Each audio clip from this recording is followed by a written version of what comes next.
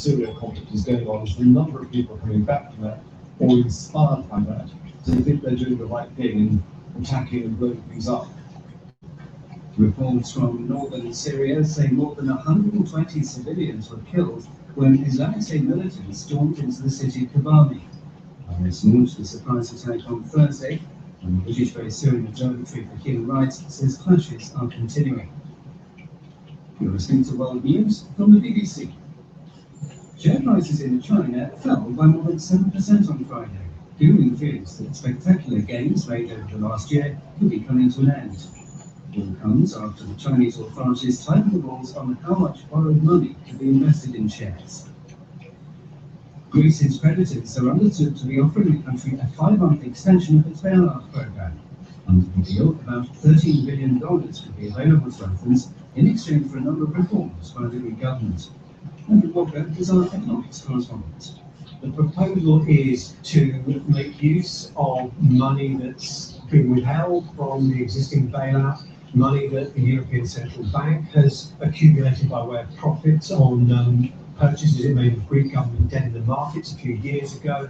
There is the expectation there that the IMF will contribute, but no certainty. And they're also planning to use money that had been earmarked for propping up the Greek banks, but which was not, in the event, used for that purpose.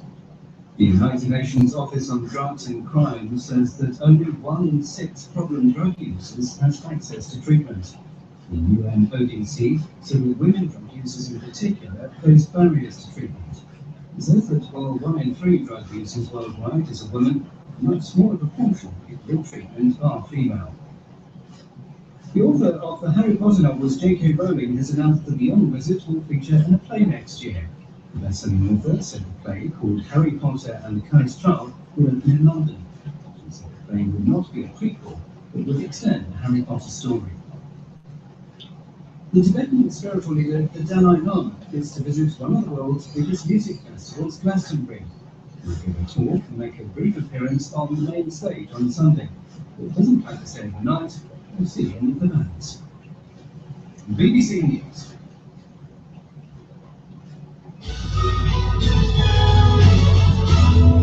You're listening to the BBC World Service. This is Owen Bennett-Jones with NewsHour, and coming up, the latest of our special features on life in what was once rural China, today urbanised. And the item today will be on the changing face of marriage. The younger generation split up at the drop of a hat, but we still think like the older generation. We think about the children and feel it's important for a couple to overcome their difficulties and stick together.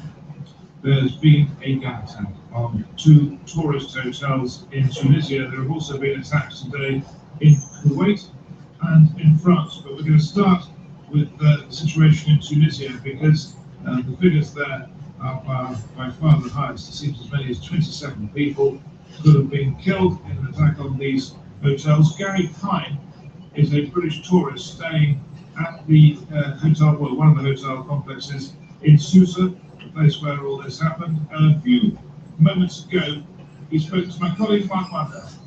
That's good to hear. There's military aircraft in the air are buzzing around us now. So about 12 o'clock today, I was sat on the beach with my wife and my son after a game of volleyball got in the sea, just a bit of wash off the sand off.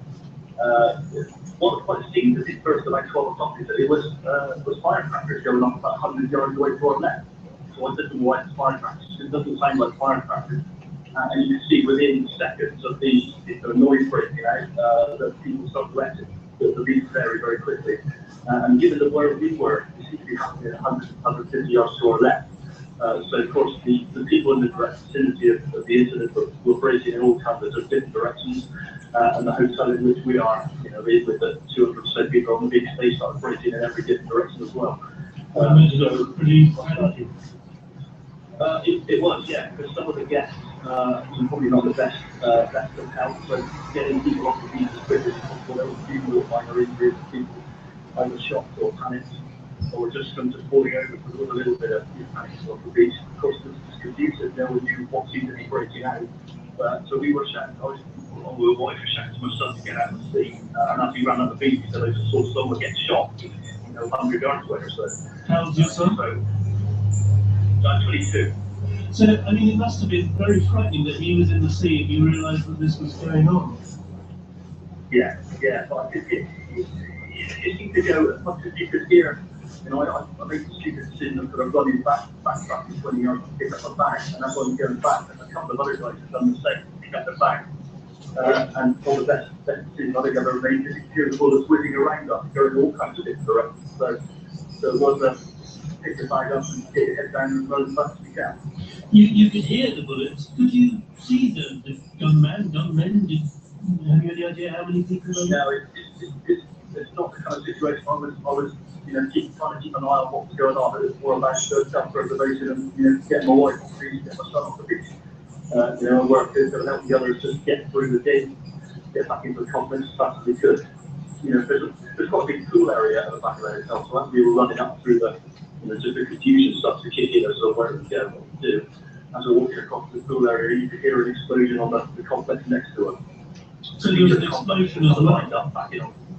Yeah. And I'm standing here now. There's one, if not two helicopters that are just buzzing over the top of us now. So you can probably hear it over the microphone. And what is I presume that you're surrounded by security now, you're not allowed out of the hotel? No, I'm walking barefoot in the pool area at the back of the hotel. And I'm probably joined to my left, there's probably another 30 or 40 decks. Some are joining the sun, some are joining the other back white.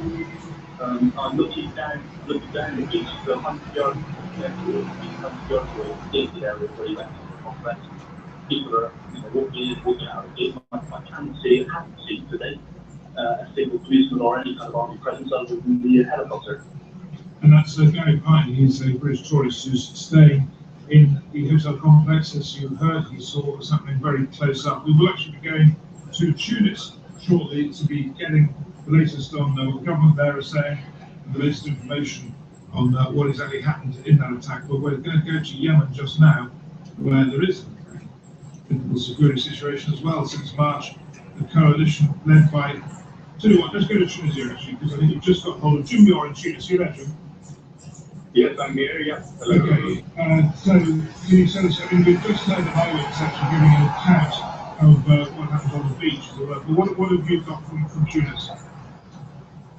Well, obviously the main focus has been on the number of deaths from this attack, and it started off very low, but it's gone up now to the latest figure from the Interior Ministry was 27 killed, which makes it a real disaster for Tunisia, as it's trying to find its way back into the tourist schedules after what happened in March when the Bardo Museum here in Tunis itself was attacked and 22 foreign tourists killed there.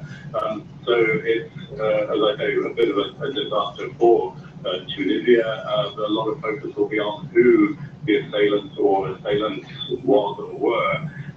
Because after the Bardo attack, it appeared that the attackers there had been militants who went to Libya, fought there, and then came home again. And that, of course, is the fear of not just Tunisia, but all the countries who have nationals who've gone off to do jihad and then come back with a kind of expertise and with a burning desire to make their mark, as it were, in their own particular way. So obviously for Tunisia, a very black day coming at the beginning of the tourist season when they were hoping that things would start to pick up.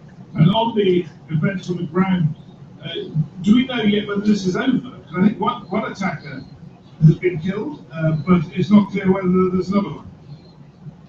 Well, that's right. I mean, there's certainly a search going on. They're trying to secure the whole area and make sure that there are no other attackers on the run. But the latest indication seems to be that there was just one assailant rather than a group or two, and that one assailant has been killed. But obviously they will be wanting to make double sure about that. So it'll be, I think, some time before the location returns to normal insofar as it can after an incident like this. And in terms of the targeting, clearly the idea would be a hotel used by Westerners. Absolutely, yes. I mean, as with the Bardo Museum, it's normally a magnet for tourists, and the same with these holiday hotels, especially in the month of Ramadan, when many Tunisians will be fasting and staying largely at home or going to work, whatever, but not feeling that there's particularly time to go to the beach, as it were. So yes, very much it seems to be in line with the tax on tourist targets, aiming to deter foreigners from coming to the country, hit the West, and all that kind of thing. And of course, like I say, the fear is that it will have a big impact on the Tunisian tourist industry, which is part of the main lifeblood of the country as a whole.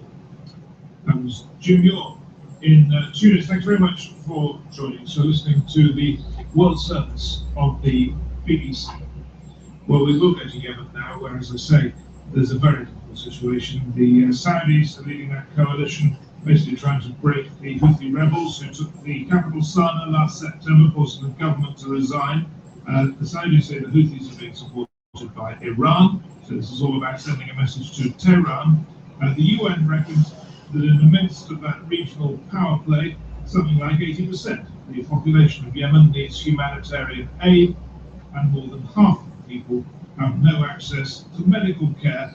And Jeremy Bone is in Yemen, and this week we've been hearing his reports.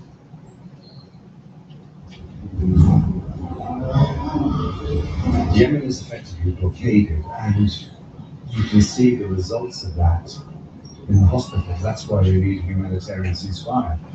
I'm in the Jamhuriya hospital, a major hospital here in Sana'a, the main hospital, and the doctors say they are short of the vital drugs that they need to treat all the people who come in here every day. In this corridor, it's clean, but they are struggling. I'm here with Dr. Nabir Anhash, who's the deputy director of the hospital. He's also a surgeon. What is the situation like in the hospital with the war? Is it difficult? Very difficult because the patient condition very serious, very bad, and not from Sana'a only. They come from another city. Everyone they come to here, and we haven't so much supply drugs or healthy. So you're short of drugs? Not enough, because we can't buy. Our work is closed. It was closed.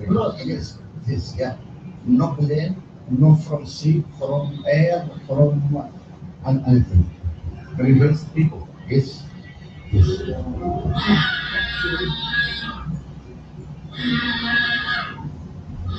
Doctors have brought me a bit further down the corridor, and there's just awful stuff in every room. Badly burnt baby, badly burnt children, their mothers with them. Some of the mothers burnt as well. And in the room I've just come to, there's a man breathing heavily because of the wounds he's got. I think the burns have hurt the inside of his lungs. These are awful sights. And this is not a military hospital, this is a civilian hospital.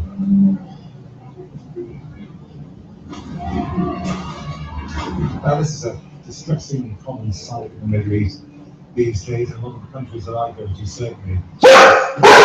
It's no longer used for education, it's instead used to house people who have been displaced by war and lost their homes. This is one of 11 schools in Sana'a which is fulfilling that function at the moment. Humanitarian needs here are huge. I'm with a small family. Mahmoud Khalid Al-Qadar is the man, his wife Wanda, their little girl, Iman, 1 year old, looks well loved, though they say they can't get milk for her and she's pretty dirty. They come from a town near the border that was badly bombed. 24 of their neighbors were killed. Direct hit on their house, and that's why they fled down here to Sana'a, to the capital. It was not a military town. We are on Yemen's border with Saudi. Everything has gone. Houses, schools, mosques, everything was destroyed. Even the main street has gone. It was very scary. No one can live there anymore. It's like a ghost town. Now, last September, the Houthis took control of Sana'a, the Yemeni capital, and I'm now with Mohammed Ali al-Houthi, who's the senior man from their side, who's here, who's basically the acting president of the country. And he's going walkabout in a market very near the presidential palace. He's got a small entourage of gunmen around him, and he is very much being a politician, shaking hands. Now he's kissing the hand of a little girl, and he's given the little boy a wad of notes as well. The little girl's getting a wad too. How is all this going to end? All of the people from all the world will stand with the Yemeni people against this crisis. The Yemeni people will get out of this crisis. And you have a big role in supporting the Yemeni people through sending the message that the siege is a war of genocide against the people of Yemen. And that was our Middle East editor, Jeremy Bone, with that report from Yemen. You're listening to the World Service of the BBC. We'll try to update you with the various developments in Tunisia, France and Kuwait as we carry on. I'm Tom Ashbrook. Sure, you could trade in your old car for a new one, or you could trade it for great programming on WVUR. Learn how to donate your car at WVUR.org. Otherwise, rain wet the next few days. Scattered showers, low 70s today. Tomorrow, showers by late in the day. Heavy rain Saturday night. 60s Saturday. Then rain and showers in the low 70s Sunday. In Boston now, 65 degrees. We're funded by you, our listeners, and by the law firm of Nutter, McLennan and Fish, counsel to leading companies and institutions for more than a century. Client-focused, collaborative. This is Nutter. Online at nutter.com. Brilliant Dirt, committed to environmental and social responsibility with conflict-free diamond engagement rings, wedding rings, and other fine jewelry. Online at brilliantdirt.com. And New England Cord Blood Bank, family-owned and operated with all samples stored on-site. Saving cord blood, saving lives. More at cordbloodbank.com. This is News Hour, and for the next 10 minutes or so, we're going to be thinking about China, especially because we've had a special week of coverage, really relating to this 10 years in Whitehorse Village. Urbanization is obviously a big story in modern China. The government building new cities across the country on a huge scale, trying to turn hundreds of millions of inland farmers into urban workers and consumers to drive growth. And for a decade, our China editor, Carrie Gracie, has followed Whitehorse Village. Used to be a very small rural community, not anymore. And the new city jobs at home are intended to remove the need for farmers to travel hundreds of kilometres to find work in coastal China. That's what's been happening hitherto. And that's led to a two-speed economy and also lots of social stress as families are separated. So today, Carrie brings us the story of a migrant marriage.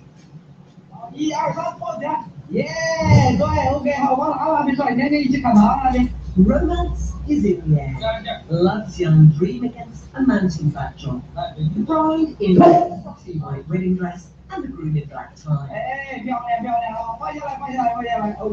The photographer instructs the newlyweds to gaze into each other's eyes, to kiss, to embrace on the manicured lawn. There are several wedding shoots underway in the park which has replaced the fields of Whitehorse Village. Along with modern notions of greenery, there come modern notions of marriage. The century's marriage in rural China was a contract, a match made by parents. Meet Chan Shun and his wife Xiang Zhang, cleaners at the new city courthouse. Their wedding was 15 years ago. There were no photo shoots in those days. In the central lobby, Chan Shun is sweeping up cigarette butts around the feet of the implacable security guards. The arrival of the city means paid work at home for the first time in his life.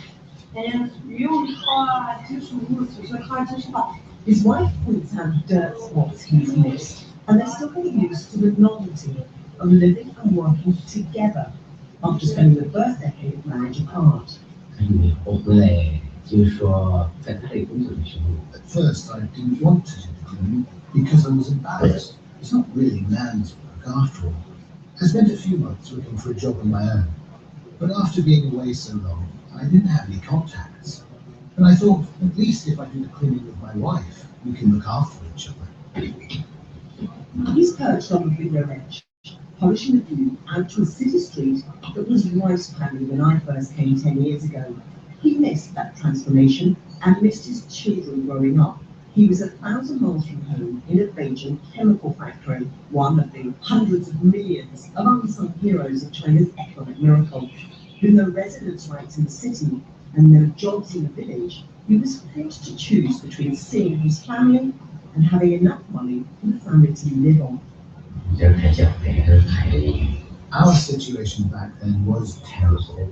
The family had no money, and we were loaded with debt. I was exhausted in the factory, and with the children to bring up on her own, and all the farming to do single-handed, my wife was even more exhausted than me. In the backyard, 2 pairs of cow's hands shelling peas for dinner. I've only seen Tanshang here once before, and on that occasion, he and his wife were having a nasty fight. He wanted to quit the Beijing factory job and stay home for the sake of the children. She said they couldn't afford it. Money worries and long separations bring many migrant marriages to breaking point. The younger generation split up at the drop of a hat, but we still think like the older generation. We think about the children and feel it's important for a couple to overcome their difficulties and stick together. The children are home from primary school. Afternoon sun is spilling onto the kitchen table as Mom helps with maths and Dad makes dinner. It's a tranquil domestic scene, but for too many years the children ate junk food and got no help with their homework. I made the decision to come home against my wife's wishes because I was really worried about my son's school results. He wasn't studying hard. He wasn't passing his tests. I just felt, what's the point in me working 1,000 miles away and earning all this money and my son not getting anywhere at school? The family often eat dinner together nowadays, but the parents rarely take a day off work. The new city may have jobs, but the wages are still a fraction of what they would be in a bigger city. For couples like this all over China, life beyond the photo shoot is still about hard choices between money and marriage. And that was Carrie Gracie with that report. Now, investigators in China have found that a quarter of all the money raised through the state-run lottery program over the last 3 years has been misused. Nearly $3 billion embezzled. Well, Martin Patience is our correspondent in Beijing. Spoke to him earlier. I just asked him that when we hear stories like this, should we take it that this time, actually, the Communist Party is serious about eliminating corruption? What is clear is that no corner of Chinese life has been unturned. So we've seen thousands of officials being sent to jail, including senior leaders, and now they've turned their attention to the national water. And this is the first ever audit that has been published in regard to the national water, and it's found widespread embezzlement and misuse of funds. So what people are saying is that this anti-corruption campaign that's been carried out by President Xi Jinping is the most intensive campaign that we'll probably ever see under communist rule in China. Right, but it would still be the case with it that senior officials' children can get away with making loads of money. Yes, because you don't have an independent media. There are red lines in China. The red lines are around the leadership, so they and their families remain off limits. Just to give you an example of that, the New York Times reported on the wealth of the former Premier Wen Jiabao, him and his family. They get banned for doing so. In China, if you try to make these types of allegations in the Chinese media, well, they would never get past the censor's office. And to what extent are the authorities directing corruption investigations towards political enemies? Does that happen? It does. It's very difficult in China to know whether or not it's completely about corruption or whether or not it's about politics. It's a mixture of both. We saw this earlier this month when President Xi Jinping jailed the most senior official. He was a former leader ever charged with corruption. He will hold that up as an example that nobody, no matter how senior they are, is above the law. Others will say what he's done is conveniently use corruption to eliminate political rival. Right, and just as a measure of this, it's interesting to hear someone was saying that some of the top restaurants in, I don't know, Beijing and Shanghai are closing down because, you know, those very rich, brackets possibly corrupt, clients are no longer there. Restaurants, florists, cigarette vendors have all had a really tough time. There's no doubt about that.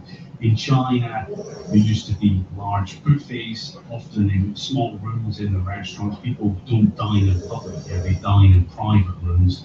When you speak to restaurant owners, they will say, look, we're taking a huge hit. And the reason we're taking a huge hit is because of the government clampdown on corruption. Senior officials cannot be seen to be dining spending a lot of money at public restaurants. Some will say, look, they're choosing not to go out, and they're simply getting very well-paid chefs into their homes and residencies instead, so they're doing it behind closed doors. Yeah, that may be true, but still, you've just come up with the new index for corruption, which is the florist index. So all we have to do is monitor flower shops and we'll know what's going on. Yes, and no, I think that's what florists, cigarette vendors, and tasty restaurants, and particularly if they're serving abalone. There we are, Martin Patience, with his finger on the pulse in Beijing. You're listening to the World Service of the BBC.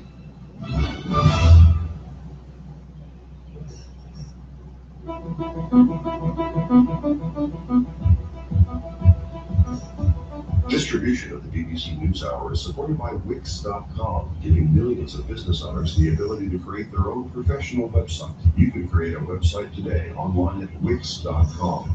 And from Progressive Insurance, protecting commercial vehicles and offering specialized coverages designed to protect your business. More at ProgressiveCommercial.com.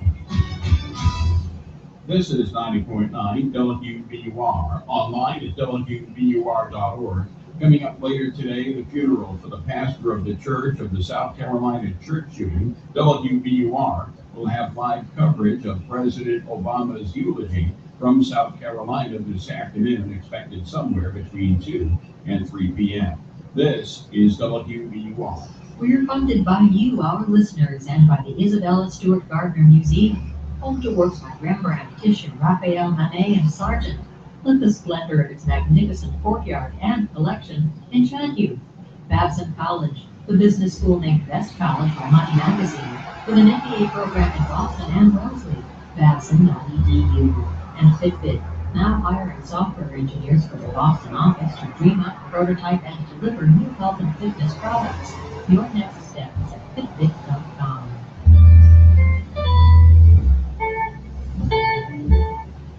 BBC News for Jerry Smith. Government now takes a beach hotel as a tourist resort in Tunisia, killing at least 27 people. Officials said one of the gunmen was shot dead by the security forces and that the other was being pursued. These had happened in the city of Sousse, which attracts large numbers of visitors from across Europe and North Africa. In March, Islamist gunmen killed more than 20 people in an attack on the Bardet Museum in the capital Tunis. Police in France are questioning a number of people after a suspected Islamist attack on a chemicals plant in southeast France in which a man was decapitated. The French Interior Minister said the suspect arrested at the scene had been monitored by police for 2 years from 2006. French media reported that a car crashed through the security barrier of the industrial unit near the city of Lyon before explosions were heard. Reports say the victim's head, covered in Arabic writing, was found attached to a perimeter fence. A suicide bomber has targeted a crowded mosque used by Shia Muslims in Gulf states of Kuwait. Reports of a number of people being killed and wounded. It was the first attack of its kind in the country. Reports from Brussels say that Greece's creditors are offering the country a 5-month extension of its bailout program. The proposal, seen by news agencies, say about $13 million will be available to others next year in a number of reforms. The UN Office on Crime says that only 1 in 6 problem drug users has access to treatment. And attending reforms on more drug use.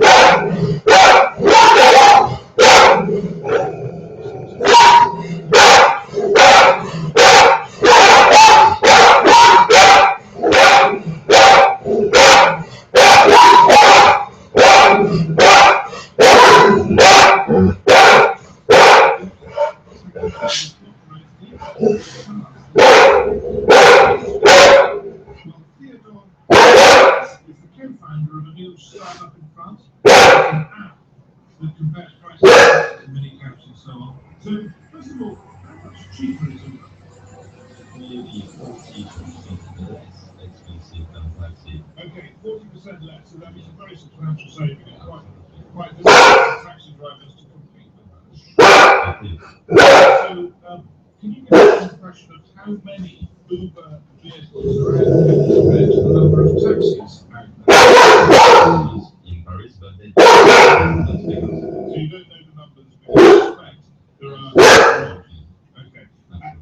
And so, now then the taxi drivers, can you just talk about that? Because they basically have a monopoly. The monopoly have ended in 2007 with the emergence of the minicabs. The problem is that now there is Uber, and what they said is that they don't pay the same tax as the taxis, so that's why they're not happy. Let's just deal with this taxes issue. Basically, the taxi drivers are saying that the Uber drivers take cash and don't pay taxes. But I think many taxi drivers don't exactly pay tax either. Yeah, you are right. This is why this is so complicated. For decades, taxis are the monopoly, and they abused it. Took cash, and they didn't pay a lot of taxes.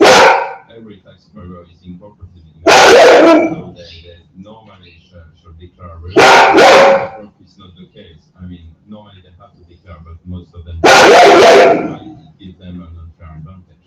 Now, I think it's taxi drivers. One of the reasons they feel so strongly about this is they have to pay for their license, and they pay a huge amount of money. How much does a taxi badge cost in Paris? It's about 200 euros. That's a huge. Yes, I mean, so that's roughly $10, and that's a vast sum of money, and they're finding that it's because they're getting undercut by Uber. Yeah, sure, it's becoming more fair, but the taxi drivers are kind of responsible of the situation because at the beginning, this was given for free by the state. The drivers are allowed to send these badges to each other. So when there was a monopoly, the price of these badges increased. That's why now they have to pay a lot. But at the beginning, it was even free to them. The question is, for example, it did come to France despite the attempts to stop. Now we've got this attempt to stop Uber. Who will win, Uber or the taxi drivers? Difficult to say because for decades taxis have always won with protests, but now Uber seems so powerful. They play some of the population with them, and it's hard to say actually for Uber Pop. And that was a news hour. We go to Eastern France now. Struck, it seems, today by what looks like a case of jihadism. What appears to have been a jihadi attack has left one person dead, several wounded. A decapitated body was found outside a chemical plant and nearby, and is now flag. Thierry Picot works on the same road as the factory that was attacked. The factory called Air Products was the one that was attacked. He told the BBC what happened. Before 10 a.m. there was an explosion. My colleague and I thought there was a plane that was flying very low just over our site. Just afterwards there were loads of police and fire engines. They stopped in our road. Then we learned there was an attack at the factory. Our agency is on the same road as Air Products. We're 300 meters away. The French President François Hollande was quick to take to the TV screens. This is what he said. Cet attentat, c'est un véhicule. This attack was a vehicle driven by one person, perhaps accompanied by another person. They directed their attack at this facility using gas canisters. Without doubt, the aim was to set off an explosion. This was a terrorist attack. And for an update with more details, I spoke to the BBC's Hugh Schofield, who's been following it all from Paris.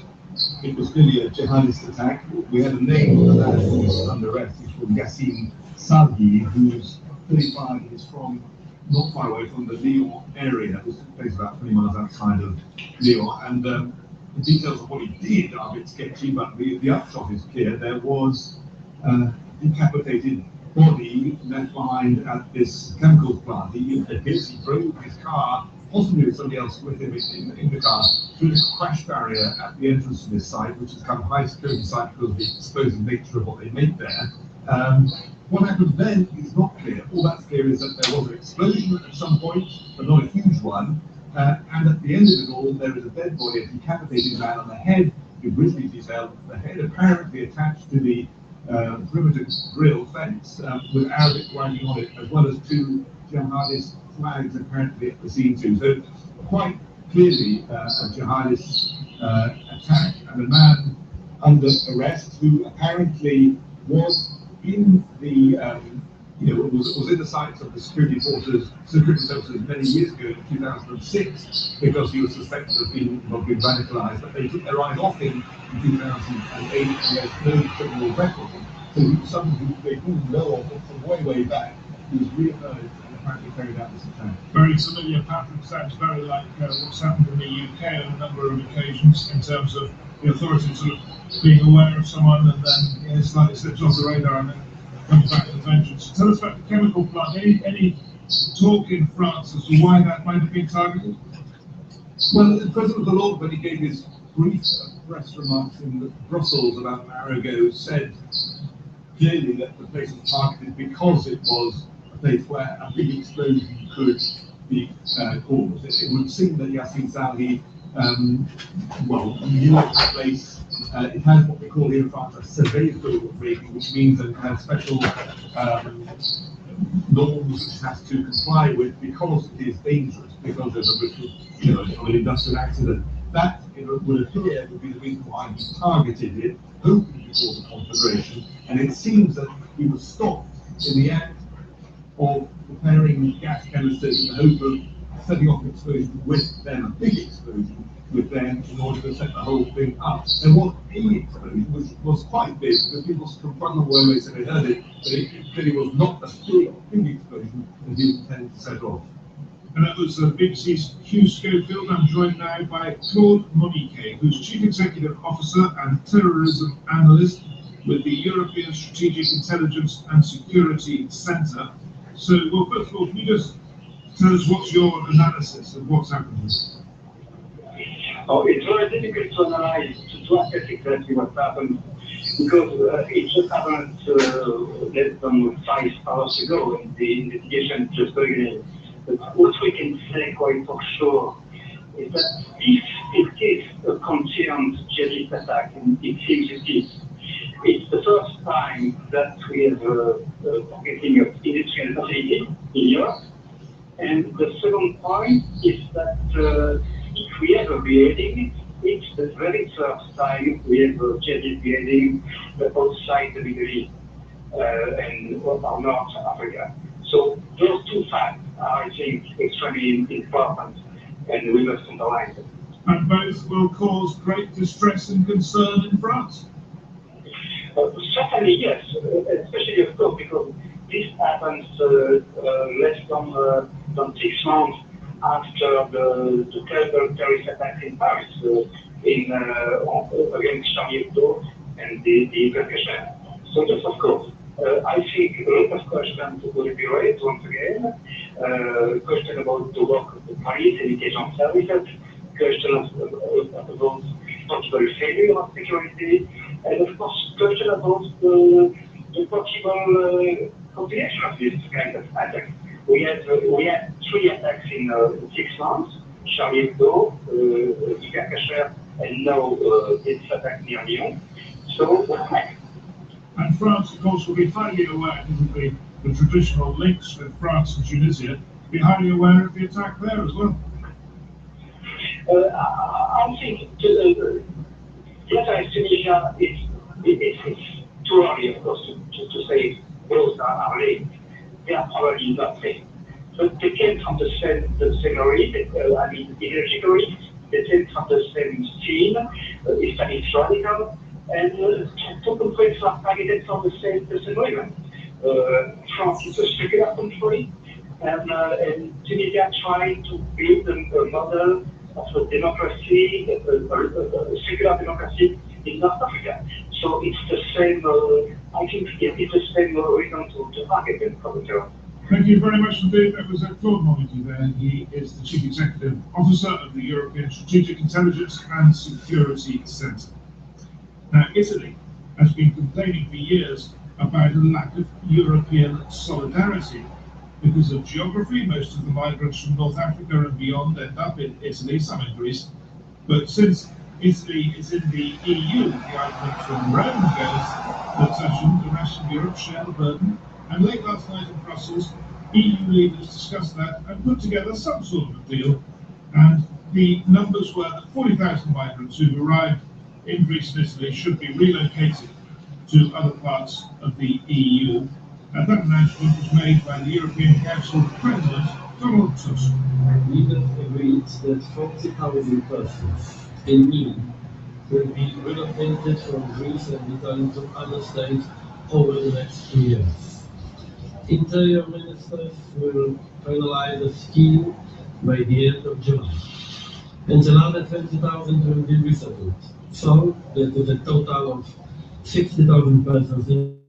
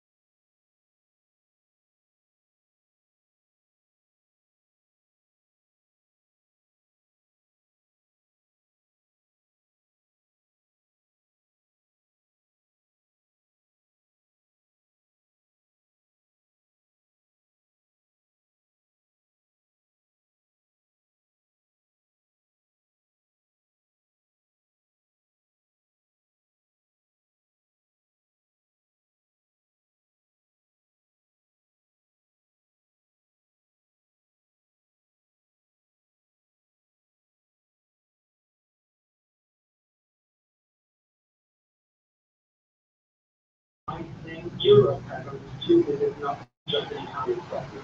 Clearly, people who are escaping war zones and coming this way are coming to the Italian shore, not finding only the Italian shore, but European shore. This reminds me of the flow of immigrants, of emigrants leaving Europe in the 19th century and going to the United States of America. They would come to Ellis Island, but they wouldn't look for the state of New York. They would look for the United States of America. So people coming to the Italian shores, to the Greek shores, of course, they're looking to come to Europe. And of course, leaving Italy on its own, receiving thousands of people without understanding that this is a European problem, that was an issue. And I think in this last meeting, there was a clear understanding that there must be an involvement of the whole European Union. And also, to be honest with you, Europe is about this. It's just not just about budget and numbers. Europe is really about its values, and this is what we want to see in action. And I think this is what we saw more or less in action in the last few hours. I take the point fully that that is an important thing for Italy to get that sort of principle accepted. But on the numbers, the impression we got last night is that the Italians were a bit disappointed with the scale of this. This is why I said that we are partly happy. We're just at the beginning because, of course, the phenomenon we are observing is much larger than 40,000 people. This is something that has to be worked out together, getting on board a responsibility which belongs to the Union as a whole.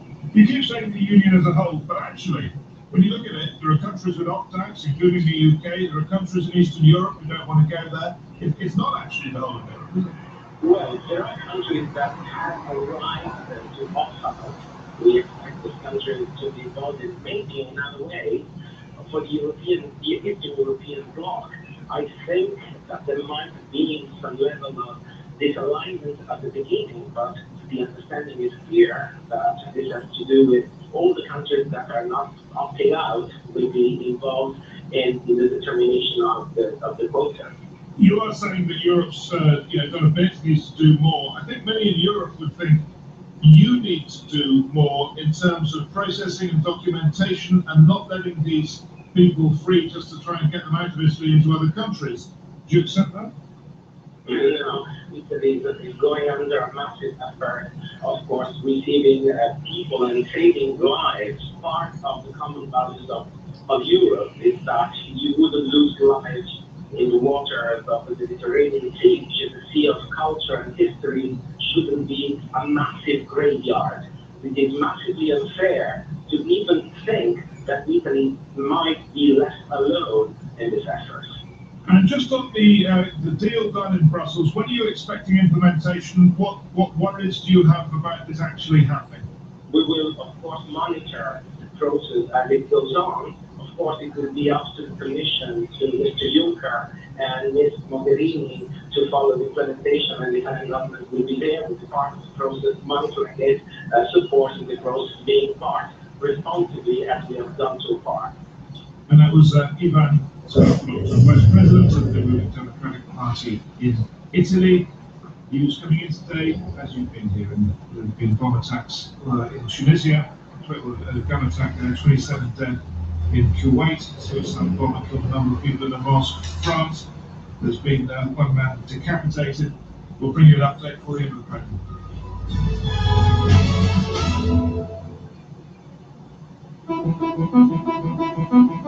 Distribution of the BBC NewsHour is supported by Arizona State University, with more than 90 campus degrees to choose from, offered 100% online. Learn more at online.asu.edu. And from Angie's List, providing online access to reviews of local companies and helping consumers achieve their home improvement goals, from remodeled kitchens to freshly painted houses to new landscapes. Angie'sList.com. This is 90.9 WBUR and WBUR.org. 65 degrees in Boston at 9:49. Coming up at 10 o'clock, it's On Point with James Mason in for Tom Ashbrook in the first hour of the Friday Review Panel. Focus on the debate over the Confederate flag, the Supreme Court's decision to uphold Obamacare, and all the week's top stories. And in the second hour at 11, the new space race, who's in and who's sitting it out. That's On Point coming up at 10 o'clock here on 9.9 WBUR. In forecast, mostly cloudy, some scattered showers today, the high is around 71 degrees. Mostly cloudy tonight before gradual clearing, a low 55. Increasing clouds tomorrow, high 70 degrees. Rainy and breezy on Sunday, the high 71. Partly sunny on Monday, high 75 degrees. Mostly sunny and 79 degrees on Tuesday. Okay, right now it's 65 degrees in Boston. This is 90.9 WBUR. I'm Charlie Kravitz, General Manager of WBUR. You can listen to WBUR and you don't have to pay a penny. But if you love what you hear, value Bob Oakes, Tom Ashford, and Robin Young from all the exceptional programs on WBUR, I hope you'll help us to end our fiscal year with a gift that will assure more great journalism and focus in the country. If you've never given, or it's time to give again, think about making a small contribution each month. WBUR exists because of you. Call 1-800-909-9287 or go to WBUR.org. You're listening to NewsHour. Let's go back to Tunisia now. An attack on a beach resort there left 27 dead. Officials said one gunman was shot dead. They were talking about looking for another one. A spokesman for the Interior Ministry in Tunis, Mohamed Al-Aroui, described what happened. We managed to kill one terrorist and the operation is ongoing. The attacker came from the back of the hotel. He entered the premises and started shooting randomly at tourists and hotel workers and whoever was there. We have surrounded the area and are searching people. And let's speak now to British holidaymaker John Clark. You were staying in the next hotel, next door. Yes, that's right. So what did you hear or what did you see? Well, basically, approximately about 2 hours ago, we were sunbathing, not on the beach, but about 150 yards up on the complex, and we had a couple of loud cracks. Didn't know quite what it was. Then over the loudspeakers came everybody to go to reception. So everybody sorts the world and sort of stood up, got the stuff, and started ambulance towards the reception. As we're going towards the reception, there was like a lot of automatic fire, a lot of like machine gun fire. We got to the reception and we were all posted to our hotel rooms where we are now. We've been up here for about 2 hours, but it seems like a few people started to walk back down, so we haven't even bus that hotel room yet, so I'm not quite sure what the situation is at the moment. Right, there was talk of a second government, so I'm sure the authorities are just taking everyone straight to their rooms until they've managed to ensure the area is clear. Would that be your impression? I would have thought so, because as I said, the helicopters have been flying over for the last 2 hours. We haven't seen any military in our complex or anything like that, any army, but the sirens are going, ambulances, police cars, I presume, but where we are, there's about 4 hotels all sorts next door to each other, so we share a big long beach going along. We got here on Sunday, and we were the first drop off when we got in the airport. And so obviously we're praying for the people who went on to the other hotels, which obviously must be the hotel next door, and that they're okay, but as I say, we're still waiting to hear some information. Yeah, you must feel like a very lucky man to have just been in, the hotel next door. Yes, exactly. So, as I say, we're waiting to hear more information, and then obviously me, the wife, and their sister-in-law who's with us will decide what we're going to do next. If we're going to stay or go home, but we'll listen to what the ministry is going to say. So, do you ever think this could happen when you booked your holiday in Tunisia? Well, we booked the holiday, and our basic thought is lightning doesn't strike twice. So we thought it wouldn't happen, but it has happened. Obviously, that one in March, and I believe a soldier shot down his colleagues as well. Shortly after, so we didn't think it would happen. It's a beautiful place, nice hotel, so just one of the things, I'm afraid. Thank you very much.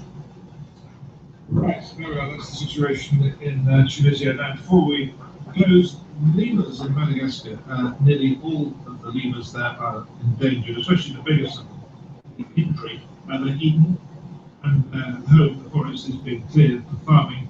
Local conservationists fear that soon there could be none left. David Shupman reports. It's early morning in a forest in the east of Madagascar. It's very dark here. It rains through the night, and the leaves are still dripping. We're on the trail of Madagascar's largest lemur, the Indri, one of 106 species of these bizarre animals that only live here.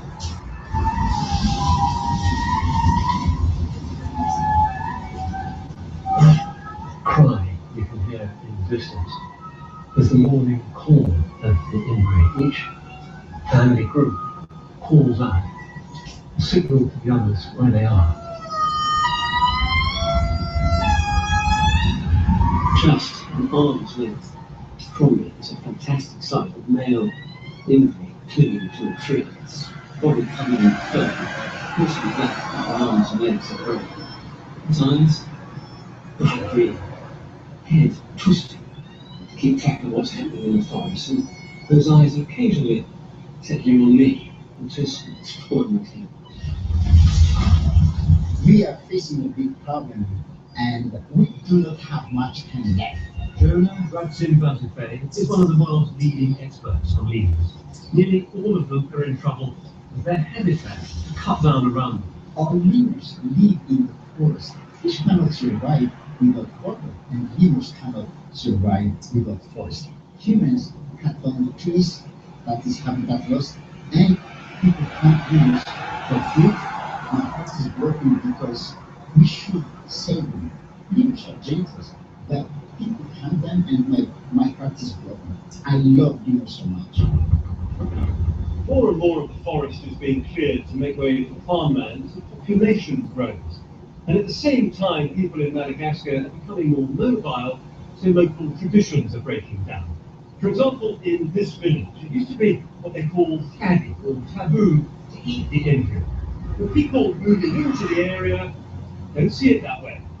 When we first saw, especially the injuries being hunted, It was very shocking because we never thought that injuries would be hunted in this area because they are taboo. Julie Rosati Mamahaka runs a local research group investigating the shocking plight of lemurs hunted and eaten. What began as a survey of attitudes became a campaign to save the lemurs by educating the next generation. It was my team who went down to the field. They followed the hunter in the forest, and they have seen them using guns and shooting off the injuries, bringing back 5 individuals to the village. That was very shocking. And also there was that video of a baby injuries that has been, like the mother has been killed, and the baby was still there, still alive. That was horrible. We need to do more education because we have also think that the children actually influence at some point the decision of the parents to go hunting or not. Some lemurs can be guarded in parks, though they're never totally safe. Others will only survive if local people can be encouraged to see them as more valuable alive and dead, useful for the forest and as a source of tourism, as Jonah explains. You have to make people to understand that the lemurs play an important role in the forest because they spread the seeds of the plants. Lemurs can improve our livelihood with tourism. So people can see lemurs in Madagascar once in their lifetime because this is unique. This is the only place that you can find them in the wild. But this is a country where more than 90% of people live on less than the equivalent of $2 a day, and where coups and corruption make it difficult to enforce the law. So one very pessimistic scenario is that if the lemurs keep being threatened as they are now, there won't be any left in the wild in as little as 25 years' time. And that report from David Shupman, and that's it for today. Thanks for listening. Goodbye. This is 90.9 WBUR and WBUR.org. Coming up next at 10 o'clock, it's On Point. Jane Clayson in for Tom Ashbrook. Friday news panel will review the top stories of the past week, the unveil of the Confederate flag and the Supreme Court's decision to uphold the law. We're funded by you, our listeners, and by the New England Honda dealers, featuring the Civic EX with rear-view camera and touchscreen display audio and standard. Learn more at HondaDealersofNewEngland.com. And the Ruderman Family Foundation, whose Jewish values drive their passion for civil rights and full inclusion of people with disabilities. RudermanFoundation.org. From Boston University, this is 90.9 WBUR Boston. Also broadcasting on 92.7 WBUA Tisbury, Martha's Vineyard, and 89.1 WBUH Brewster. WBUR, Boston's NPR news station, through live streaming at WBUR.org. Support for On Point comes from the listeners of WBUR Boston, with additional support from NPR member stations. From WBUR Boston and NPR, I'm Jane Clayson for Tom Ashbrook. This is On Point. In the news this week, the Supreme Court upholds Obamacare subsidies, a huge win for the president. Republicans vowed to keep fighting. In Charleston, funerals begin for the 9 killed at Mother Emanuel. Across the nation, deep conversations about racism, forgiveness, and the Confederate flag. The U.S. sends tanks to Eastern Europe. Still no deal for Greece. Back home, new questions about Hillary's emails. Bobby Jindal jumps into the 2016 fray. Jordan Spieth stuns at the Masters. Up next On Point, the weekly news roundtable goes behind the headlines. First, this news. From NPR News in Washington, I'm Giles Snyder. An eyewitness to today's attack at a beach resort in Tunisia says there was a mass exodus off the beach where gunmen opened fire today, killing at least 23 people and injuring another 24. One gunman is reported dead, as NPR's Leila Papa reports. The gunmen opened fire at 2 hotels in the beach town of Sousse. According to the Ministry of Interior spokesman quoted on state TV, police intervened and killed one of those gunmen. The beach town is a popular tourist destination for both Tunisians and Europeans. But during the month of Ramadan, when Muslims fast from sunup to sundown, foreigners typically dominate the beach scene. It's the second fatal attack on tourists in Tunisia in just 4 months. In March, 22 people were killed when gunmen attacked the Bardo Museum. Leila Fulton, NPR News. Tunisian government spokesman says the police operation to catch a second gunman is ongoing amid reports that gunfire is still being heard. The toll in today's bombing of a Shiite mosque in Kuwait is becoming clear. At least 10 people were killed in the suicide bombing claimed by the self-styled Islamic State. French President Francois Hollande is reassuring the French people following today's attack on a plant operated by an American-based gas company in southern France. Hollande spoke through an interpreter before leaving the European Union summit in Brussels. Emotions right now. Emotion cannot be our only reaction. We need to act, we need to prevent, we need to dissuade terrorists. And therefore, to stick to our values and never give in to fear. Officials say several people are under arrest following the attack. France's Interior Ministry says a car crashed into the gate of a company called Air Products, touching off an explosion. Crashed into gas canisters. Officials found that the captain behind the severed head had been posted by the factory entrance. 2 flags with careful inscriptions were found. Thousands of orders expected in Charleston, South Carolina, where funeral services will be held this afternoon for state lawmaker and pastor Clemente Pinckney, who was gunned down along with 8 other church members last week. President Obama said to deliver the eulogy. NPR Scott Horsley. President Obama knew Pastor Pinckney and several other members of the Emmanuel AME congregation in Charleston. He said last week there's something particularly heartbreaking about such violent deaths in a place set aside for worship. White House spokesman Josh Earnest says Obama will use his remarks today to pay tribute to the pastor, what he called the remarkable stories of all the shooting victims. I think the president will be mindful of not just how sad it is, but also use the occasion to celebrate their lives. Obama also plans to meet privately with the victims' families. Scott Horsley, NPR News, Washington. This is NPR News. This is 90.9 WBUR. Good morning, I'm Steve Brown in Boston. The U.S. Supreme Court has declared that same-sex couples have the right to marry anywhere in the United States. Gay and lesbian couples already can marry in 36 states and in the District of Columbia. The court's ruling today means the remaining 14 states in the South and Midwest have to stop enforcing their bans on same-sex marriage. 2 men accused of joining former New England Patriots player Aaron Hernandez in the 2013 murder will appear in a Fall River courtroom for the first time today since Hernandez's conviction in April. Both men have pleaded not guilty to murder, but Hernandez's lawyer has pinned the blame on the 2 men, and the Patriots player is serving a life sentence for murder. Police are investigating a drive-by shooting that killed a man who was visiting a friend's grave in Worcester. Authorities say someone in a car opened fire and killed the 22-year-old at Mount Hope Cemetery yesterday. The victim's name has not yet been released by police. Authorities say he was taken to the hospital where he died from his injuries. Keola's Commuter Services, the company that runs the MBTA, has hired a new chief to oversee team maintenance. Kenneth Trahan, who started earlier this week, has no previous experience in the railroad industry. Trahan has over 40 years of aviation experience and will oversee the fleet maintenance and train safety, among other duties. It's 10:05. We're funded by you, our listeners, and by Nova Star Cruises, sailing to ancient Gaelic culture, rugged Highlands terrain, sailing from Portland, Maine to Nova Scotia, novastarcruises.com. And Johnson Compounding and Wellness in Waltham, custom compounded medications and homeopathic remedies for treating the whole you at naturalcompounder.com. In sports, the Red Sox begin a 3-game series with the Rays tonight down in St. Petersburg. In the forecast, mostly cloudy, some scattered showers today, the high around 71. Mostly cloudy tonight before gradual clearing, low 55, increasing clouds tomorrow. WBUR supporters include Bard College at Simons Rock Creek, Barrington, Mass., where students can begin college early, now accepting applications for fall. More at simons-rock.edu. And Bleecker Street, presenting I'll See You in My Dreams, a film for grown-ups about discovering that life can begin anew at any age. Starring Blythe Danner, June Squibb, Rhea Perlman, and Sam Elliott. Now in theaters.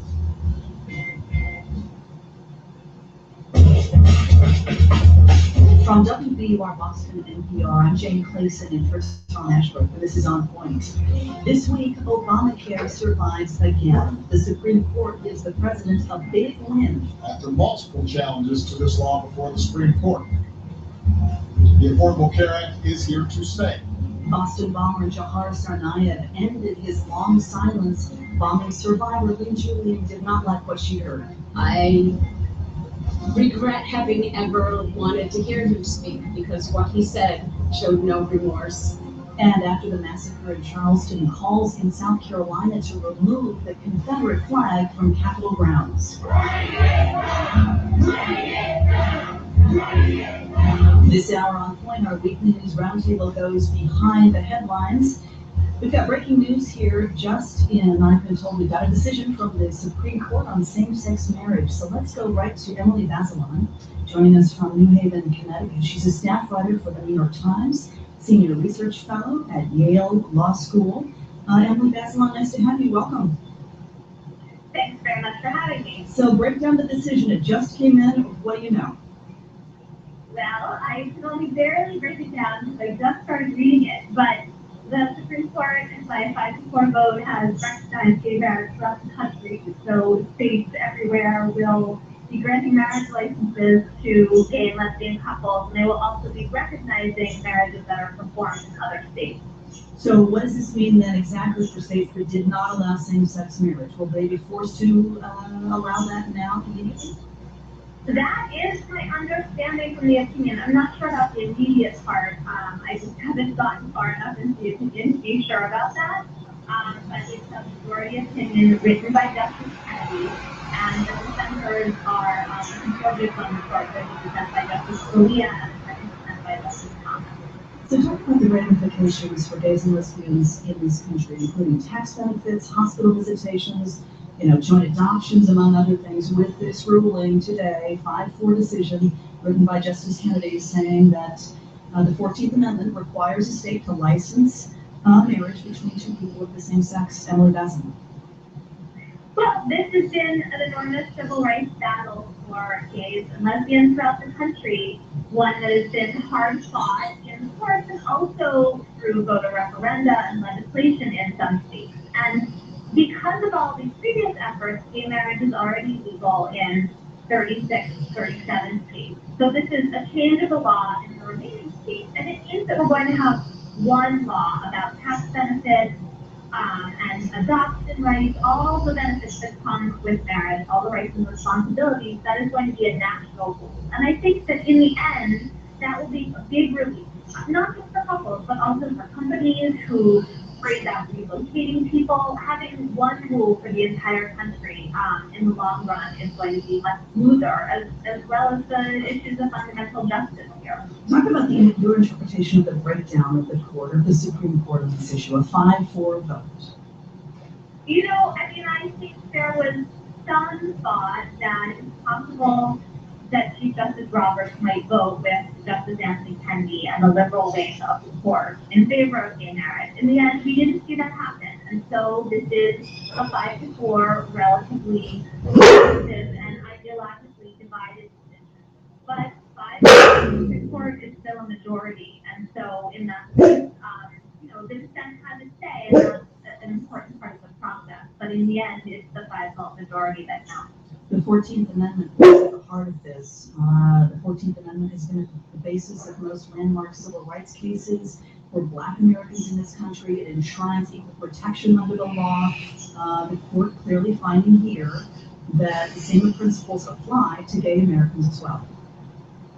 That's right, and what we see here is an evolving understanding of what equality and liberty mean under the Constitution. This is an amendment that was written after the Civil War to grant mostly African Americans equal rights. And we've seen it extended since then to ensure the rights of women and other religious and ethnic minorities. And now I think we're seeing a recognition by the court that gay and lesbian couples deserve the same kinds of protection. The justices have been deliberating on this since April. I guess it was a federal appeals court ruling in Cincinnati that upheld bans on same-sex marriages in Kentucky and Michigan and Ohio and Tennessee, right? 4 of the 13 states that only allow heterosexual marriages. Remind us of the genesis of this. That's exactly right. There are still, on the books bans in those states and others throughout the South and other parts of the country that are more conservative. And the question that's become more pressing over time is whether every state should be recognizing the rights of gay and lesbian couples to get married, or whether this is a state-by-state decision. And I think the fundamental shift here you're seeing here on the part of the 5-justice majority, and particular Justice Kennedy, is one that is away from states' rights and towards the idea of equal civil rights for everybody. The last time the court decided a gay marriage decision, it was state rights plus state rights decision. This is in important ways those who are involved, and Justice Kennedy went with the right. Breaking this morning, on gay marriage, the Supreme Court in a 5-4 decision written saying the Fourth Amendment requires a licensed marriage between two people of the same sex. Of the same sex. Licensed and performed out of state. Thank you so much for being with us, and short notice. Thank you so much. Thank you so much for having me and trusting me with Indeed. Emily Potter of the New York Times and senior researcher at Yale Law School. So let's bring in our roundtable now. The Associated Press, Yamiche Alcindor, and On Point News analyst Yamiche Alcindor covers national breaking news for USA Today. Yamiche, welcome. And from Washington, Charles Babington is with us. Congress and Politics for the Associated Press. Chuck Babington, we're glad you're joining us as you head off into retirement. What a day to do that. Welcome back. Pretty busy week, Jane. Yes. And from Hanover, New Hampshire, Jeff Beebe is with us. Hello, Chuck. Hey, Chuck, Yamiche. So I've got to get a reaction here. Chuck Babington, you first. It's a very important day, big decision of the U.S. Supreme Court. Well, I'm not suggesting the Supreme Court makes its decisions on a political basis. That said, I'm not surprised by the ruling. In all my time in journalism, I've not seen any important social issue change as rapidly as gay rights has. Nothing else seems to me to compare to the rapidity and the dramatic nature of the change. And I think the court is just seeing it is recognizing that either from a legal or a political basis. It would have been quite shocking, I think, at least to the American political system, if the decision had gone the other way. Yamiche Alcindor, how do you see it? I think it's a watershed moment for a lot of people around the country. I have, for instance, friends who have been reading for this, people that are really thinking about how the court sees their rights, how the court sees their humanity, and I think the court is now reflecting how people around the country feel. I think this is something that changed very rapidly, but I also think that people's ideas about gay marriage changed very rapidly in this country. You have President Obama, who said, his ideas were evolving on this. And I think that the more that people really got to know people, the more that people really got to understand the longevity of same-sex relationships, the issues that people would bring up against it just kind of fell by the wayside. So I think as a reporter who kind of really does a lot of street reporting and talks to people about their lives and at times of struggle, I think that this is really the court reflecting what the greater nation already wanted. Jackie, you can talk about how quickly the issue of gay marriage has taken root and gained acceptance in this country. Well, Justice Ginsburg spoke to that in a recent interview. She was asked, why so fast with gay rights? Why so slow with equal rights to African Americans? And she said, well, with gay rights, once people came out of the closet, and that took a lot of courage, we looked at such people and said, that's my neighbor, that's my friend, my son or daughter. And it was suddenly, it's a us question. They are us. But she said, given segregation in America, race is still us and them. And I thought that was really a profound question about, it explains why it went so fast, and it also explains why racial progress is so slow. Justice Anthony Kennedy read the ruling this morning. The Chief Justice of the Supreme Court has the principal dissent on this, which is 29 pages long. John Roberts, toward the end of it, he has said here, if you are among the many Americans of whatever sexual orientation who favor expanding same-sex marriage, by all means celebrate today's decision, celebrate the achievement of a desired goal, celebrate the opportunity for a new expression of commitment to a partner, celebrate the availability of new benefits, but do not celebrate the Constitution. It had nothing to do with it. It's Chief Justice John Roberts. He's now reading his dissent from the bench. It is the first time he's ever read a dissent from the bench. Chuck Babington, what do you think of that? Well, I don't cover the court, but my understanding is for a justice to read any decisions from the bench, what he or she is trying to do is emphasize bringing greater attention to that decision. And it's especially interesting, the position that Chief Justice Roberts is in this week. You know, he wrote the opinion of upholding Obamacare and angering a lot of conservatives. Here, he's siding with the other three conservatives that he typically does, and puts Justice Kennedy back in his familiar role of being the pivotal person here. So in a matter of 2 days, Justice Roberts has been really on the side of the conservatives on one big issue and not with them on another big issue. And Jack Beatty, Justice Scalia, I'm reading here, has his own dissent. He leads off by saying that the decision, quote, is a threat to American democracy. Well, I suppose what he means is that voters in states who voted for constitutional amendments banning gay marriage, that now is Trump is overruled by the 9 people on the Supreme Court. But that is our system. We have a system of judicial review. We have a system of constitutional construal, and the justices have spoken, and now it's for the country to conform. We're talking about the week in the news, and this breaking news now. The U.S. Supreme Court has ruled on gay marriage. 5-4 decision written by Justice Kennedy, saying the 14th Amendment requires a state to license marriages between same-sex couples. Join our conversation, 1-800-423-8255. That's 1-800-423-TALK. Much more with our panel and callers. I'm Jane Clayson in for Tom Ashford. This is On Point.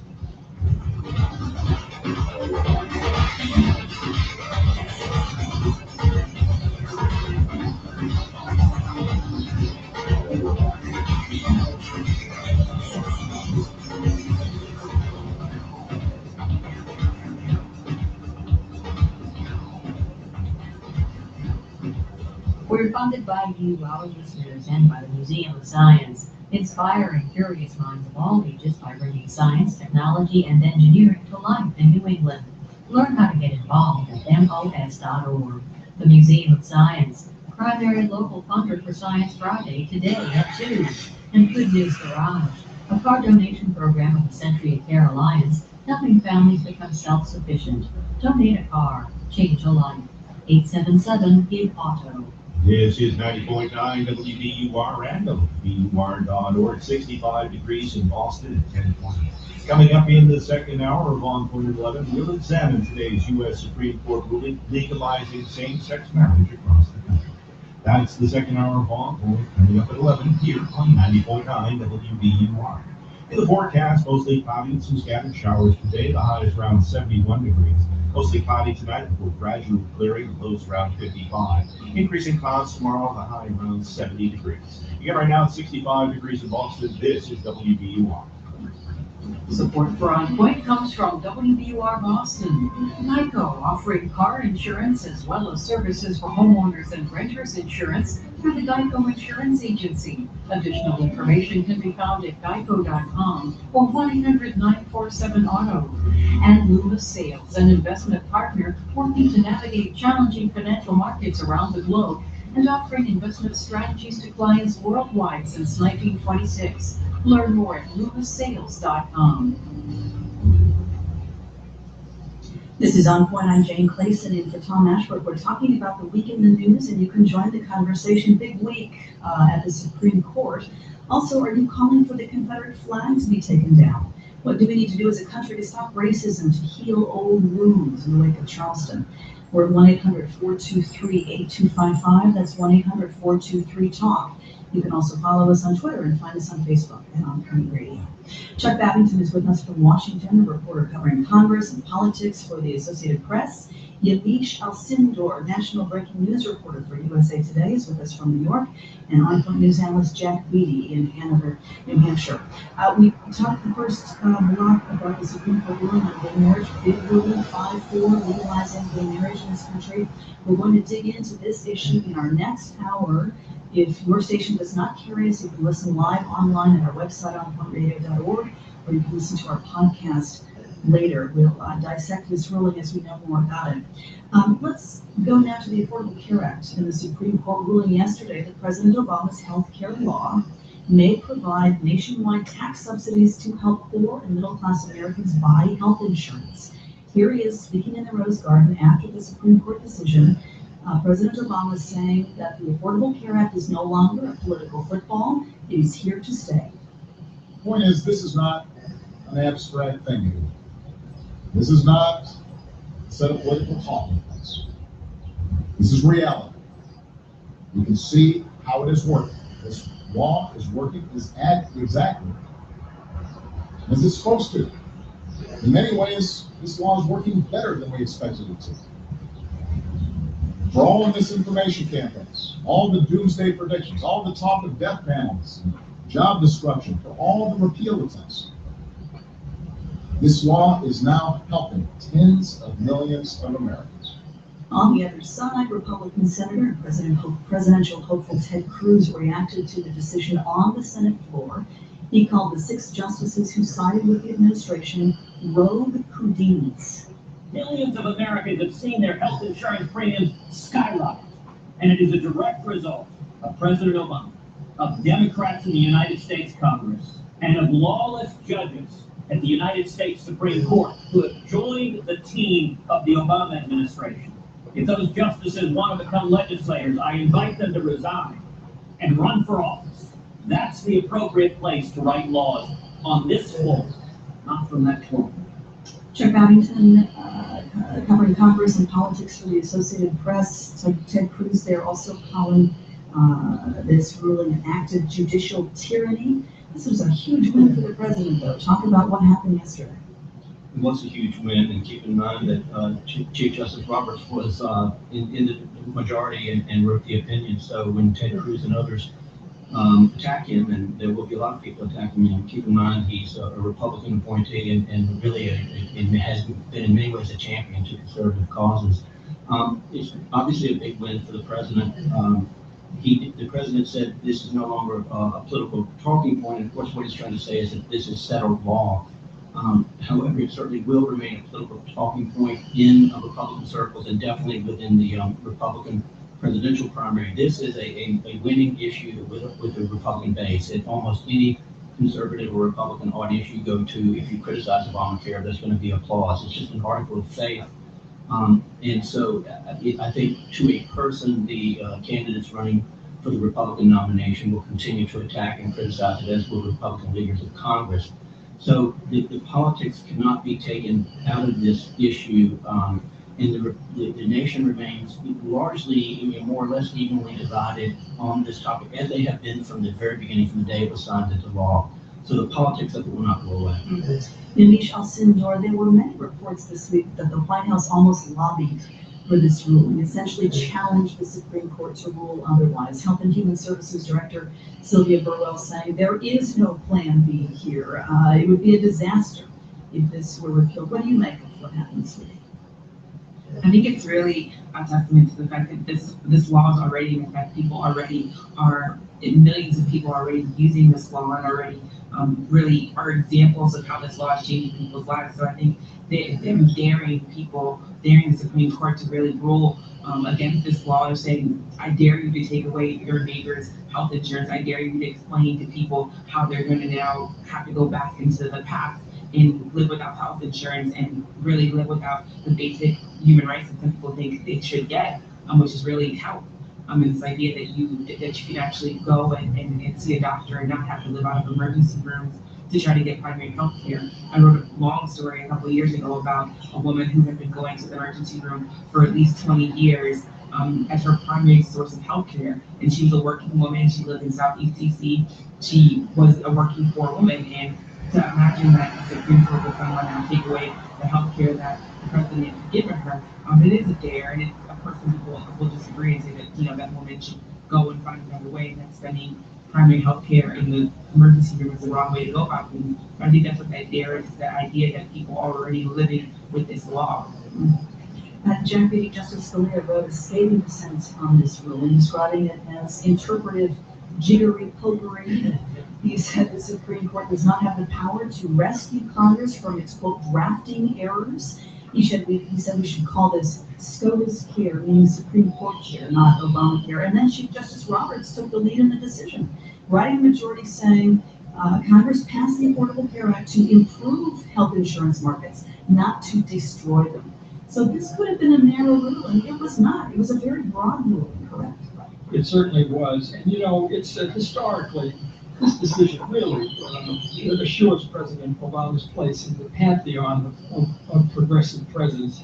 You know, the progressive vision dates to Enlightenment philosopher Immanuel Kant. He held that the role of government should be, quote, to hinder hindrances to individual freedom. FDR hindered the hindrance of old age with Social Security, LBJ, the hindrance of sickness and old age with Medicare. Barack Obama has hindered the hindrance of life without health insurance with the Affordable Care Act. But you know, of the three presidents, Obama is the most progressive. Both Social Security and Medicare are financed by regressive payroll taxes. The ACA financed chiefly by a variety of taxes on the affluent and business. If you want to make enemies, Woodrow Wilson said, try change things. Barack Obama is the change-making president, and he has the enemies to prove it. Chuck Babington, the serious legal challenges to Obamacare are over, but the political challenges continue. All 13 Republican presidential candidates vowed to repeal Obamacare. Is this a litmus test in 2016? Well, I don't even know if you can say it's a litmus test among our Republicans, Jane, because there's such unanimity. I think I said that word wrong. They all agree on that Obamacare is and it's interesting. You don't even hear a lot of detailed discussion. It's a winning talking point to say Obamacare is terrible. It should be overturned completely. And again, that's the applause line that's going to be at any Republican rally. I think what's really interesting, if you look at the two decisions of the Supreme Court this week, the two big decisions, and looking at the presidential primary coming up, the Republicans are in a bit of a quandary, I think, over particularly over gay marriage. I think a lot of Republican leaders realize that it's just that the sentiment has changed so much that it's not a winning issue to be. You can say I oppose gay marriage, but and then kind of move on to other topics. But if you pound the table on that topic, it's likely to cause a candidate trouble in a general election. And yet their problem is that a lot of the very conservative base supporters who turn out in primaries and caucuses are still adamantly opposed. So whereas opposing Obamacare is an easy winning talking point for the Republicans, opposing gay marriage is a problematic topic. Is there a real political movement afoot, Yamiche, to do something about Obamacare from a Republican perspective? I mean, aren't the politics and the reality of a repeal very different, actually taking away services from millions of people who now have them? Yamiche? I think that Republicans in some ways have really kind of sat down and really thought that this is the way that we can win an election, that this is the way that we can have people rally behind our party. As Zavria said, this idea that you can get applause by saying that you're going to repeal Obamacare, but with the Supreme Court ruling the way it's ruled, I would find it very hard for the Republican Party to now really be able to launch a campaign against Obamacare, thinking about the fact that we have so many other things in this country that they could be attacking and that they could be talking about. And I think that is probably where maybe a lot of Republicans are going to be thinking about now to say, okay, same-sex marriage has been ruled on. We probably shouldn't be talking about that at our campaigns. Okay, now that Obamacare has been ruled on, maybe we can move on to something else. However, Republicans understand their base. They understand what brings people out to election. And I can completely see a situation where they continue to rally people against Obamacare just for the fact that people are going to be excited about it and people, it's something that people can easily rally behind. Let's go to Nancy, a listener from Omaha, Nebraska, on this issue. Nancy, welcome to On Point. Hi, Jane. Go ahead. Comment about the Supreme Court decision is that I wish that the people who oppose it so strongly would work on instead trying to improve the affordable part of the act in controlling drug costs, device costs, and exorbitant profits at the hospital.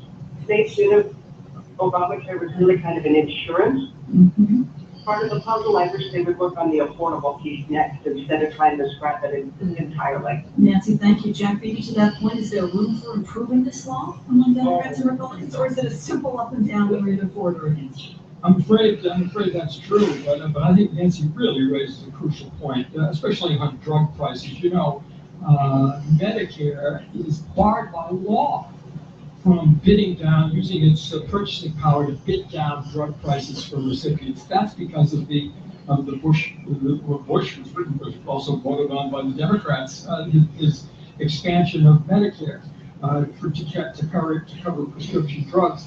That is a huge loophole that's costing taxpayers billions or aggregately, and it's a gift to the drug industry. Now, Big Pharma is winning big time on trade with this trade bill, and it would be nice if somehow someone could say you're gonna really clean up in international trade now. Maybe we can use the government's power to get a better price for people in Medicare. Let's move on now to what happened in Charleston, South Carolina this week. President Obama today delivers the eulogy at the funeral of the pastor killed and massacred 9 people at the Emmanuel AME Church. Yamiche, you were in Charleston this week. Tell us what you experienced there. I was in Charleston this weekend, last week, and what I experienced was really a community of people that were shocked by the level of hatred that Dylann Roof walked into a Wednesday night Bible study, and the idea that someone could hold such racist values, drive 2 hours, sit around people for more than an hour talking about Christ and talking about their faith, and then kill them. I think people were still really shocked by what they were, by the idea that this could have happened. But I also think I talked to a lot of people in the nation heard them talk at the court hearing for Dylann Roof, that they were really talking also about forgiveness and the idea that this happened in the Bible Belt of the United States, that people here really believe in their faith and really wear it on their shoulders and really live it out in their daily lives.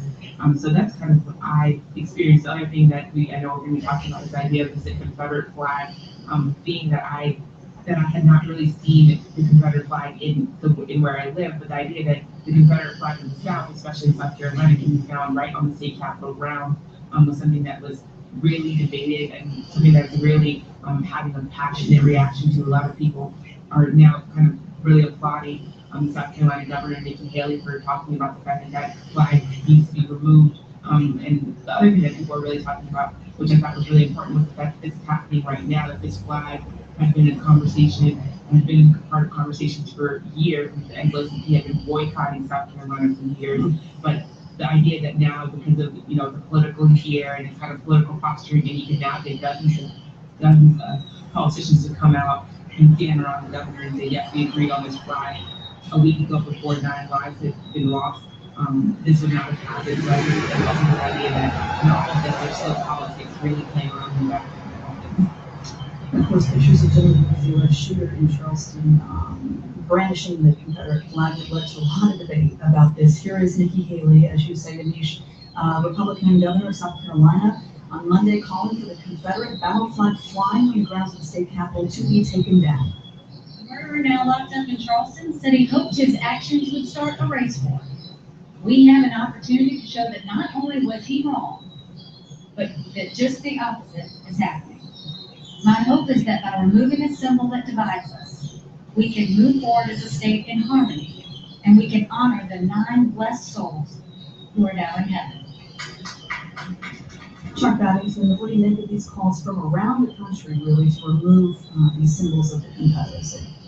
What strikes me, Jane, is Dylann Roof also posed in those photos with Confederate flag, also with some of them with a handgun, a Glock handgun, presumably the one that he used to kill 9 people.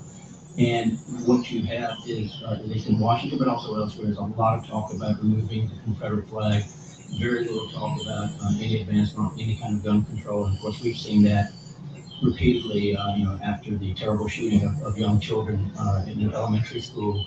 The president tried to make a fairly modest move about gun registration, not registration, but background checks, and it got nowhere. We talked about how much the nation has moved on gay rights. It's hardly moved at all on gun rights for years and years and years, and that's just kind of a locked-in position. So there is, I think, there's plenty of momentum now to get the Confederate flag taken down. It's sort of interesting that there's almost no momentum for any change in gun laws.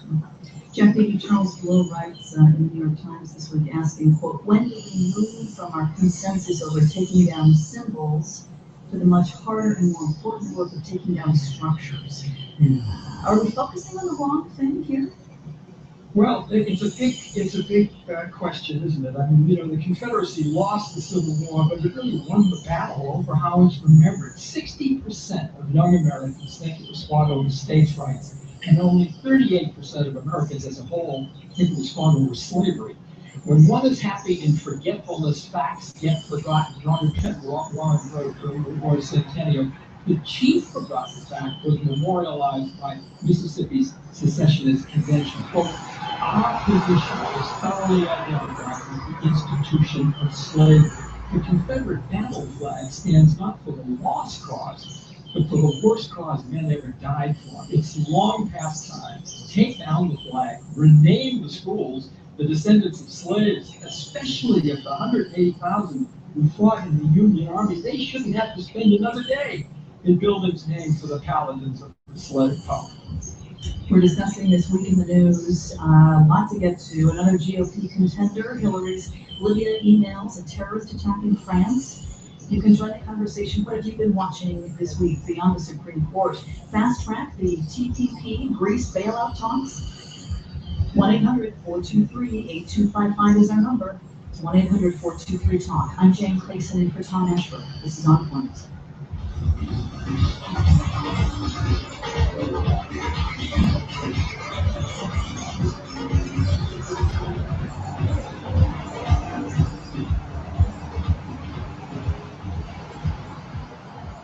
We're funded by you, our listeners, and by Biogen, anchored in Kendall Square, committed to community, dedicated to patients, and focused on science that truly matters. Learn more at the new Biogen.com. Biogen, caring deeply, changing lives, providing special funding for Science Friday today at 2 o'clock. This is 90.9 WBUR and WBUR.org. 65 degrees in Boston at 10:39. Coming up in the second hour of On Point at 11, we'll examine today's U.S. Supreme Court ruling legalizing same-sex marriage across the country. That's the second hour of On Point coming up at 11 here on WBUR. Check out Boston's online arts destination, The Artery, winner of the 2015 Commonwealth Award at WBUR.org. News, reviews, and features important to Boston, New England, and the world's arts and business. That's The Artery, WBUR's arts and culture page at WBUR.org. Support for On Point comes from WBUR Boston. Geico, celebrating over 75 years of providing auto insurance for drivers across America. More information on auto insurance available at geico.com or 1-800-947-AUTO. And the Institute of Contemporary Art Boston, a waterfront museum for visual art, dance, music, theater, film, and more. A rotating schedule of exhibitions and performances brings new art and experiences to visitors throughout the year. Learn more at icaboston.org. Love bicycling, travel, great food? You could win a fabulous trip for two to Italy. Donated to WBUR by Ciclismo Classico. Founder Lauren Hackon tells us about the trip. Sardinia is one of the most beautiful islands in the world. We ride along the Tuscany coastline, just spectacular. We might visit a vineyard, we might have a cooking lesson, we might visit a cheesemaker. So it's a full service deluxe vacation using bicycle. Enter by midnight tonight to win the bike trip to Sardinia at WBUR.org/bikeitaly. This is On Point. I'm Jane Clayson in for Tom Ashgrove. In other news this week, 21 days and counting in the manhunt for two escaped prisoners in upstate New York. Major Charles Guest with the New York State Police says the escapees are likely to be armed. Just about every cabin around the building in the North Country has one or more shotguns or weapons, and we have since day one operated guns. We believe that these men are armed. They're extremely dangerous. They're cunning. Why wouldn't they try to arm themselves immediately upon escape? A historic evening for golfer Jordan Spieth. At 21 years old, he is the youngest golfer to win the U.S. Open since 1923.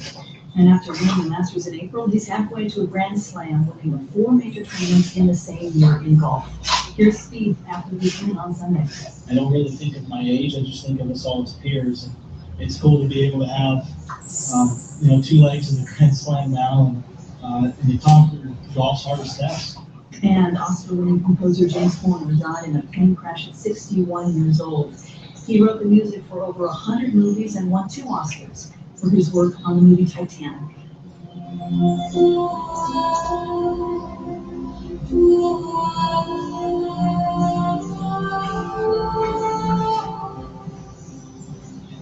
Now, before the break, we were talking about the Confederate flag coming down, a lot of colors on this point. Let's go to Tony from Charleston, South Carolina. Hi, Tony, welcome to the program. Hi, James. Thanks for taking my call. Yes. Go ahead, please. I'm calling from the town of James Island, which is essentially surrounded by the city of Charleston.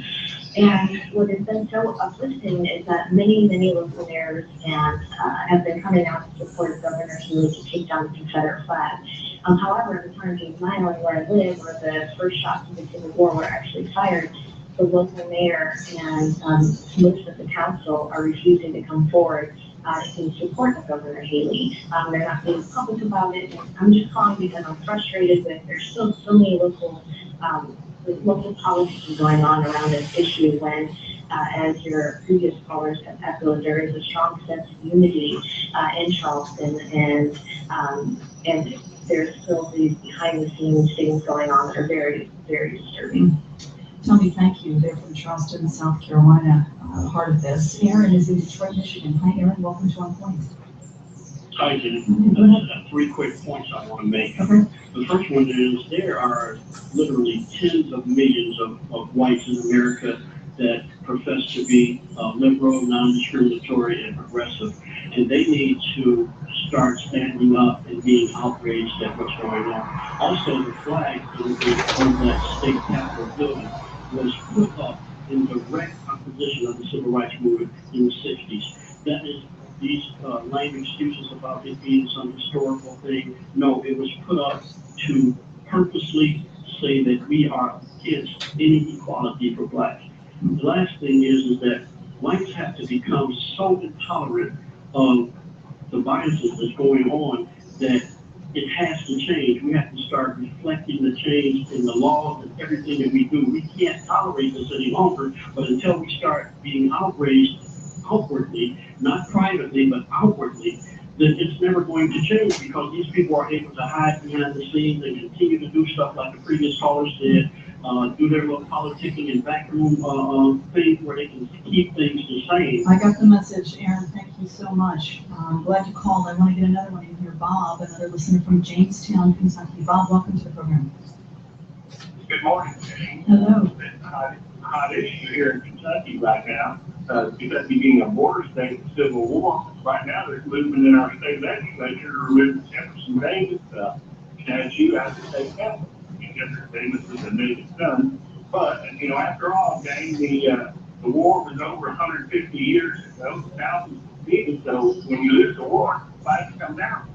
You can't fly a swastika in Germany to this day.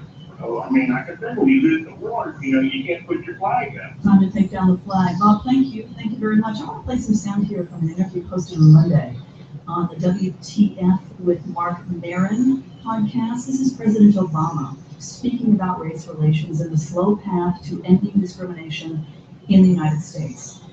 Listeners, this clip does contain a racial slur that many would find offensive. Racism, we are not sure of. Clearly, and it's not just a matter of it not being polite to say nigger in public. That's not the measure of whether racism still exists or not. It's not just a matter of overt discrimination. Societies don't overnight completely erase everything that happened 200 to 300 years prior. Chuck Babington, you have response. Well, obviously, the president's word choice got a lot of attention. Maybe it pulled a little bit of attention away from the larger point that I think he was trying to make, is that this is a huge issue. It's been a huge problem for this country and will continue to be to some degree. And I think we're saying we can't expect rapid change overnight, as he said, but we should continue to keep pressing. I think that's the point the president was trying to make. Yamiche, your thoughts on this? As I was listening to the president talk about this, I was thinking about an interview that I did with a man who was at the Wednesday night Bible study and at the church really being power before the move came in and killed those 9 people. And he said to me that racism is like water poured into the ground. He said that it's something that nourishes certain parts of our society. It's something that continues to be fed to people. And it's something that's going to take a really long time to get out of their system. And he said that we really need to take an overt and strong stance against it, and to really continue to talk about it. Because if you think about water poured into the ground, you really just have to continue to really just almost have the sun bake it out of the system. And that's really what this man was talking about, this idea that he was almost a victim. And when he was able to reflect on what happened and how his life was saved, he could really just think about that. And the other thing I wanted to talk about was this idea about the flag. I talked to Walter Scott's lawyer while I was in Charleston. Walter Scott, of course, is the man who was shot in the back that most of the country watched as that police officer shot him in the back, and is now charged with murder, and is actually now in the cell next door to Dylann Roof. He told me that he understands people that want to have the Confederate flag in their home, that want to have it in, family albums, that want to have it in their personal life. It's a difference to be able to think about your great-grandfather who fought in the Confederate flag and say, I really like that part of my history. I'm happy that I can still think about that and still think about that person. However, to have it fly on the State House grounds, to have it in stained glass windows in the National Cathedral in Washington, that is now also saying that they're going to be taking down those windows. To have them in those public places is really what this conversation is about. And as Jack said, this really needs to be about, and Chuck said I think as well, that this really is about this idea that we need to, as a nation, understand who won the war. And that's different than you personally saying that my great-grandfather again was in the war. So I think that's kind of what I think about when I hear President Obama talking about race relations and talking about this. A lot more in the news this week. A couple of items here. Republican Governor of Louisiana, Bobby Jindal, on Wednesday announced his presidential campaign. He spoke about protecting religious liberty and conservative values, criticizing other GOP candidate Jeb Bush. You've heard Jeb Bush say that we need to be willing to lose the primary in order to win the general election. We're going to help him do that. Why do you translate that? You want to translate that political speak in a plain English. What Jeb Bush is saying is that we need to hide our conservative ideals. But the truth is, if we go down that road again, we will lose again. In Boston, marathon bombing survivor Henry Bogart spoke at a news conference on Wednesday after the formal sentencing of marathon bomber Jahar Tsarnaev. I have forgiven him. I have come to a place of peace, and I genuinely hope that he does as well. Go to the phones. Eitan from Austin, Texas has some thoughts about the week in the news. Eitan, welcome to the program. Hi, Jane. Thanks for the phone call. Yes. My call this morning is about the series of attacks that happened today in France, Kuwait, Somalia, and Tunisia. Looks like it could be possibly like a series of coordinated attacks, and I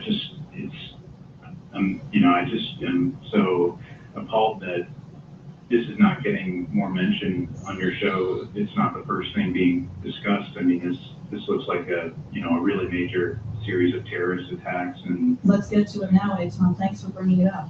In Tunisia, about 27 people, but the number is rising, have been killed in today's attack of a beach resort.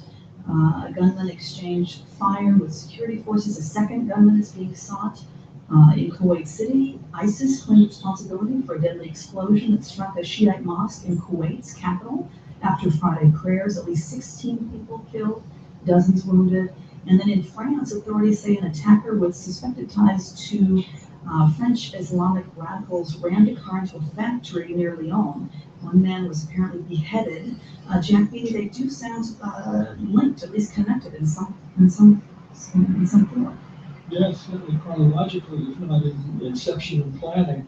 And as Bruce Riddell, the former CIA official and counterterrorism mentioned in Times today, the Kuwait operation, that hasn't happened before, and it's a Gulf state. It's alarming, and it raises the question: are we winning against ISIS? And which raises the further question: could we win? Is there any conceivable strategy that would prevent this terrorism from being a feature of modern life? And it seems the answer is no. I mean, if in the end this is about the beliefs of very disturbed, marginal people inspired by quasi-religious imagery, and deeply alienated from their society, if it's about somehow preventing them doing these things, that's an impossibility. The very conditions of modernity generate these people. So we're in dialectic here. The world is generating, the war against terrorism is generating terrorists. Here's an eyewitness account, Jeff, of the attack this morning at a tourist hotel in Tunisia, reported by Sky News. Two British sisters were staying at one of the hotels on the stretch of beach where the attack took place. They were right by the beach in their hotel when the attack started. We had some like gunfire, but we didn't know what it was. The sister knew what it was, so he sounded like the studio with his dog. Everybody just started running in and screaming, and the whole place was cleared. Clearly an ongoing, evolving story, which we'll, of course, continue to follow. Chuck Babington, let me bring you in here again domestically. Another big win for the president this week on the TPP, the Trans-Pacific Partnership. Congress passed first fast-track authority. Explain what that was about and what it means going forward. Yeah, Jane, a big win. Back you up just a minute. The TPP has not come to Congress yet. This is a big global 12-nation trade agreement that's still being negotiated. What did pass was the TPA, and I try to not use these acronyms in my stories, but it is better known as fast track authority. And what it does in previous presidents have had, it lets the president present Congress with a proposed trade agreement that Congress can vote up or down, not change the filibuster. And it's the only way to have a chance for an agreement to be passed in Congress. So this was a very big win. President Obama, politics of it were very strange because the vast majority of Democrats, especially in the House, were adamantly opposed to it. And so it really was the Republicans who, by nature, are more pro-trade. It was up to them to really carry him through on this. But now, Jane, attention really will turn very much to some trade agreements, starting with the Trans-Pacific Partnership that includes Japan and Canada and Vietnam, not China, by the way. And the liberals who lost this round are going to be looking very hard at details of this agreement and quite possibly asking Congress to defeat it.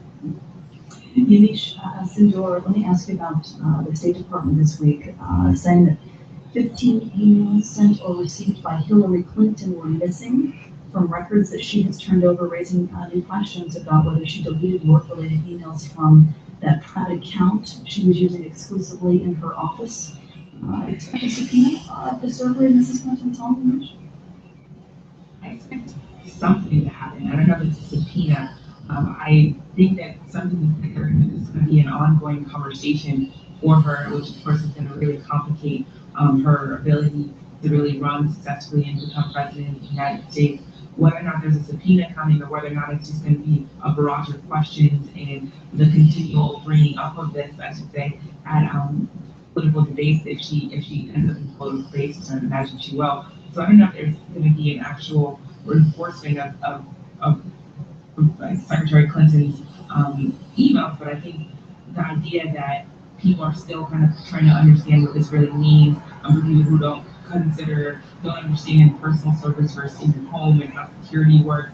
I think people in some ways are still wondering what she might be hiding, and some people are wondering whether or not this is just, a conversation about emails and this has nothing to do with now her political aspirations going forward. So I think that this will definitely still be a conversation, but it's hard to say whether or not a subpoena will follow. Well, let's end where we started here. Let's look back to the big news of the day. Supreme Court ruling that same-sex couples have the right to marry in all 50 states. President Obama just tweeting that gay marriage, that this ruling, quote, is a big step in our march toward equality. And folks, Chuck Babington, wrap up this ruling and these milestone events this week in our country. Well, I tend to see things through a political prism because that's what I cover. Politically, it was a great week for President Obama with the end on the trade agreement and the two Supreme Court decisions on Obamacare and gay marriage. Obviously, it's a horrific week in other ways for this country, and he's in Charleston today. But Obama has had a pretty tough second term in many ways. This is probably the best week he's had in a long, long time. Jeff Beatty, your wrap-up thoughts on this week? Listen, it's a good week for America too. I mean, we're a better country now. I mean, that's just a fact. There's no reason the gay Americans can't have the same, can't marry, they love, they can marry, they can be full and equal citizens, and that's just a great thing. Thank you very much. A terrific panel and lots of news breaking in this hour. Chuck Babington, thanks so much. Enjoy your retirement, sir. Thank you so much. Thank you. Yanish Alcindor, reporter for the USA Today paper. Thanks to you, Yanish. Thank you so much for having me. And Jack Beatty, On Point News analyst. Jack, thank you. Thank you, Jay. You can continue the conversation at the On Point podcast at our website, onpointradio.org. You can follow us on Twitter, find us on Facebook at On Point Radio. I'm Jane Clayson in for Tom Ashbrook. This is On Point.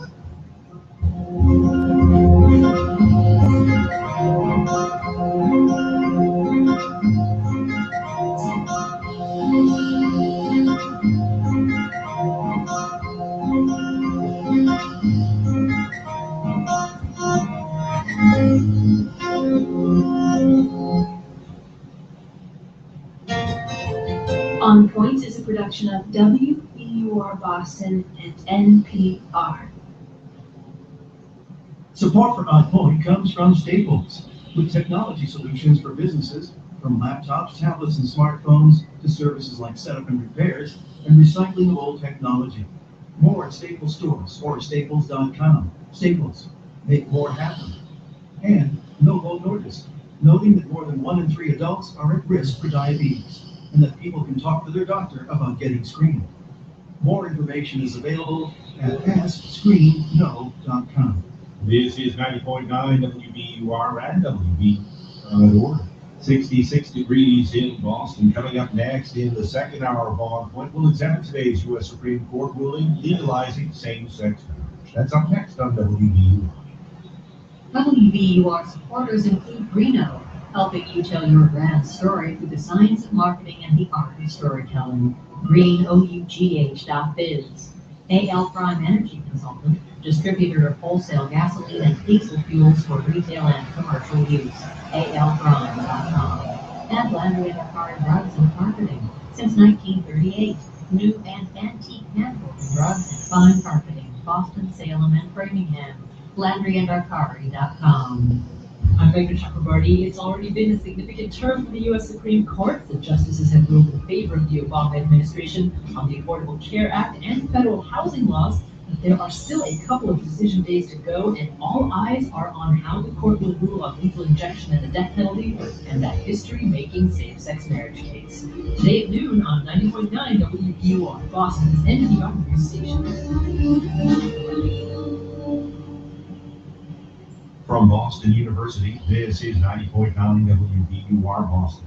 Also broadcasting on 92.7 WBUA Tisbury, Martha's Vineyard, and 89.1 WBUH Brewster, Cape Cod. WBUR, Boston's NPR news station with the latest news and analysis at WBUR.org. Support for On Point comes from the listeners of WBUR Boston, with additional support from NPR member stations. From WBUR Boston and NPR, I'm Jane Clayson for Tom Ashbrook. This is On Point. The U.S. Supreme Court made marriage for same-sex couples legal nationwide, declaring that refusing to grant marriage licenses to gay and lesbian couples violates the Constitution. Justice Kennedy wrote the 5-4 decision, quote, "They ask for equal dignity in the eyes of the law." Justice Anthony Kennedy saying in his 28-page ruling, the Constitution grants them that right. The dissent was written by Chief Justice John Roberts. We'll unpack it all up next on Point. The Supreme Court strikes down the ban on same-sex marriage.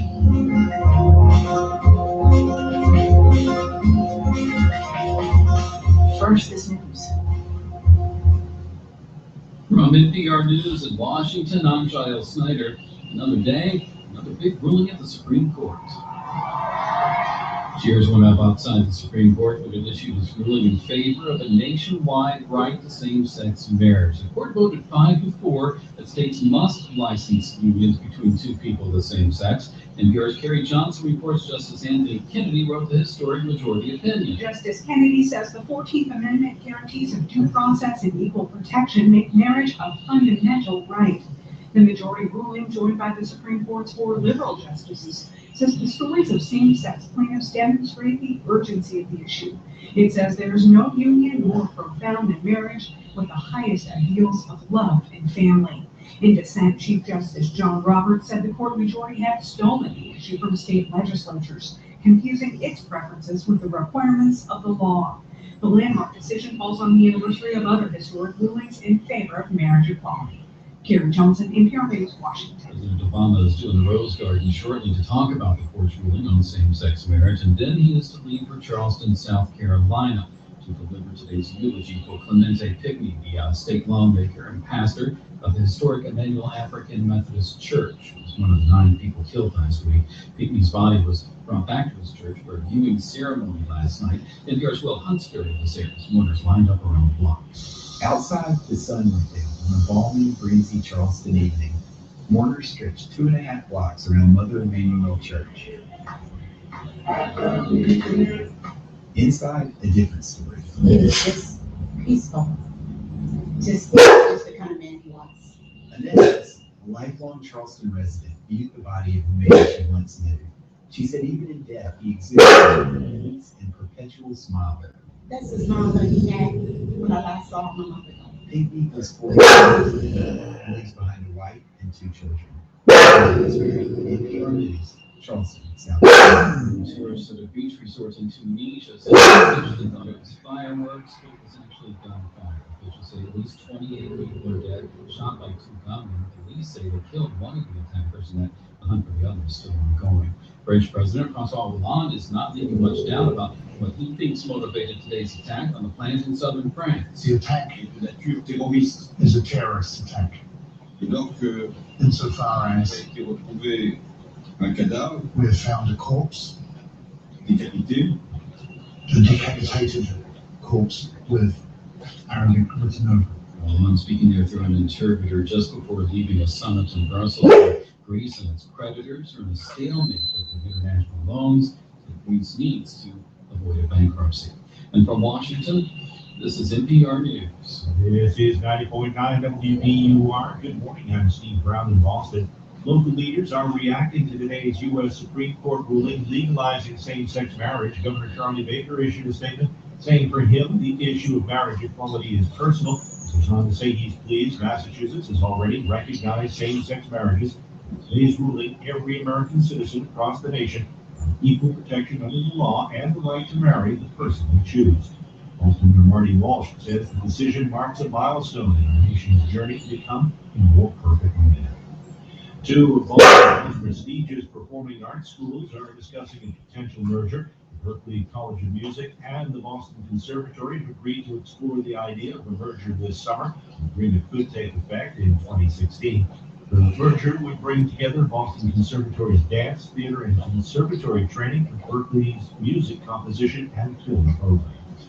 A Palmer man is facing drug charges after police found 10 pounds of hidden cocaine. Discovery by a drug-sniffing dog led to a search of a Palmer home where police allegedly found $63,000 in cash and drug paraphernalia. 57-year-old Raymond DeJesus is charged with trafficking more than 200 grams of cocaine. At this hour, Congressman Joe Kennedy is attending the funeral of the South Carolina state senator who was killed in the Charleston shooting last week.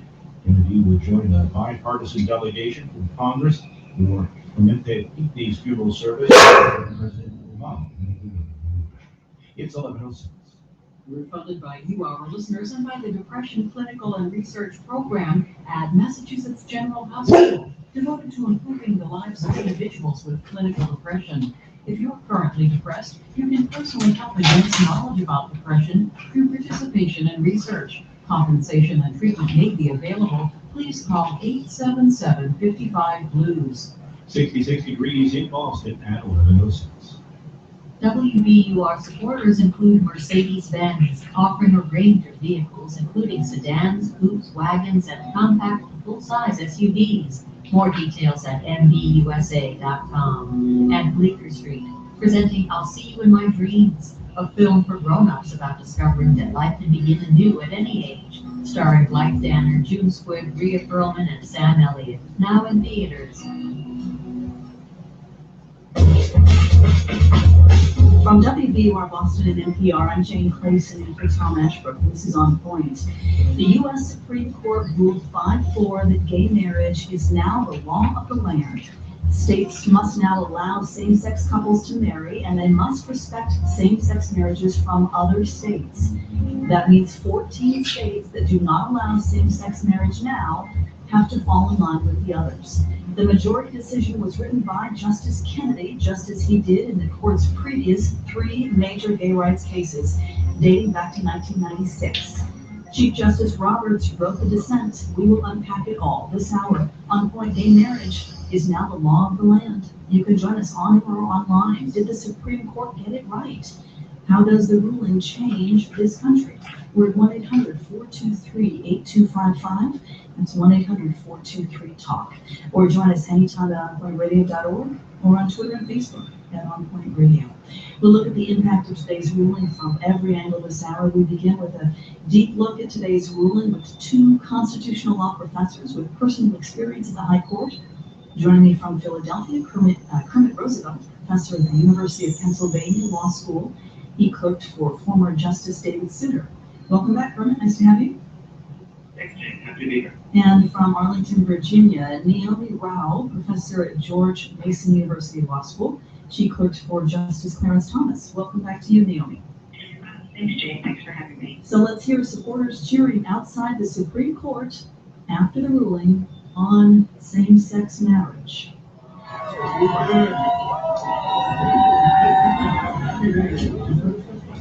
Kermit, we'll start with you. Take us through this historic ruling of the U.S. Supreme Court. Well, what happened today is really what's happened historically with civil rights movements. We saw it with race discrimination, we saw it with sex discrimination, now with sexual orientation. There's a moment when a kind of discrimination seems natural, it seems justified, but a social movement challenges it. It makes its arguments in constitutional terms, and eventually, usually when public opinion is shifted, the Supreme Court accepts those arguments. It says now the Constitution is on your side. That's what it says today. Naomi, how did you read the ruling? Well, you know, I think Kermit's right. That's what happens oftentimes in these cases. You know, and you know, as a policy matter, I'm absolutely pleased with the results of the political matter. But I think the majority's opinion has some serious problems because, you know, the Constitution is not really a charter for all the policies that we like or feel strongly about. And so I'm concerned about the fact that the court has taken this issue out of the democratic process. And so what do you see as the majority opinion, the biggest issues here? The biggest issues with the majority opinion? Yes. Well, I think, you know, today, you know, people are obviously celebrating, many people are celebrating the results that the court has reached, but historically the court has not always been on the side that we think of as associated with social progress. And if 5 justices can find a fundamental right here, they may in other cases, you know, reach a result that people in the public are not as comfortable with. And so they're taking this choice, you know, out of the hands of the people. Kermit Roosevelt, what does this mean now then for states that did not previously allow same-sex marriage? Well, it means that they're going to be forced to allow same-sex marriage. So we do now have a nationwide fundamental right to same-sex marriage. And will that be immediate? I think so, yes. The court didn't say anything about delaying it. I would expect the consequences to be immediate. Yeah. What about the breakdown report on this one, Kermit? 5-4 ruling, how do you interpret that?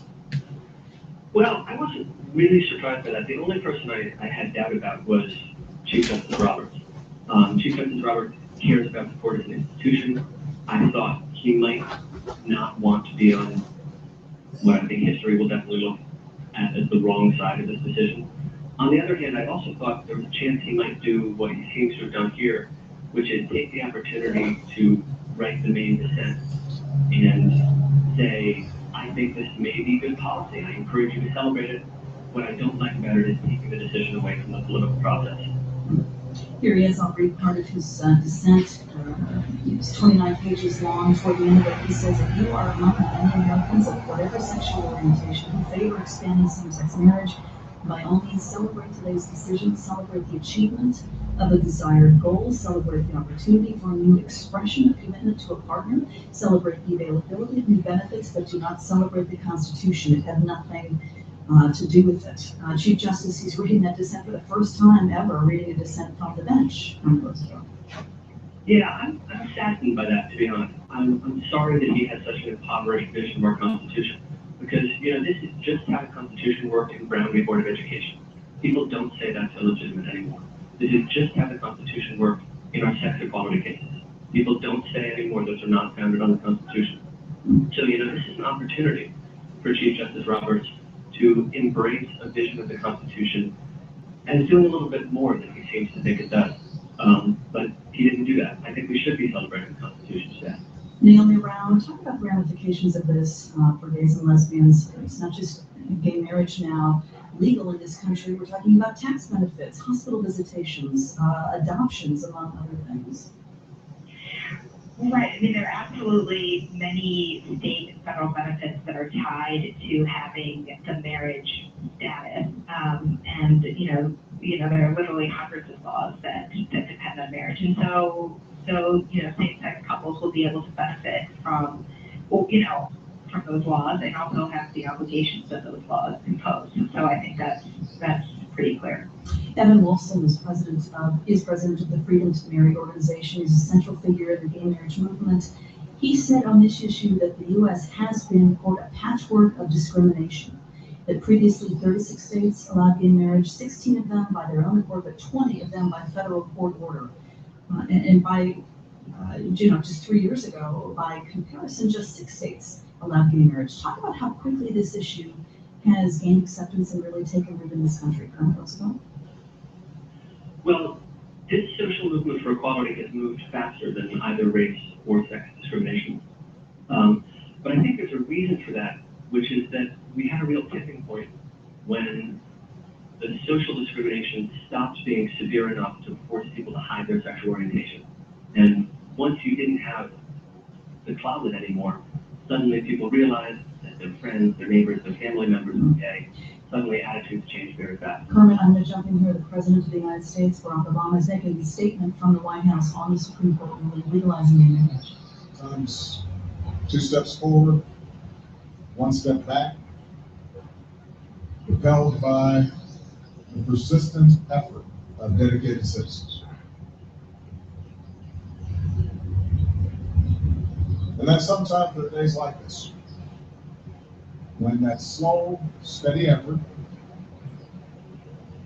is rewarded with justice that arrives like a thunderbolt. This morning, the Supreme Court recognized that the Constitution guarantees marriage equality. In doing so, they reaffirmed that all Americans are entitled to the equal protection of the law. That all people should be treated equally, regardless of who they are or who they love. This decision will end the patchwork system we currently have. It will end the uncertainty hundreds of thousands of same-sex couples face from not knowing whether their marriage, legitimate in the eyes of one state, will remain if they decide to move or even visit another. This ruling will strengthen all of our communities by offering to all loving same-sex couples the dignity of marriage across this great land. In my second inaugural address, I said that if we are truly created equal, then surely the love we commit to one another must be equal as well. It is gratifying to see that principle enshrined into law by this decision. This ruling is a victory for Jim Obergefell and the other plaintiffs in the case.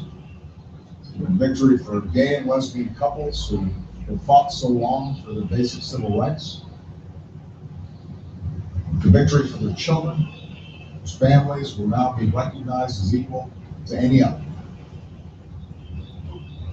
It's a victory for the allies and friends and supporters who spent years, even decades, working and praying for change to come.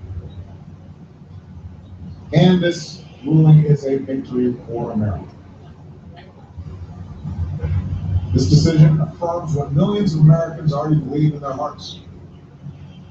When all Americans are treated as equal, we are all more free. My administration has been guided by that idea.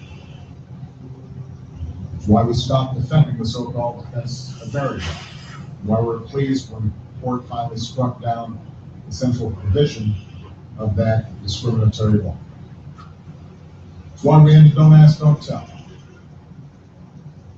From extending full marital benefits to federal employees and their spouses, to expanding hospital visitation rights for LGBT patients and their loved ones, we've made real progress in advancing equality for LGBT Americans in ways that were unimaginable not too long ago.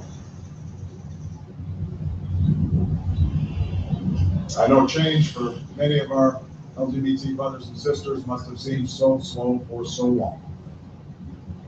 But compared to so many other issues, America's shift has been so quick. I know that Americans of goodwill continue to hold a wide range of views on this issue. Opposition in some cases has been based on sincerity without beliefs. All of us who welcome today's news should be mindful of that fact. Recognize different viewpoints.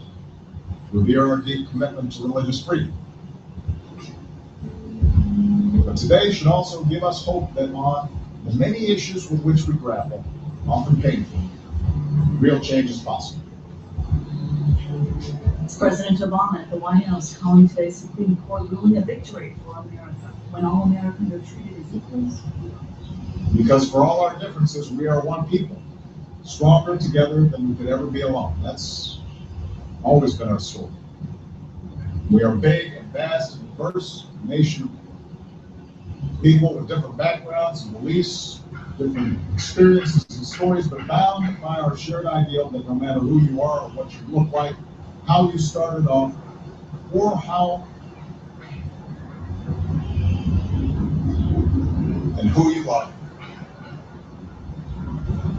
America's a place where you can run your own destiny. We are a people who believe that every single child is entitled to life, liberty, and the pursuit of happiness. There's so much more work to be done to extend the full promise of America to every American. But today we can say, in no uncertain terms, that we've made our union a little more perfect. That's the consequence of the decision from the Supreme Court. But more importantly, it's the consequence of the countless small acts of courage of millions of people across decades.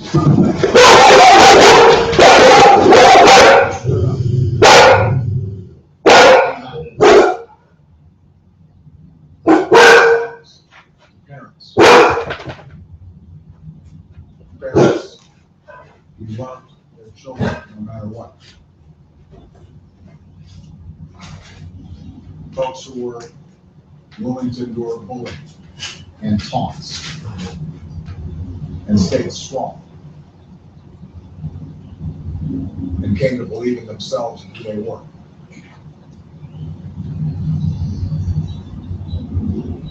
And slowly made an entire country realize that love is love.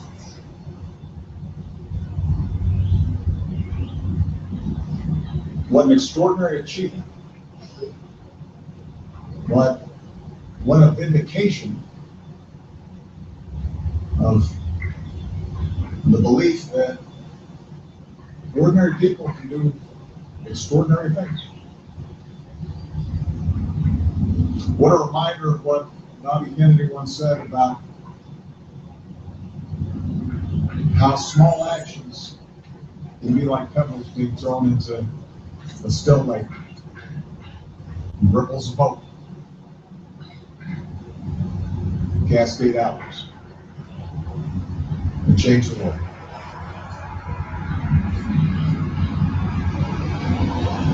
Those countless,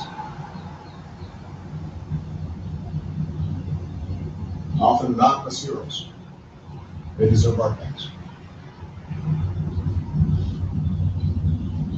They should be very proud. America should be very proud. Thank you.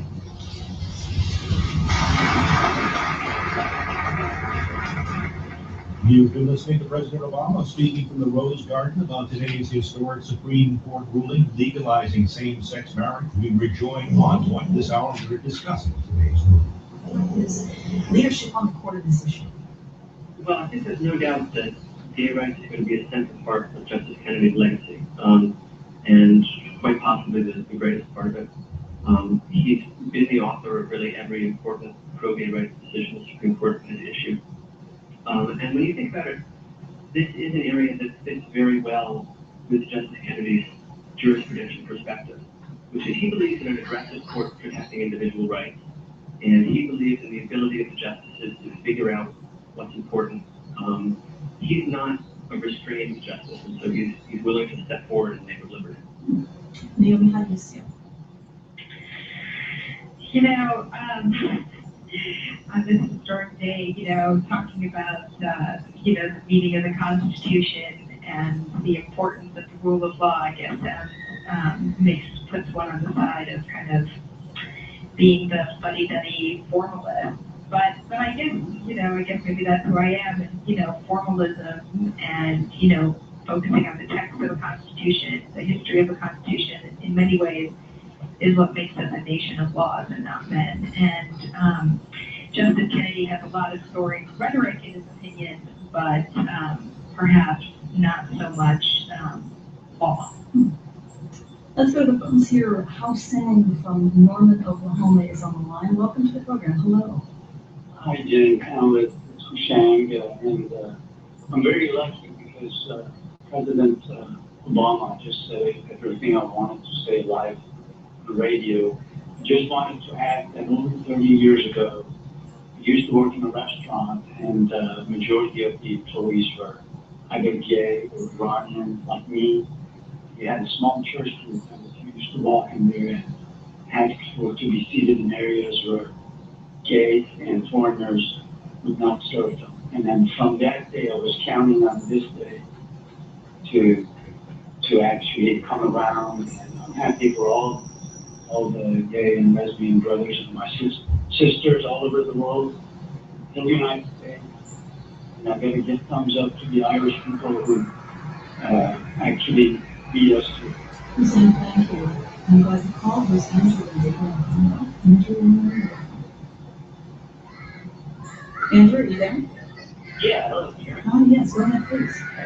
I have one to say, you know, it's an honor, first of all, to be on here, to be able to speak to you and the American people on this day. Just, you know, I'm 27 years old, and it must feel something like what it felt like for civil rights, you know, when that came around. But, you know, I just want to say I grew up with my parents who were heterosexual, of course, and their friends who were gay, and there was no reason to talk about that. They were some of the greatest people, you know, I've known growing up. They've always had our back. Anytime we needed help, they've been there for us.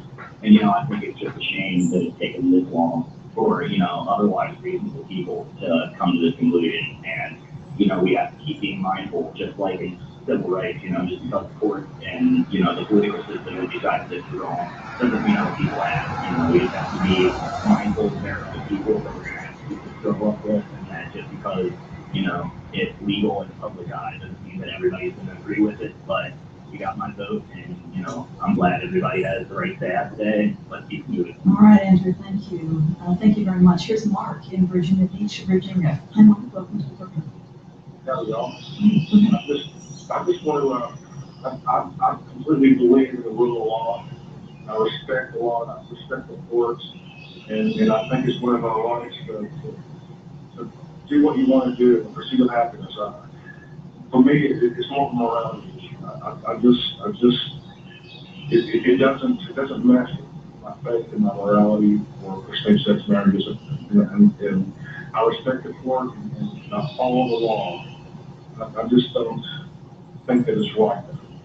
Mark, thank you. Kermit Roosevelt, how would you respond to the comment, Mark? Well, I would quote, I think actually one of the dissenting opinions from the Supreme Court, which is that the Constitution is made for people of fundamentally different views. And it's designed to create a framework within which political movements can argue, but equality of right is guaranteed.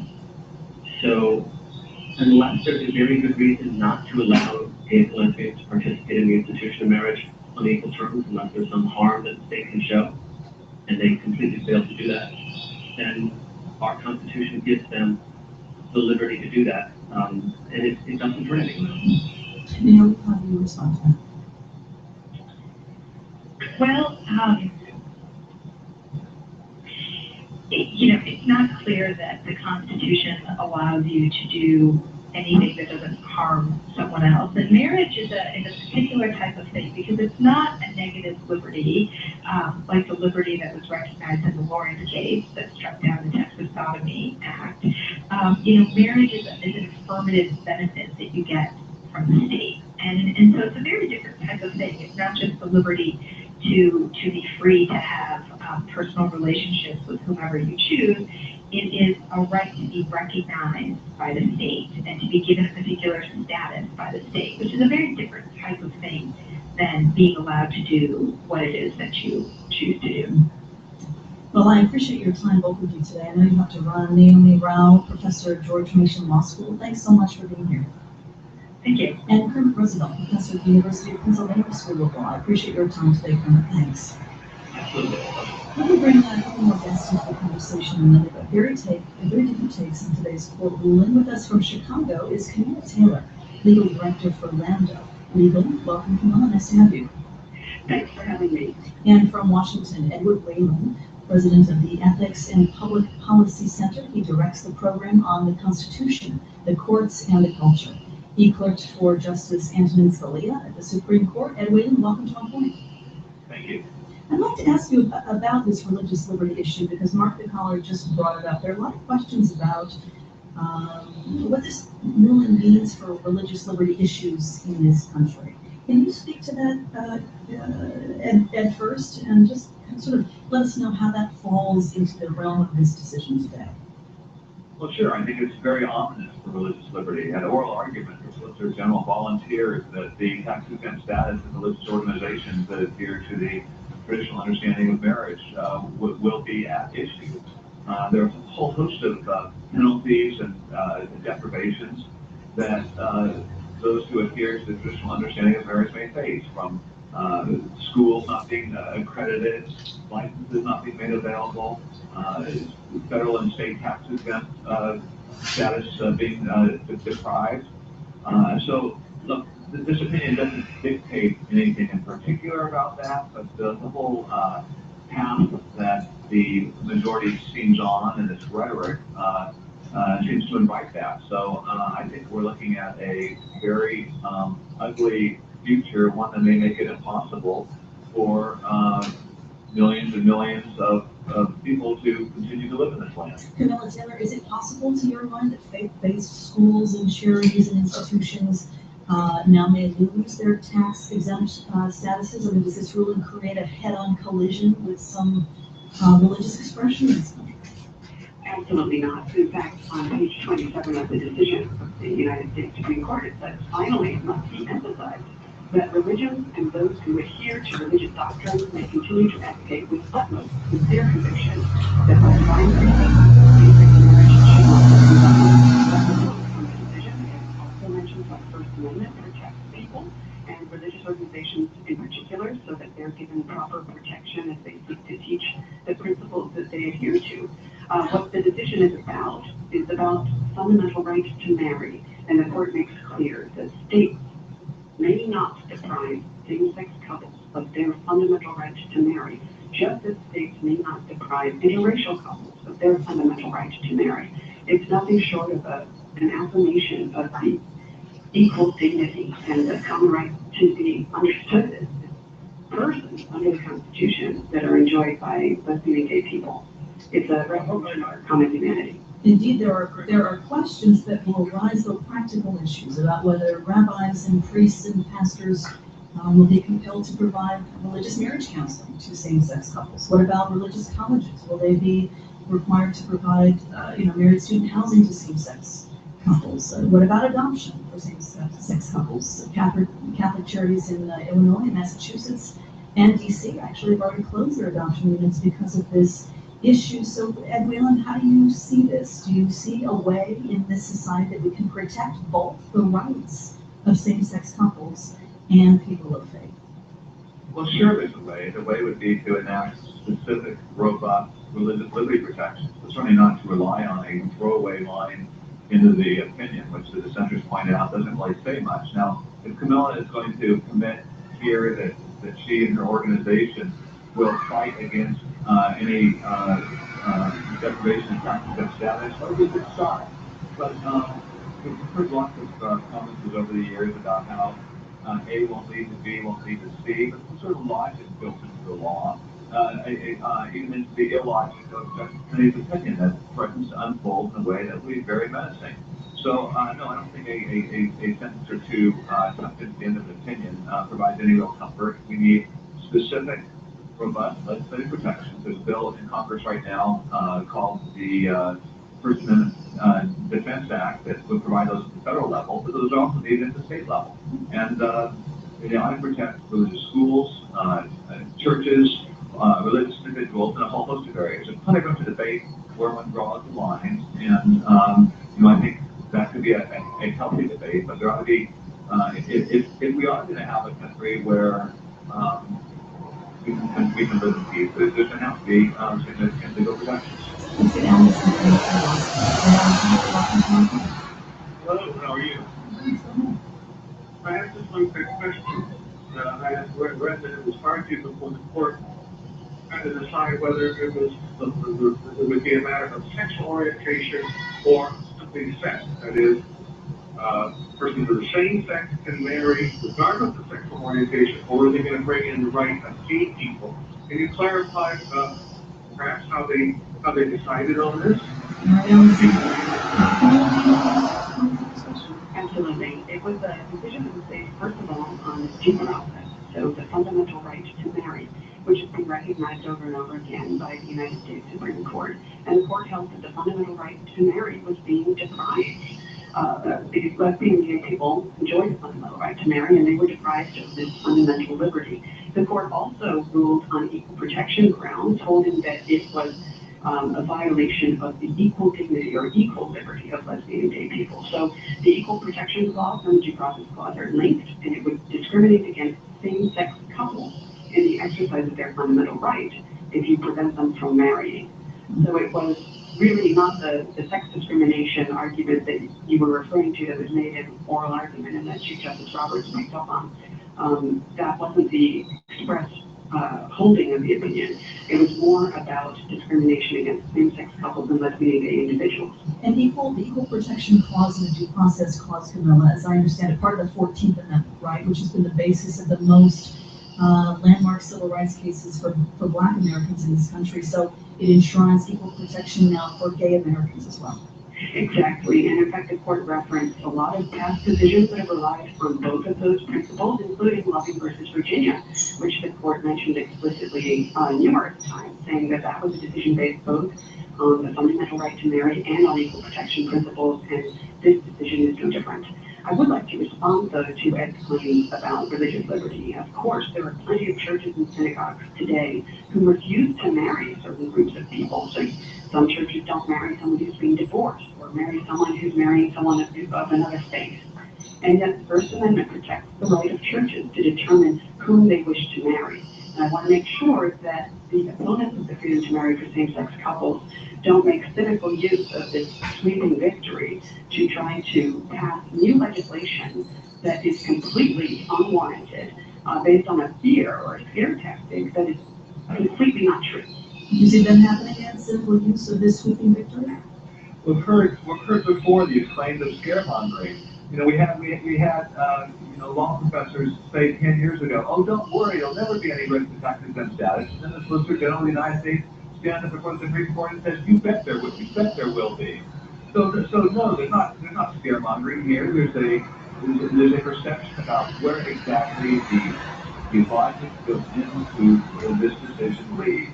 And it will indeed be ominous, and it's interesting that I don't think, while Camilla before cited a couple of attempts, she's not going to make any commitment, which I can understand. They're going to try to, have a mopping up operation now where any dissent is stifled.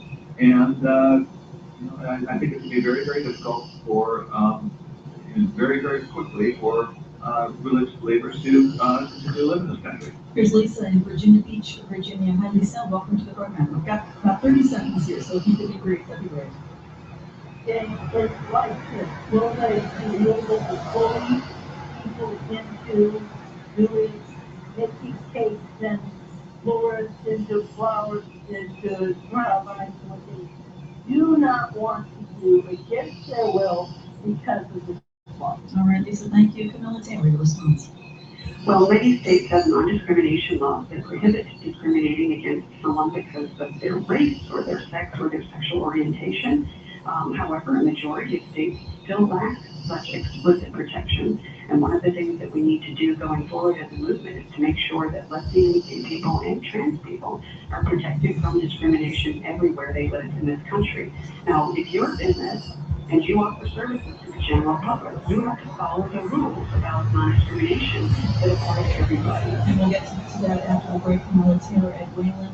Stick with us. When we come back, we'll discuss the political impact as well. Today's court ruling, 1-800-423-8255 is our number. I'm Jane Clayson in for Tom Ashford. This is On Point.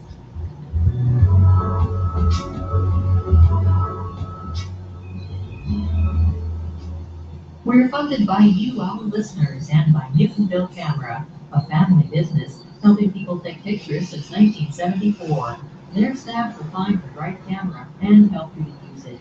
Newtonville.camera.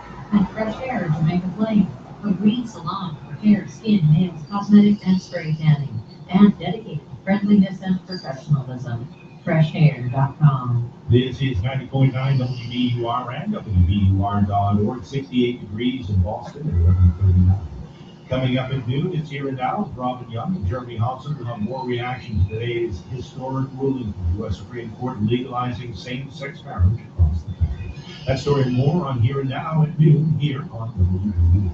From time to time, WBUR gives you the opportunity to win prizes in conjunction with our fundraising efforts.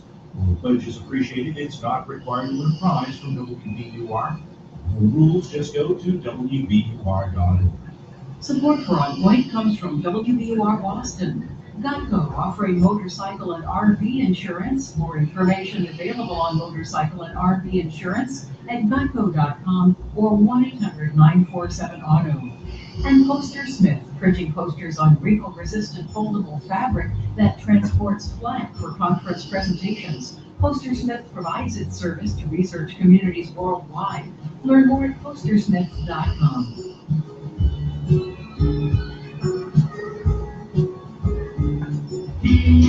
Boston's a smart city. Our janitors are math prodigies, our rivers are mystic, and our R's are silent.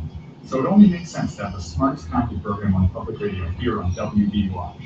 Listen to You're the Expert, WBUR's newest radio show, where 3 comedians try to guess what a professor studies all day. Hosted by me, Chris Duffy, tonight at 6 p.m. on 90.9 WBUR, Boston's NPR news station.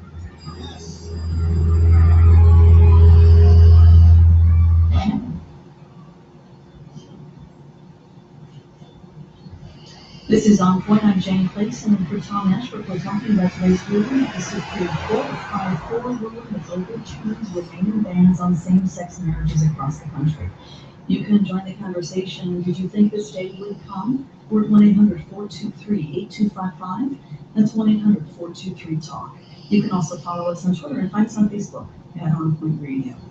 Here's Stacey Long Simmons, the Director of Public Policy and Government Affairs for the National LGBTQ Task Force, Speaking with reporters after the decision was handed down, she said that advocates for same-sex couples would continue fighting for equal rights in areas beyond marriage.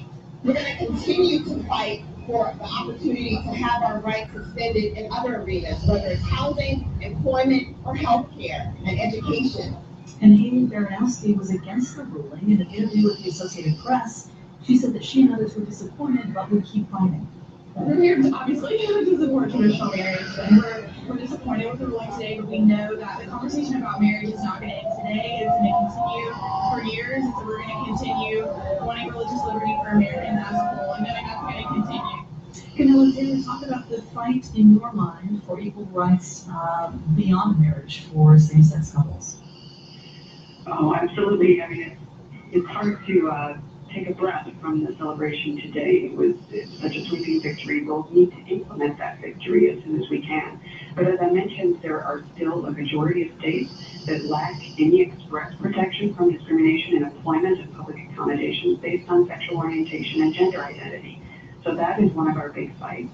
We'll also need to respond, I'm sure, to the pushback that Ed has already described in terms of organizations trying to say that they should have a pass from complying with non-discrimination rules because they can describe their desire to discriminate or their refusal to serve people in religious terms.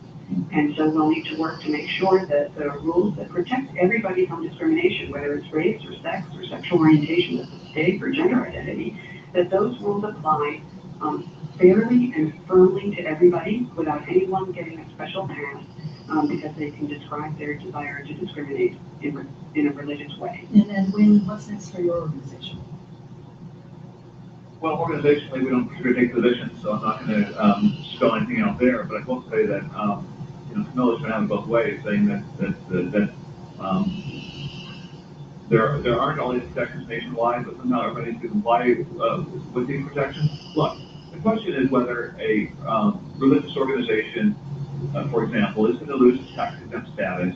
Camilla says, oh, it has a First Amendment right not to conduct same-sex marriages. Well, that's true. That's totally the question of deprivation of tax-exempt status. So she pretended at the beginning of this that there's scaremongering to say that tax-exempt status won't be threatened. Now she's acknowledging that it will be and trying to dress this up in terms of folks discriminating.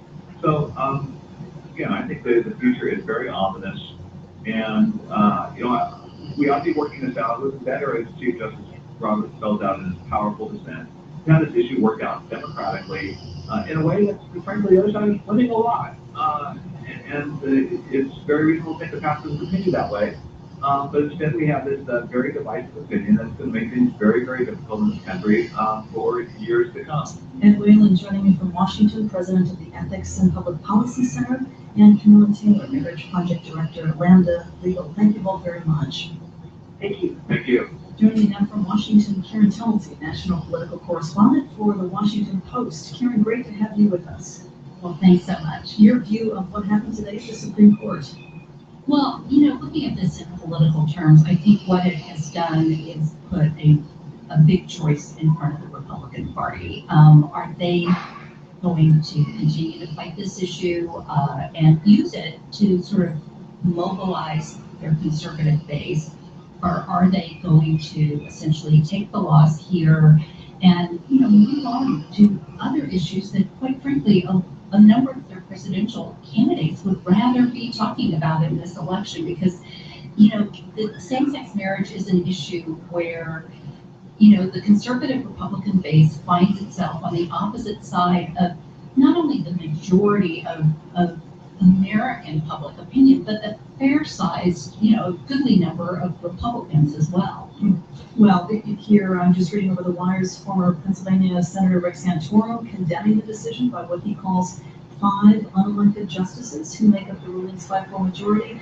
Former Arkansas Governor Mike Huckabee also in the ring tweets that the ruling is, quote, irrational and threatens religious liberty and that Congress must act. So clearly they're in the fight here. They're talking about this already.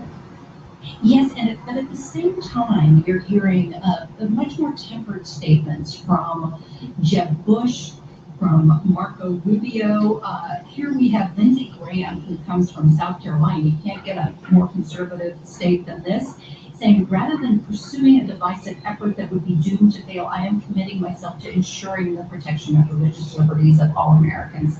Essentially, what these candidates are saying is, look, you know, this is now the law. So rather than alienating people who believe this way, let's concentrate, number one, on how important it is for the next president to, you know, pick the kinds of justices who would, you know, rule differently. And number two, looking at the fights on the questions of religious liberty that, you know, may potentially be winnable. How would you answer the question, Karen Thompson, about some of the things we were talking about in the earlier segment, the religious liberty issues, the tax exempt status for certain groups who may not agree with this decision? How will that play out in the weeks and months and years ahead? Well, you know, I'm not a legal expert, but I can tell you that, you know, there are, you know, things that are going to push people out of their comfort zone politically on this issue. You know, if in fact it looks like the government is intruding too far, you know, or intruding at all into the rights of churches to, you know, conduct rituals and ceremonies according to their own beliefs, I do think you could get a pushback on that. You know, in some ways, it's almost like the Supreme Court's 1973 decision in Roe v. Wade, where most people agree that abortion should be legal most of the time. But you do get into individual circumstances where public opinion swings the other way. Here's Bobby Jindal, the newest U.S. presidency in Man in the Ring, saying that no earthly court can alter God's definition of marriage. Marriage is between a man and a woman. It was established by God, and no earthly court can alter that. A lot of comments from our listeners on Facebook. David says progress isn't always good. Michael says great. Here's Susan said, God bless America, love wins. Let's go to the phones here. Nigel from Guilford, Vermont is on the line. Welcome to the program. Hi, Jane. I just make a quick point. The decision of the court is obviously far-reaching, but there's a point that really needs to be stressed. At the head of the show, one of the opponents was talking about how why Supreme Court justices were imposing this, and this is something that's really being echoed all across the water sphere. But it really is important to remember that there really is broad national support of this. The decision only affects 13 out of the 50 states, and polls repeatedly make it clear the majority of the population are really accepting of same-sex marriage. One might disagree with the decision or how it happened, but people can't completely pretend that this is something that came out of nowhere simply being imposed in the country. Nigel, thank you. Karen Dalton. Oh, and I agree, and I think too that, you know, the justices, this decision, the court had telegraphed it. I mean, I don't think anyone is surprised at what side they came down on. Talk about, you talked about the Republicans who were in this race. Talk about the Democrats. How does Hillary Clinton move forward with this sort of decision, and frankly, with the decision from the Affordable Care Act as well?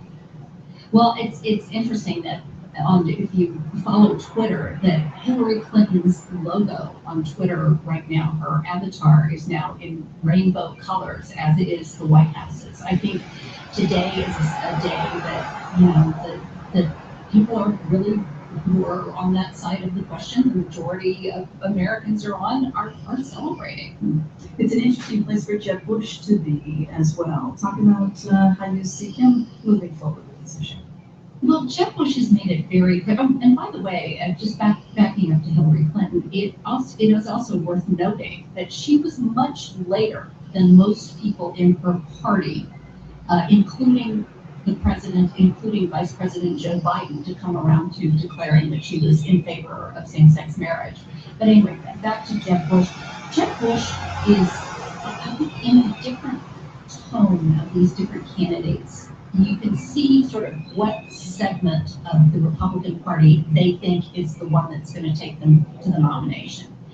And basically, you know, Bobby Jindal, Rick Santorum, Mike Huckabee, they are all running to win Iowa, which is dominated by evangelical Christians. They want to, you know, this is the kind of message that might do well in South Carolina, that might do well in much of the South. Jeb Bush is running in almost a different bracket of the Republican field. He is running not only to be sort of the more establishment candidate, but also to be somebody who can argue, look, I am a stronger candidate in a general election. I have a better shot at defeating Hillary Clinton than these other guys do. And I think that his message today is also, positioning himself not just for the nomination, but also for November. Here's one woman celebrating today outside the court after the Supreme Court ruling on gay marriage. Thank you to the American people, and it just shows us that progress is possible. Here's William in Savannah, Georgia. Hi, William. Welcome to On Point. Hi, Jane. With the recent decision made by the Supreme Court, how do you think it's going to impact the 2016 presidential race in terms of maybe future policy ideas and maybe the current stances? Are they going to change whatsoever? William, thank you. Karen Thomas. I think you are going to have, at a minimum, much more focus on the judiciary, both as kind of a sparring partner in this race, but also, an emphasis on how important it is to think about potential Supreme Court picks in the next president. Karen Tomlinson, there's a question here. There's obviously no appealing a Supreme Court ruling, but Congress has historically passed laws to render a Supreme Court decision irrelevant, and that law would stand until someone brings the case back to the court. Do you see that happening here, or probably not? No, what this would take at this point, I think, is a constitutional amendment, and the idea that a constitutional amendment could pass, that you could get this through 3/4 of the states and a supermajority of the Congress really looks pretty unrealistic. Here's Maggie in Exeter, New Hampshire. Maggie, welcome to the program. Maggie, are you there? Hello? Hi, Maggie, go ahead. Welcome to On Point.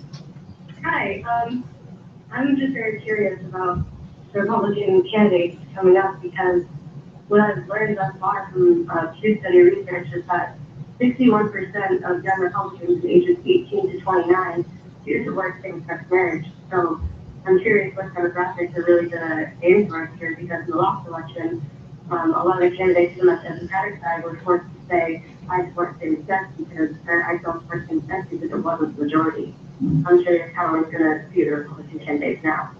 Boy, and Maggie, you have put your finger on it. This is very much the generational issue. You see a real divide in opinion between younger Republicans and older ones. And even if you talk to evangelical leaders, they will say, when they look out in the pews, they see a lot of support for gay marriage among young evangelicals. This is very different, by the way. There's polling that shows that younger evangelicals are actually more likely to be opposed to abortion than older ones. But on gay marriage, they are much more likely to support the idea. And, in part, I think because, gay people now live much more in the mainstream of American life. People have gay neighbors. They have openly gay siblings and cousins and aunts and uncles. And I think that has really been responsible more than anything else for this really drastic swing in public opinion in the last decade. Today, after the ruling from the Supreme Court, CNN captured President Obama's phone call to plaintiff Jim Obergefell, congratulating him. When I saw you that we were going to be hoping for some good things, we did. I just want to say congratulations. Thank you so much, sir. I think we'll give it this. Your leadership on this, has changed the country. I really appreciate that, Mr. President. It's really been an honor for me to be involved in this fight and to have been able to, fight for my marriage. Karen Tomlinson, remind us of the evolution of Barack Obama on this issue. Well, when Barack Obama ran for president in 2008, he, along with Hillary Clinton, were both, publicly opposed to gay marriage. He said, I can't count the number of times he said marriage should be between a man and a woman. But in his chief political strategist, David Axelrod's recent autobiography, he said that essentially that was a lie, that the president even then knew that he felt otherwise on the issue. I think that, again, as recently as the 2008 election, this was just not a safe place for even Democrats to be. In 2004, gay marriage initiatives were on the ballots in 11 states, and in 11 states, gay marriage failed. Karen Hamilton, national political reporter at the Washington Post. Thank you so much for your time today. I know you've got a lot going on. I appreciate it. Thank you for having me. I really appreciate it. We will put the links to today's Supreme Court opinions at our website, onpointradio.org. You can find all of them there. Many thanks to my guest today. You can continue the conversation, get the On Point podcast at our website, onpointradio.org. Follow us on Twitter and on Facebook at On Point Radio. On Point is produced by Nick Anderson, Catherine Brewer, Abigail Collins, Julie Jopp, Eileen Amata, Stefano Katsanis, Sarah Platt, Caitlin O'Keefe, James Ross, and we've got a little help from Aiden Connolly and Lily Tyson today. Our executive producer is Karen Shipman. I'm Jane Clayson in for Tom Ashbrook. This is On Point.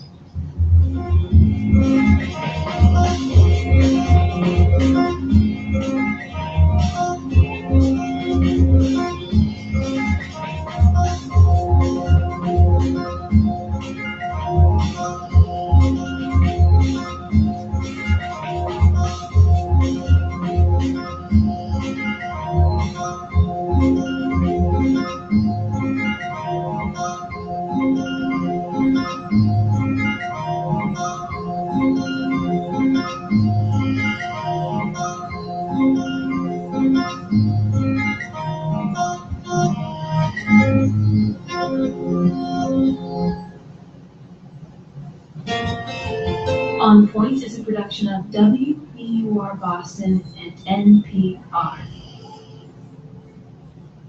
Support for On Point comes from the listeners of WBUR Boston, where the program is produced, and your NPR station. The William and Flora Hewlett Foundation, helping people build measurably better lives, supporting efforts to make education more affordable for students and flexible for teachers through open educational resources. Online at hewlett.org. And the Pew Charitable Trust, driven by the power of knowledge to solve today's most challenging problems at pewtrust.org. This is 90.9 WBUR and WBUR.org. 69 degrees in Boston and a minute and a half before noontime. Here and now is up next. WBUR supporters include Cultivate Counseling Center, integrating the working farm into evidence-based group and individual psychotherapy for all ages. CultivateCounselingCenter.com. Google Express, where shoppers can buy online with stores like Costco, Stop and Shop, and Walgreens all on one website with same-day delivery. More at express.google.com. And Tanglewood, with opening night for the BSO and an all-American program led by Jean-Claude Homme with guests Hero Gerstein and Jesse Norman. July 3rd, Tanglewood.org. I'm Megan Chakrabarty. Passion. It's a word we take seriously at WBUR. Your passion for great journalism has made WBUR one of the most reliable and relied upon public radio stations in America. And we're counting on your support by June 30th to end this financial year on the strongest note. We'll be supporting all your favorite programs as we bring them to you uninterrupted by fundraising for nearly 5 months. So give now at WBUR.org, and thanks for your support. From Boston University, this is 90.9 WBUR Boston. Also broadcasting on 92.7 WBUA Tisbury, Martha's Vineyard, and 89.1 WBUH Brewster, Cape Cod. WBUR, Boston's NPR news station, with live streaming at WBUR.org. Funding for Here and Now comes from MathWorks, creators of MATLAB and simulating software, accelerating the pace of engineering and science. Learn more at mathworks.com. From NPR and WBUR Boston, I'm Robin Young. I'm Jeremy Hobson. It's Here and Now. Coming up, cheers outside the Supreme Court today after news that the court ruled 5-4 that same-sex marriage is legal in all 50 states. We'll hear from some who are happy with that decision, others who are not and are planning next steps. Also, 3 terror attacks in 3 countries, France, Tunisia, and Kuwait. Are they all in response to a call from ISIS? And as we wrap up our week in Texas, we find ourselves at the Maverick family reunion. The word Maverick comes from their great-great-grandfather Samuel, who didn't brand his cattle. And so when somebody saw an unbranded cow, they would say that's a Maverick. That's a Maverick because it's one of Sam Maverick's cattle. Right. Coming up, Here and Now. The news is first. From NPR News in Washington, I'm Lakshmi Singh. In a watershed moment for this country's gay rights movement, the U.S. Supreme Court has ruled that same-sex marriages are legal in all 50 states.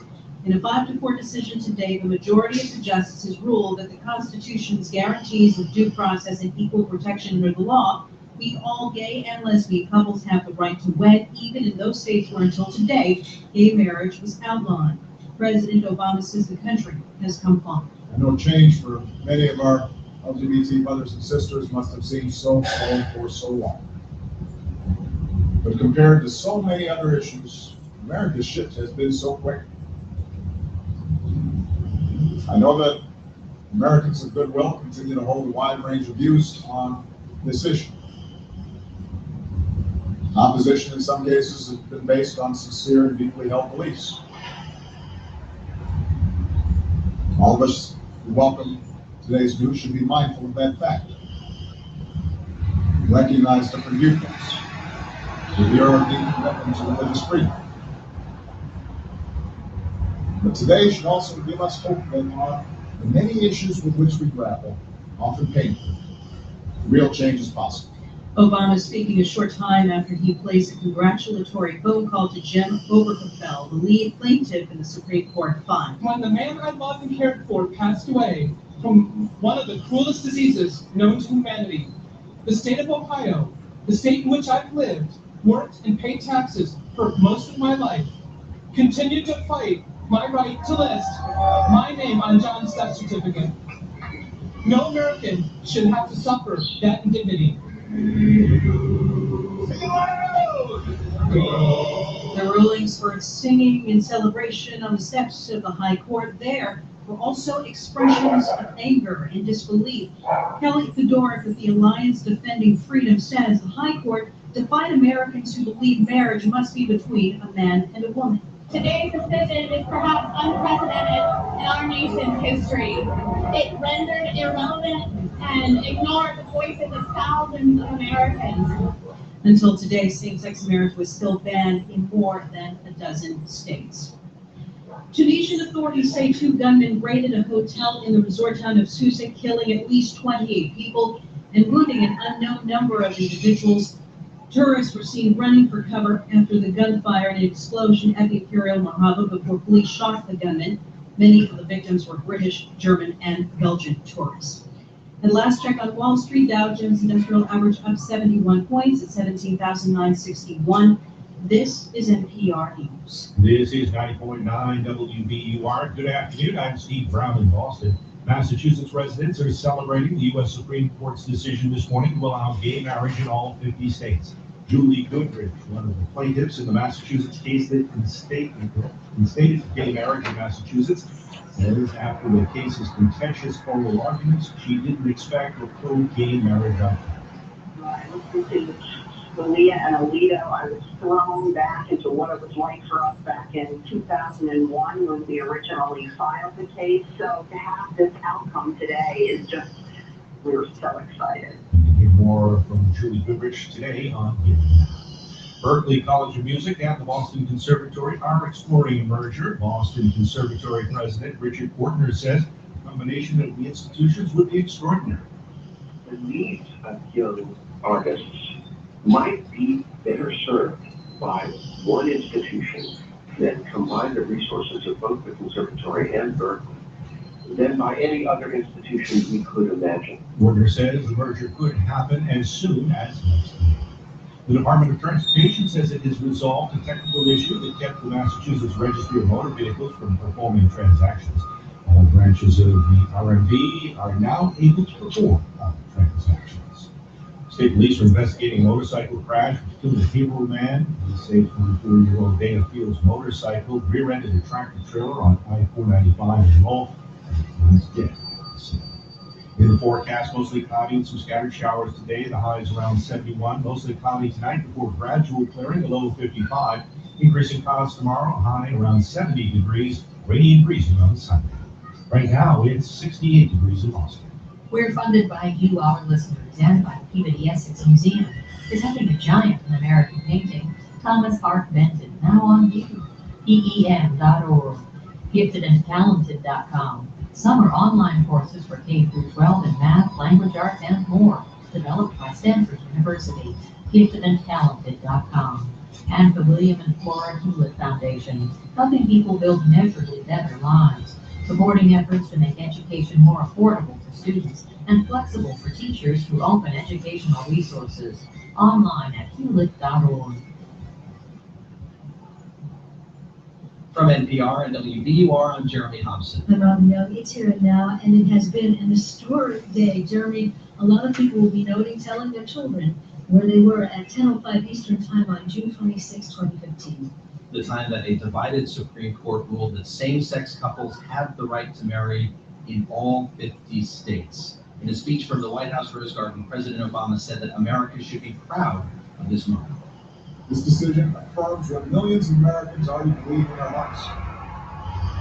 When all Americans are treated as equal, we are all more free. Joining us from Washington is NPR's Ron Elving. Ron, place us in this moment. How historic is this decision?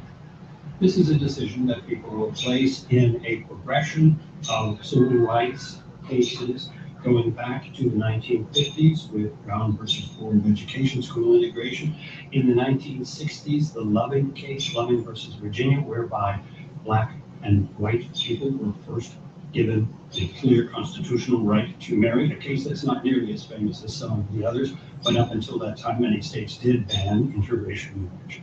And then, of course, in 1973, Roe versus Wade, and some of the other cases that this court has already made with regard to gay marriage, same-sex marriage, including striking down the key element of the Defense of Marriage Act just 2 years ago, again, Anthony Kennedy writing that majority opinion.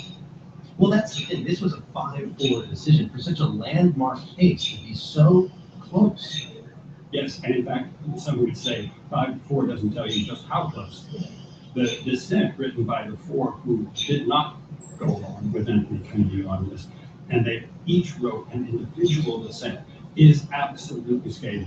And the anger and the resentment that is already being expressed by presidential candidates on the Republican side and by many other people is also of historic proportion. But Anthony Kennedy made the decision on this basis. He said there are 4 principles and traditions at work here. The right of a person to make their own choice in marriage. He said it was inherent in the concept of individual autonomy in American democracy. All right. Secondly, the two-person union is unlike any other in its importance to committed individuals. That's marriage. And then that marriage safeguards children and families. And finally, marriage is a keystone to our social order. In that sense, Anthony Kennedy himself, a part of the conservative coalition on the court, would say this was a conservative decision. And Ron, I'm here in Texas, which is the largest state in the country that up until now has not had same-sex marriage. We're already hearing about same-sex couples heading to courthouses in this state, trying to get their marriage licenses. But we should say, for the first time ever, Chief Justice Roberts read his dissent from the bench. What did he say? The Chief Justice said, this is 31 pages of the Chief Justice's dissent, by the way, if you're among the many Americans of whatever sexual orientation who favor expanding same-sex marriage, by all means, celebrate today's decision. Celebrate the achievement, celebrate the opportunity, celebrate the new benefits, but do not celebrate the Constitution because the Constitution had nothing to do with this decision. So a sharp disagreement there with Anthony Kennedy, who rooted his decision in his reading of the Constitution. And I might just add, Anthony Scalia, another conservative justice, goes back to Ronald Reagan, as does Anthony Kennedy. They were both appointed by Reagan. Anthony Scalia said this was, in essence, a defiance of American democracy as we understand it. And the opinion also said religious institutions have a First Amendment right to advocate against same-sex marriage. Tell us more about that. This is going to be a controversial area and in an area of, I think, a great deal of legal battling going forward. People are already saying, oh, well, all right, now everyone has to marry gay people. If they want to or not, they're going to be forced to conduct same-sex marriages. I don't think that's clear. I think that in the reading that most people have at this point of the decision, Justice Kennedy is saying that the state, no one of the 50 states, may deny a license to a same-sex couple. That's not quite the same thing as saying that every religious institution suddenly must embrace same-sex marriage. I don't think anyone expects that they will, and certainly they won't. Well, so what happens now across the country in the states where same-sex marriage was not legal? Is it immediately legal for same-sex couples to go out and get married? That is correct. It is immediately legal, and people in many, many states, as you said, and also in many states in the Sixth Circuit, which brought this case to the Supreme Court, are already going to the courthouse, getting licenses, getting married. There will be some resistance in some places. That'll make a pretty good story too, but it is legal in America. And did it surprise you, Ron, that this decision came out not on the last day of the decision, which is next Monday? That's what they usually do. They usually save their biggest bomb for the last day, but this year they did not. Not so much. They got out there early ahead of the end. Ron Elving, NPR senior Washington editor and correspondent on this historic day. Ron, thank you. Thank you, Jeremy. Well, that's bringing someone to the forefront of the movement for marriage equality, Julie Goodrich, and her partner Hillary Smith, who changed her name to Goodrich. The plaintiffs in the case that gave same-sex couples the right to marry here in Massachusetts in 2003, the first state to do so. It was a case they launched in 2001 in large part because of their young child, Annie, who's now 19. They married soon after here in Massachusetts. They ultimately divorced, as they say, not a sticky breakup, but a divorce under law. They remained close and followed the Supreme Court case closely. Julie Goodrich joins us now, and I know you didn't think this ruling was going to come. Yeah, I didn't think it was going to happen. I don't think either Hillary or I had a clue that this was going to happen. This is very, very exciting. I went to the Supreme Court and heard them argue the case, and when I listened to Scalia and Alito, I was thrown back into what it was like for us back in 2001, absolutely tortured by their comments. So to have this outcome today is just... I mean, Hillary called me. She's in Portland. Annie is working at my office, and we all just called each other and were sobbing. We were so excited.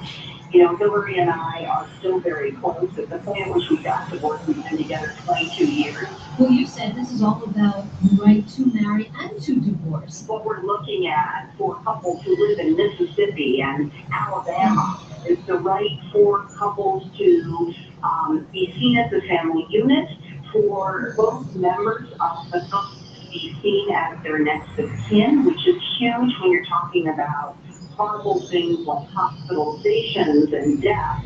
So it just goes through the whole process. It totally does. And one of the things that always seems kind of curious to me is since we already had 37 states, it seemed kind of crazy that people had certain states that they were not allowed to travel in, essentially, and be protected, or move to if their employers moved them there and be protected. And now it's opened up a sort of a brave new world, and we'll all be able to, you know, freely move about the country with the same rights that we have in our home state. When you and Hillary were fighting this case in court here in Massachusetts, it was very, very hard. A lot of backlash against you. Yeah, we went through. We had our share of death threats and horrible mailings and flyers talking about our level of intimacy and the fact that we have a daughter and how we were harming her and all this other stuff. I mean, it was crazy. Well, especially given that, your thoughts on putting the first paver in this road that's led to here? Well, you know, I don't think we were the first paver. I'll just tell you that. There are a lot of people, the whole Stonewall riots.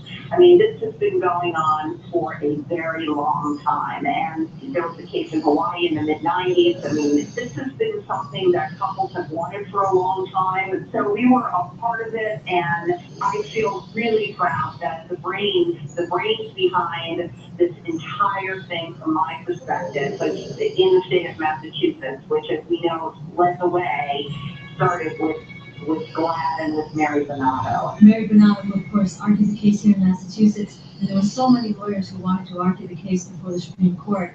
She, in effect, won the right to do that. She was one of those who won the right to do that in the Supreme Court. You know, one of the things that was so amazing, Robin, is the night before the Supreme Court heard the case, there was a plaintiff reception, and a couple of plaintiffs from Massachusetts were at that reception, and we stood there looking at each other, and people from every single state in this country were represented, and no one knew about the Massachusetts case. And we said, you know, nobody knows about the Massachusetts case. kind of weird. And she said, yeah, but it's kind of awesome because now all these other people get to sort of live their lives and speak up for themselves. And I'm just glad that we had a part in that. We won in Massachusetts, and that's, that Margaret Marshall and her court Judge led the way. But Julie, just very briefly, this has been a very rough week for some people in some quarters, from the Confederate flag, to the gay rights, to the same-sex marriage decision. What would you say to people who are genuinely afraid of this decision? They genuinely fear it. They don't know same-sex couples, and they fear this change. I would say the same thing to them that I said in Massachusetts in 2001, that those folks need to get to know our families and to understand that we're no different, that their marriages are solid as they've ever been, and that our marriages are no threat to them. And, obviously, and I'll say this to you, Robin, what we've seen lately around, the racial injustice that we've seen in this country, there are a lot of people that are still uncomfortable with, Brown v. Board of Education. And that was a long time ago. And, people are just going to be uncomfortable sometimes. Not everybody's going to say, wow, this was a great idea. But, we now have equal protection under the law, and that's what really matters. Julie Goodrich, thank you. Thank you so much, Robin. And today's news is live on Facebook.com/HereAndNowRadio. You can join it there or at Here and Now. We're funded by you, our listeners, and by MathWorks, creators of MATLAB and Simulate software, celebrating the things of engineering and science. Learn more at MathWorks.com. And ServiceWorks, celebrating 30 years providing professional cleaning services to Boston area homeowners and interior designers. More at ServiceWorkSinc.com.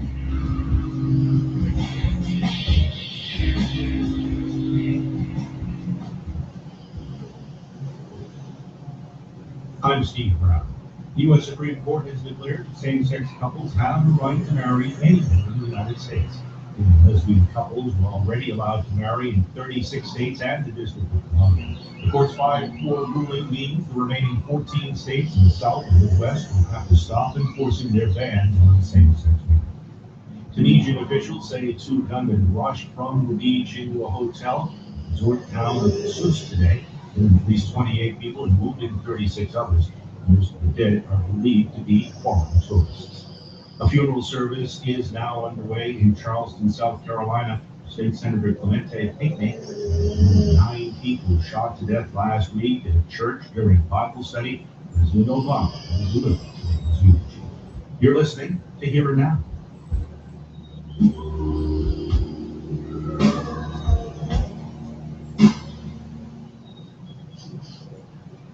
WBUR supporters include Russell's Garden Center, offering summer blooming annuals, statuary, trellises, and water gardens. Proud sponsor of Living on Earth, Sundays at 7 a.m. Russell's Garden Center, Route 20, Wayland. Boston University Academy, a distinctive high school for the intellectually curious. Students and parents are invited to learn more at buacademy.org. And New England Cord Blood Bank, family owned and operated with all samples stored on site. Saving cord blood, saving lives. More at cordbloodbank.com. In sports, the Red Sox begin a 3-game series with the Rays tonight down in St. Petersburg. In the forecast, mostly cloudy with some scattered showers today. The high is around 71, mostly cloudy tonight before gradual clearing, a low of 55. Increasing clouds tomorrow, a high 70 degrees. Rainy and breezy on Sunday. The highs will be around 71. Partly sunny Monday, a high of 75. Right now, 69 degrees in Boston. This is WBUR. Funding for Here and Now comes from the listeners of WBUR Boston and your NPR station. And Geico, offering motorcycle and RV insurance. More information available on motorcycle and RV insurance at geico.com or 1-800-947-AUTO. It's Here and Now. I've been called a Maverick. I think I'm going to have to cast my vote for the Maverick. Look, the Maverick. Let's talk about the Maverick. John McCain is thinking. A silly looking creature's called Maverick. The Dallas Mavericks are NBA champions. Maverick. It's a word politicians love. There's a sports team named for it. But where did the term come from? Well, during our visit this week to Texas, we found the answer at a beer garden in San Antonio. I need my name tag. Lane, what's your first name? More than 200 members of the Maverick family have gathered on a stormy afternoon for a reunion.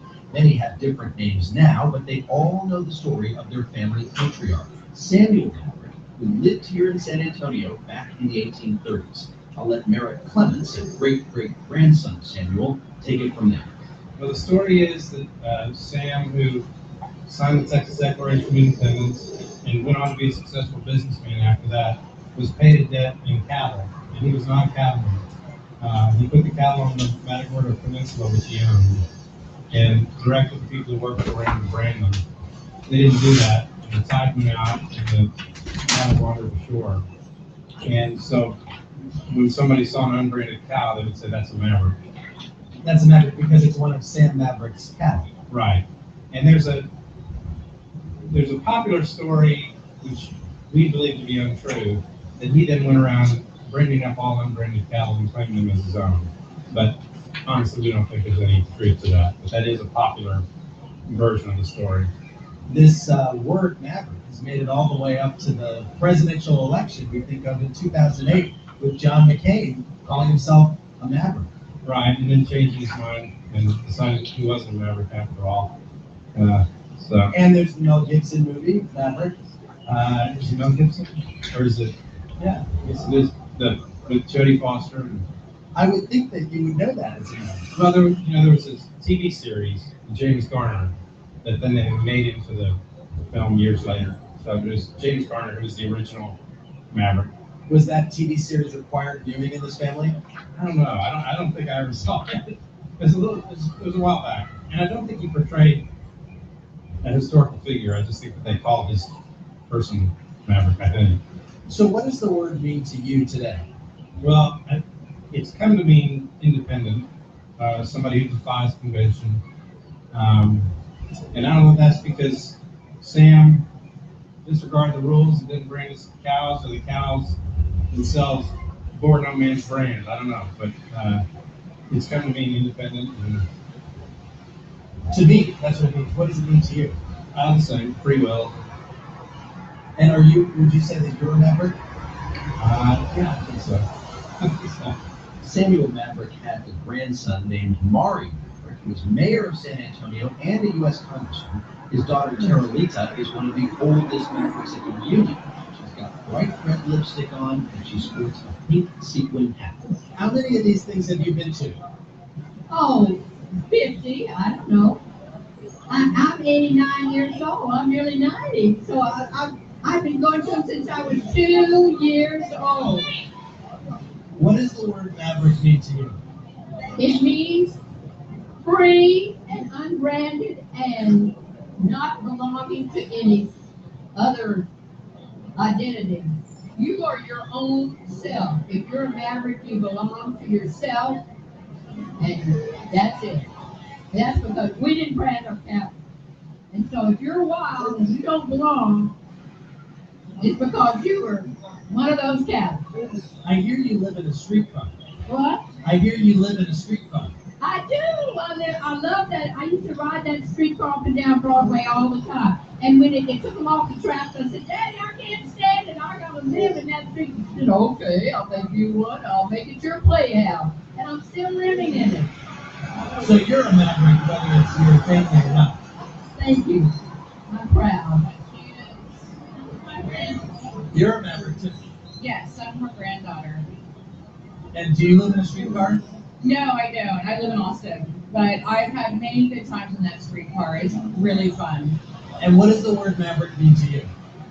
The same thing as she said, like wild and free and not having to answer to anyone. Just being your own self. One of the youngest Mavericks here is a baby, clinging to his mom, Amy Hardin. When will you teach him the meaning of the word Maverick, why it is what it is? I guess he's as early as he can understand it. He's only 7 months old now, so probably a couple of years. Like when he's 2 or 3? Yeah, sounds good. When did you learn? How old were you? I always remember my mom talking about it. My grandmother's Jamie Maverick, and she wrote little children's books and did illustrations that we hung on our walls that talks about Mavericks. So, yeah. Some of the kids here clearly haven't reached the age when one learns the family story. Shelby Marigold. And what about you? Piper Annabelle. So, are you guys Mavericks? Yeah. You're Olsons, but you do have the name Maverick. Yes, I do. And you're related to a lot of Mavericks. Yeah. Do you know what the word Maverick means in America? No. No? No. Not yet? No. Ren Siegel? Yes, sir. And are you a Maverick? Yes, sir. And do you know what Maverick means?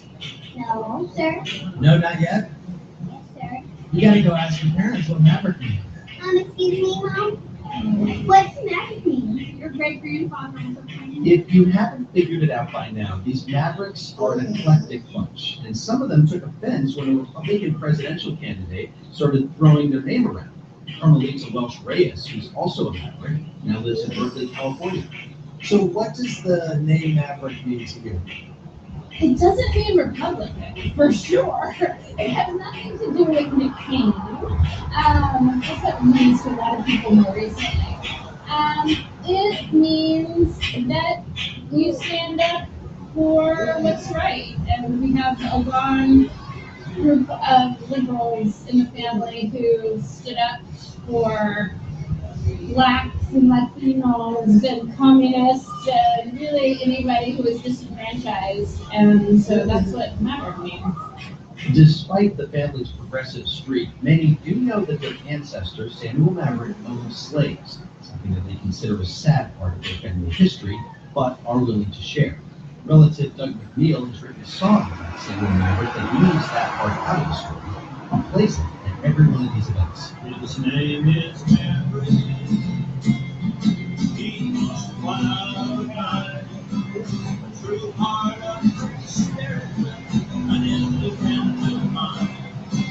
His principles and honor he will never compromise.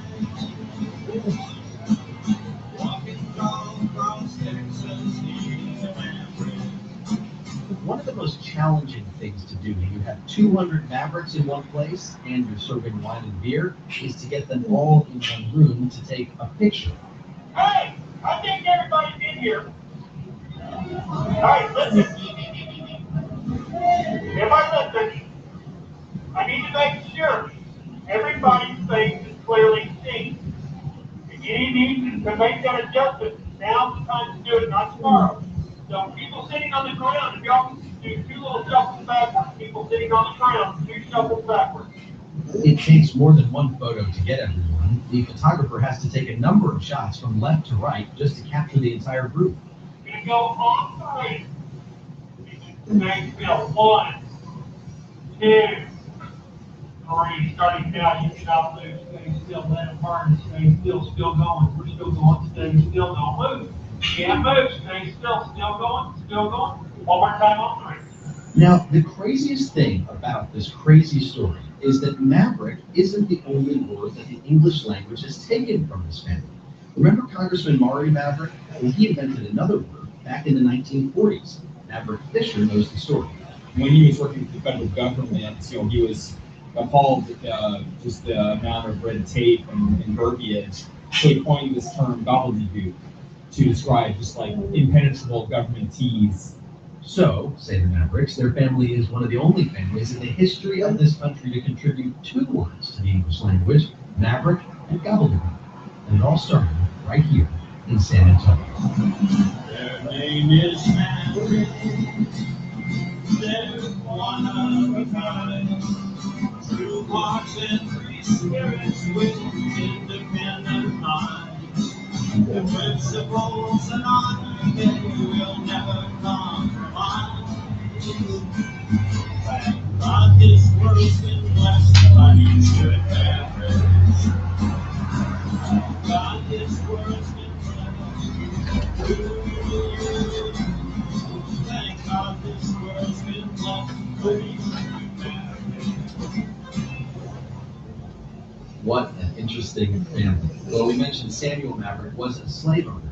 We got some comments after our story yesterday about the Alamo. pointing out that one of the reasons Texans were rebelling against Mexico was because Mexico outlawed slavery and Texans had slaves. That's true.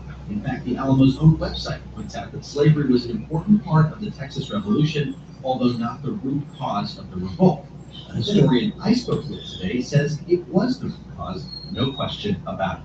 We welcome your comments on any of our stories. You can send them to us at hereandnow.org. You can also send me a tweet at Jeremy Hobson, and you can hear all of our stories from Texas at our website, hereandnow.org.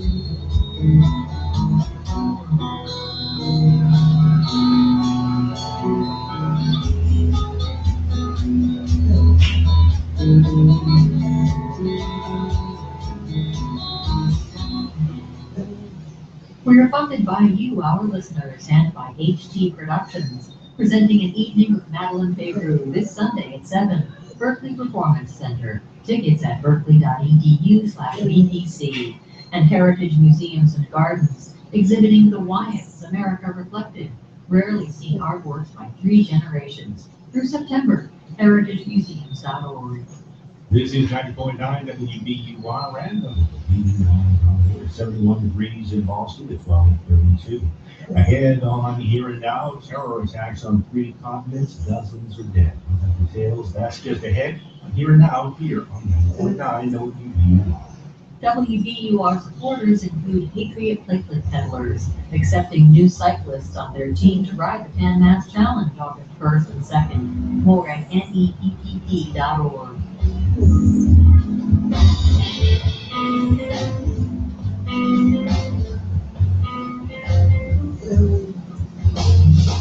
I'm Bill Littlefield. All good athletes know not to insult their rivals. You run the risk of helping to fuel fire in your opponent that will make them come back and beat you. On the next Only in a Game, it's Rivalry Week. From South American soccer teams to surfers v stand-up paddleboarders. It's not surfing. They've got a paddle. They've got an extra appendage. Join us tomorrow at 7 a.m. here on WBUR, Boston's NPR news station. Funding for Here and Now comes from WBUR Boston and your NPR station. MathWorks, creators of MATLAB and Simulink software for technical computing and model-based design, accelerating the pace of discovery in engineering and science. Learn more at mathworks.com. And Curious.com, committed to helping people learn more than 15,000 skills like Japanese, Java, and juggling. Curious.com, grow your skills. Learn more at curious.com/NPR. NPR and WBUR, I'm on the news here and now, and another big story we're following today. 3 terror attacks on 3 continents that left dozens dead, just days after ISIS leaders called for Muslims to embark on jihad in the month of Ramadan. In France, there was a gruesome attack in which a man stormed a American-owned chemical plant near Lyon, decapitated a worker and destroyed the head, and tried unsuccessfully to blow up the factory. French officials say the suspect is in custody. In Tunisia, nearly 30 are dead after a government opened fire at a beach resort. And in Kuwait, ISIS did take credit for a blast at a Shia mosque that killed more than 25 people. Gordon Barrett is security correspondent for the BBC. And Gordon, it would seem these 3 attacks are related, but do we know? We don't know for sure. The fact that all 3 came on the same day and just a few days after the so-called IS spokesman Adnani called for attacks during the period of Ramadan suggests it could be that these were inspired by that call, if not directly organised by IS.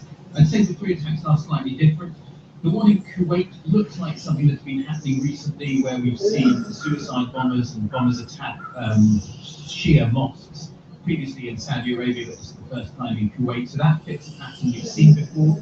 The Tunisia attack also fits a pattern of targeting Western tourists in that country. We saw that in March with an attack on the Bardo Museum in the capital. The French one is actually the slightly more unusual one, gruesomely details of decapitation, but also there's some reports that actually the person who was killed may have been the boss of the attacker. So there could be a personal grievance there, overlaid there with some kind of extremist ideology as well. So all different, not entirely clear if they're coordinated, but it's certainly possible, all inspired by ours. Well, you mentioned a couple of things. In March, there were more than 20, as you said, gunned down at the National Bardo Museum in Tunis. And many are pointing out that Tunisia is the one state in which the Arab Spring has worked. Any connection there?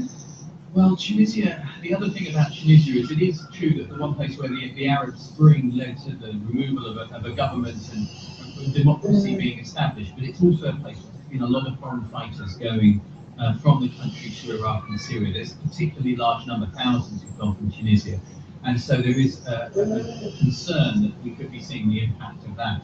Also, neighbouring Libya, a high degree of violence there and instability, and an ISIL affiliate, which has been establishing itself there. And so real reasons for instability there and this potential targeting of tourists, which will have a catastrophic impact potentially on the economy of the country, which does rely to a great extent on tourism. And just a little more on Kuwait, a Gulf state. What's the significance there? I mean, obviously it's significant, but further significance of that attempt? Well, I think the feeling is that this may be part of a strategy by ISIS to try and sow the seeds of sectarian division within the Gulf states.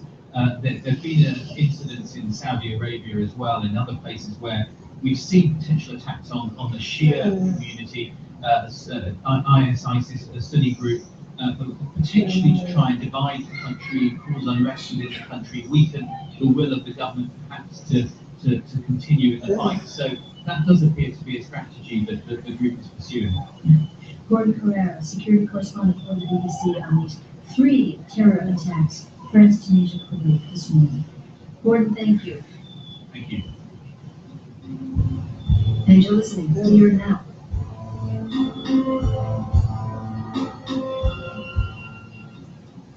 We're funded by you, our listeners, and by Boston University Academy, where talented high school students challenge themselves by taking courses at Boston University, on the web at buacademy.org.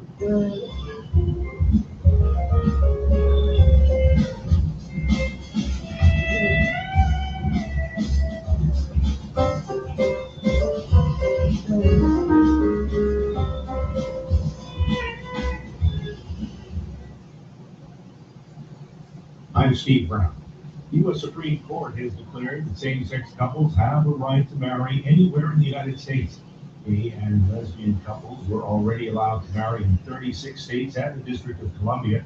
Court's 5-4 ruling means that the remaining 14 states in the South and Midwest will stop enforcing their bans on same-sex marriage.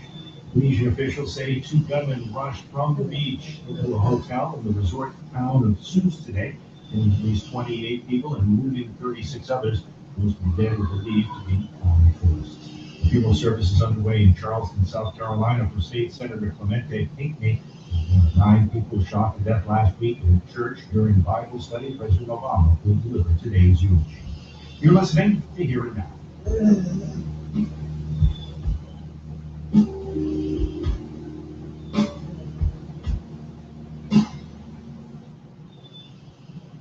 We're funded by you, our listeners, and by Community Rowing, with Learn to Row clinics this summer on the Charles River for kids aged 11 to 16.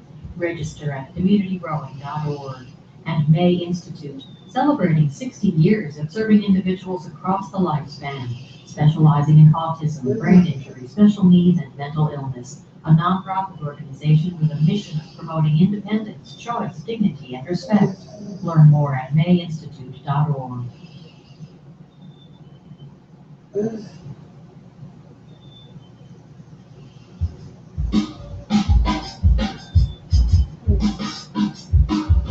In sports, the Red Sox are in Florida tonight to take on the Rays. In the forecast, partly cloudy today, chances of some showers. Clearing tonight, we'll have some rain tomorrow.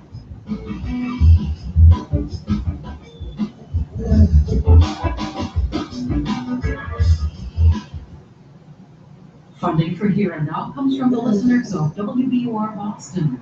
LumosCity.com, brain training designed by neuroscientists that has been used by 60 million people worldwide, with personalized training programs to challenge memory, attention, and problem solving. Learn more at Lumosity.com. And Zillow, with millions of homes for sale, apartments for rent, photos, historical pricing data, and other resources. Available on Zillow.com or on their mobile and tablet apps. Zillow, find your way home. It's here now. We want to go back to today's top story, an historic ruling. The Supreme Court legalizing gay marriage nationwide, ruling 5-4 and Obergefell v. Hodges that the Constitution does guarantee all same-sex couples the right to marry everywhere in the U.S. Doug Hallward-Driemeier was one of two attorneys, Mary Bonanno the other, who argued the case before the Supreme Court and won. And Doug, first of all, your reaction today when this ruling came down? Well, we were thrilled, as you can imagine. It is a terrific day. It's a terrific day for gay and lesbian couples. It's a terrific day for all Americans.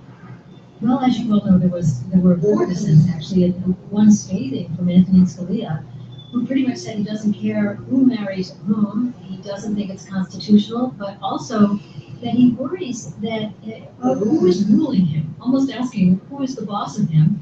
As an American, he said, how can you have 9 justices ruling 315 million people? Your thoughts? Well, the fundamental right to marry has been recognized by the court for more than half a century. The court held in 1967 that the states could not prevent interracial couples from marrying. They've held that prisoners cannot be prevented from marrying. They've held that someone cannot be prevented from marrying because they're back not up to date on their child support.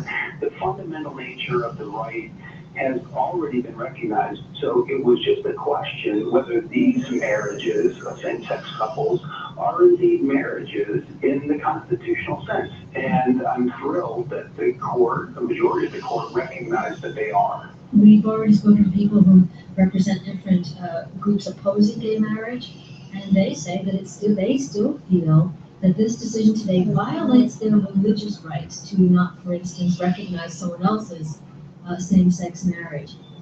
What do you see this ever going back to the court? No, I don't. But first of all, let's be clear that there are many religious people who celebrate today's ruling. In fact, the bells will be ringing from the steeples of many, many churches across the nation and synagogues. People will be celebrating with their co-congregationalists about the right to be able to celebrate and recognize the equal value of those marriages. The fact that some people, based on their religious views, would not recognize such marriages is certainly their prerogative. Unless, of course, they think they're right. It's their prerogative not to want to recognize it. Whether they can deny, if they offer themselves out to the public for public services, deny those services to some people because of their sexual orientation is a different question from religious liberty, I think. Well, we're going to be hearing from places where, as you say, people are already queuing up to get marriage licenses, but Mississippi Attorney General Jim Hood has announced that gay marriages cannot take place immediately in that state. So do you foresee a bit of a bumpy road? I don't think that there will be much of a bumpy road. The court's decision could not be clearer that the Constitution does not permit a state to deny same-sex couples the right to marry on the same terms as opposite-sex couples, nor does it allow a state to deny recognition to a marriage made out of state simply because the spouses are of the same sex. What do you think? I mean, a lot of people listening to the arguments early on did not think that this was going to be the outcome. They were a little nervous. Were you? Well, the questions at oral argument reflected, as they always do, that the justices are giving great care and consideration to the arguments before them. The cases the court hears are indeed the ones in which the courts of appeals have been divided. So there are always close arguments that can be made. But I was always confident that the court's precedent was very clearly, squarely on our side, that the court has recognized the fundamental nature of marriage, that it has recognized the equal dignity of gay and lesbian individuals, it has recognized that same-sex couples, once they've been married, that those marriages count just as the marriages of opposite same-sex couples do. So I was very confident that if the court just followed the logic of that precedent, they would have to get to this point, and I'm thrilled that they did. And how is your client today? He is symbolic, of course, Jim Brugenfeld. What's been the reaction? Well, Jim is rightfully extremely proud that the battle that he and his husband, John, began before John passed away has reached the Supreme Court and has played such a huge part in making America a better place. Of course, it's sad that John is not here to share that moment with Jim, but it is sweet vindication for Jim that their marriage is entitled to the same respect, and that he will have that last measure of dignity to have John's death certificate reflect the fact that he was a married man and that Jim was his husband. That's Doug Howard-Driemeier, one of two attorneys, one of the other, who argued the same-sex marriage case before the Supreme Court today and won along with their client. And Doug, that's very powerful because you think of the people who did not live to see this day. Was there a moment in court when you thought, this is the moment, I've made the argument? Yes, I felt that I made the argument on April 28th. In the last few minutes of the argument, the court, perhaps because they were tired out, but they gave me some time, and I used that time to speak very specifically about our plaintiffs and what this meant for their lives and the lives of their families, the lives of their children. And I felt, and in fact, our plaintiffs, my clients, felt that it was so important that their stories had been heard. And I think we see in Justice Kennedy's opinion today evidence that he did hear that, and he did appreciate that, and the court, the majority of the court, understood that they're wonderful people, and they're not seeking to demean marriage. They seek marriage because they understand its value, and they understand how important and fundamental it is to building their lives and the lives of their families. And then Doug Howard-Driemeier, who defended the gay marriage, or same-sex marriage, side in today's Supreme Court decision. Doug, thank you. Thank you. I'm so good to talk with you. You can just feel the history today, Robin, and we want to just check in real quick with somebody here in Texas. This is the largest state that has not yet legalized gay marriage until obviously today, and it's ruling from the Supreme Court. I'm in San Antonio, and let's get right now to Texas Public Radio reporter Joey Palacios, who's at the courthouse complex in San Antonio. Joey, what's going on there? So right now, during at this moment, the first same-sex marriage couple in Bexar County is getting married at a courthouse in the Bexar County, courtroom, in the Bexar County courthouse. I'm not sure which room they're in. I'm standing outside in the hallway right now, but as of right now, they are exchanging their vows in front of a judge to be married. Wow, and this is a Republican clerk there in the courthouse here in Bexar County. Yes, he is a Republican. He's been in office about 20 years.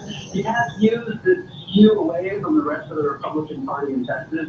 He believes that this is not a Christian issue. This is a social, this is a civil rights issue. This is something that should be granted to everybody. And I can tell you within about an hour and a half of the same-sex marriage ruling, they started issuing licenses. They had to check with the DA. They had to make sure that they look over the opinion to see, can we do this? Yesterday, the Attorney General of Texas was asking county clerks to wait, but when I talked to Jerry Rickoff, who's our county clerk in Bexar County, he said that he wasn't going to wait for the Attorney General's office. That they were rather the Texas Attorney General's office. He wanted to move as quick as possible.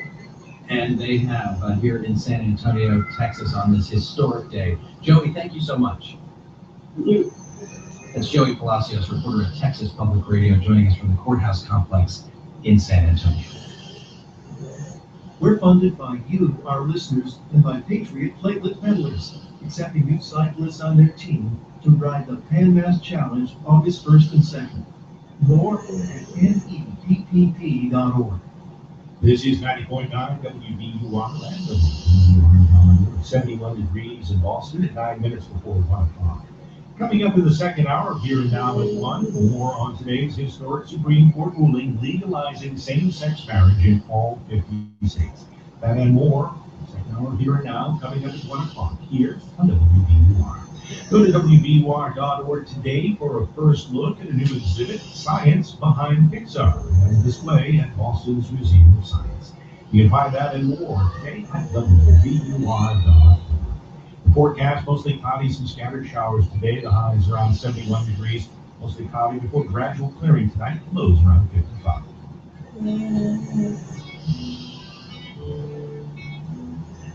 And now comes from the listeners of WBUR Boston, where the program is produced, and your NPR station.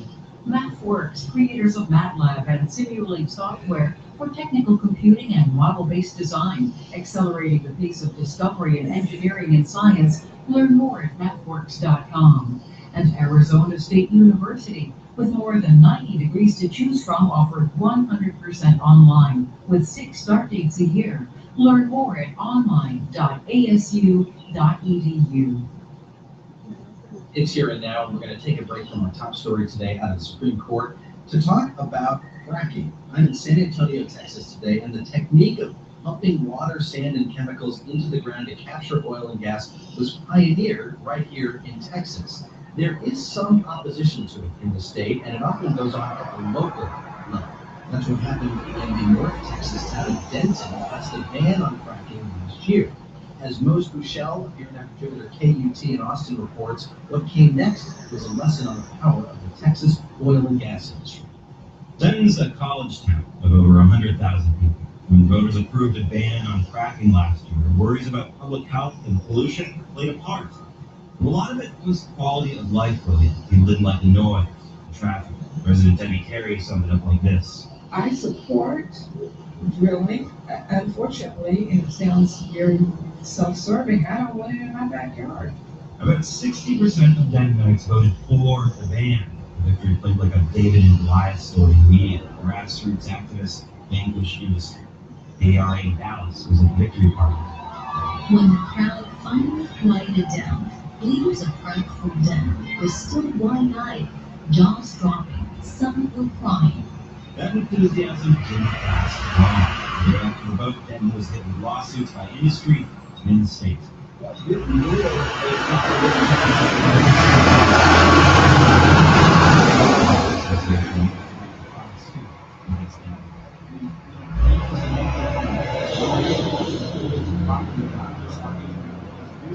But just to be extra sure, state lawmakers followed up the legislation that restricts local governments from regulating most drilling. One of them, House Bill 40, was known as the Ban on Bans. It was written by Republican State Representative Drew Darby. Here he is arguing over the bill with State Rep Sylvester Turner.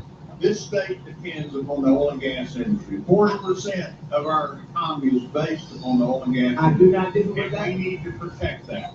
It was controversial. A lot of Texas politicians complain about government overreach, so you'd expect a bill that limits local control to be a hard sell.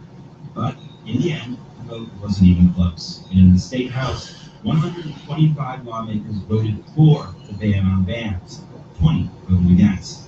I called one of them. Rafael Anchia is a Democratic state rep from Dallas. It was something to behold. The oil and gas industry, deployed scores of lobbyists, and they, as evidenced by the final vote count, did a great job. HB 40 was quickly signed by Governor Greg Abbott. Soon after, even with the local ban still on the books, fracking started again in Denton, just on the outskirts of town. For the anti-fracking movement, Denton went from being a beacon of hope to a cautionary tale so quickly, a lot of people are still trying to make sense of it. Not Bobby Jones. It's actually what I thought would probably happen next.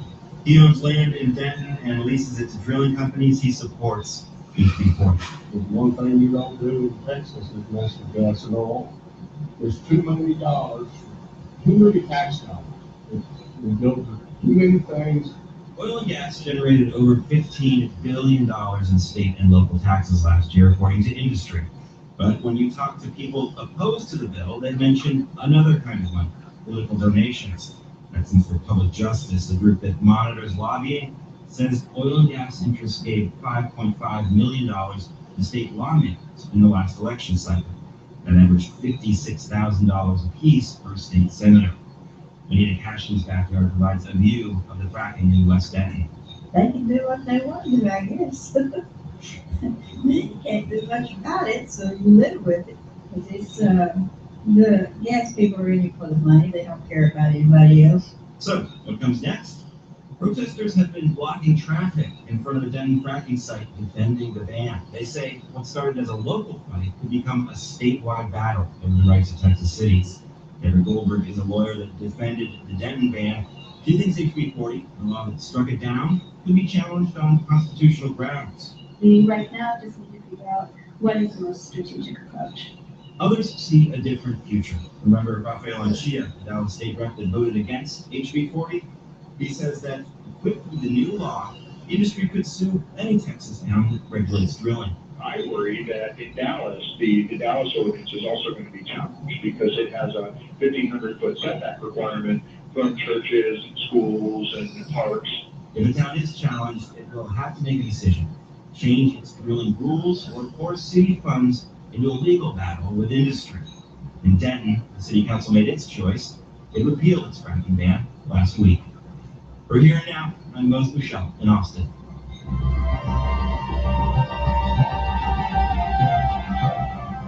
What a day, Robin. The news out of the Supreme Court, you can just feel the history going on right here in San Antonio. As soon as that decision came out, just a lot of talk about what this means. Well, reminded, it's been a remarkable week. Started with a nationwide debate over the Confederate flag. We also have a funeral, sort of a day of mourning in Charleston. It has been quite a time we're in.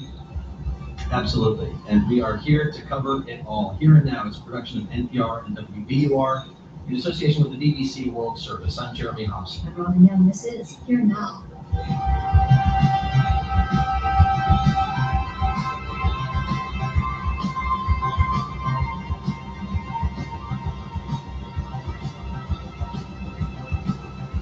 Funding for Here and Now comes from the listeners of WBUR Boston and Brigham and Women's Hospital, home to 60 years of transplants, supporting organ and tissue donation. More at brighamandwomens.org/transplant. Brigham and Women's Hospital, life-giving breakthroughs. This is 90.9 WBUR and WBUR.org. Coming up next in the second hour of Here and Now, more on today's historic Supreme Court ruling legalizing same-sex marriage in all 50 states. We're funded by you, our listeners, and by Boston University College of Fine Arts, presenting more than 400 events in music, theater, and visual arts, including a summer series at Tanglewood.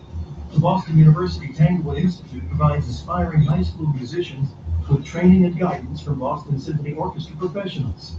bu.edu/CFA. You can enter to win the Lux Bicycle trip for two to Italy. Jacuzmo Classico founder Lauren Heffron donated the trip to support WBUR and gives us some details. We ride along the coastline and it's just stunning. To the left are beautiful mountains, to the right is amazing blue sea. We stay in 4 and 5 hotels. You have lots of delicious seafood grills, vegetables. It's fantastic food. Enter by midnight tonight to win the bike trip to Sardinia on WBUR's Facebook page. From Boston University, this is 90.9 WBUR Boston. Also broadcasting on 92.7 WBUA Tisbury, Watkins Gidget, and 89.1 UH Brewster, Cape Cod. WBUR, Boston's NPR news station with the latest news and analysis at WBUR.org.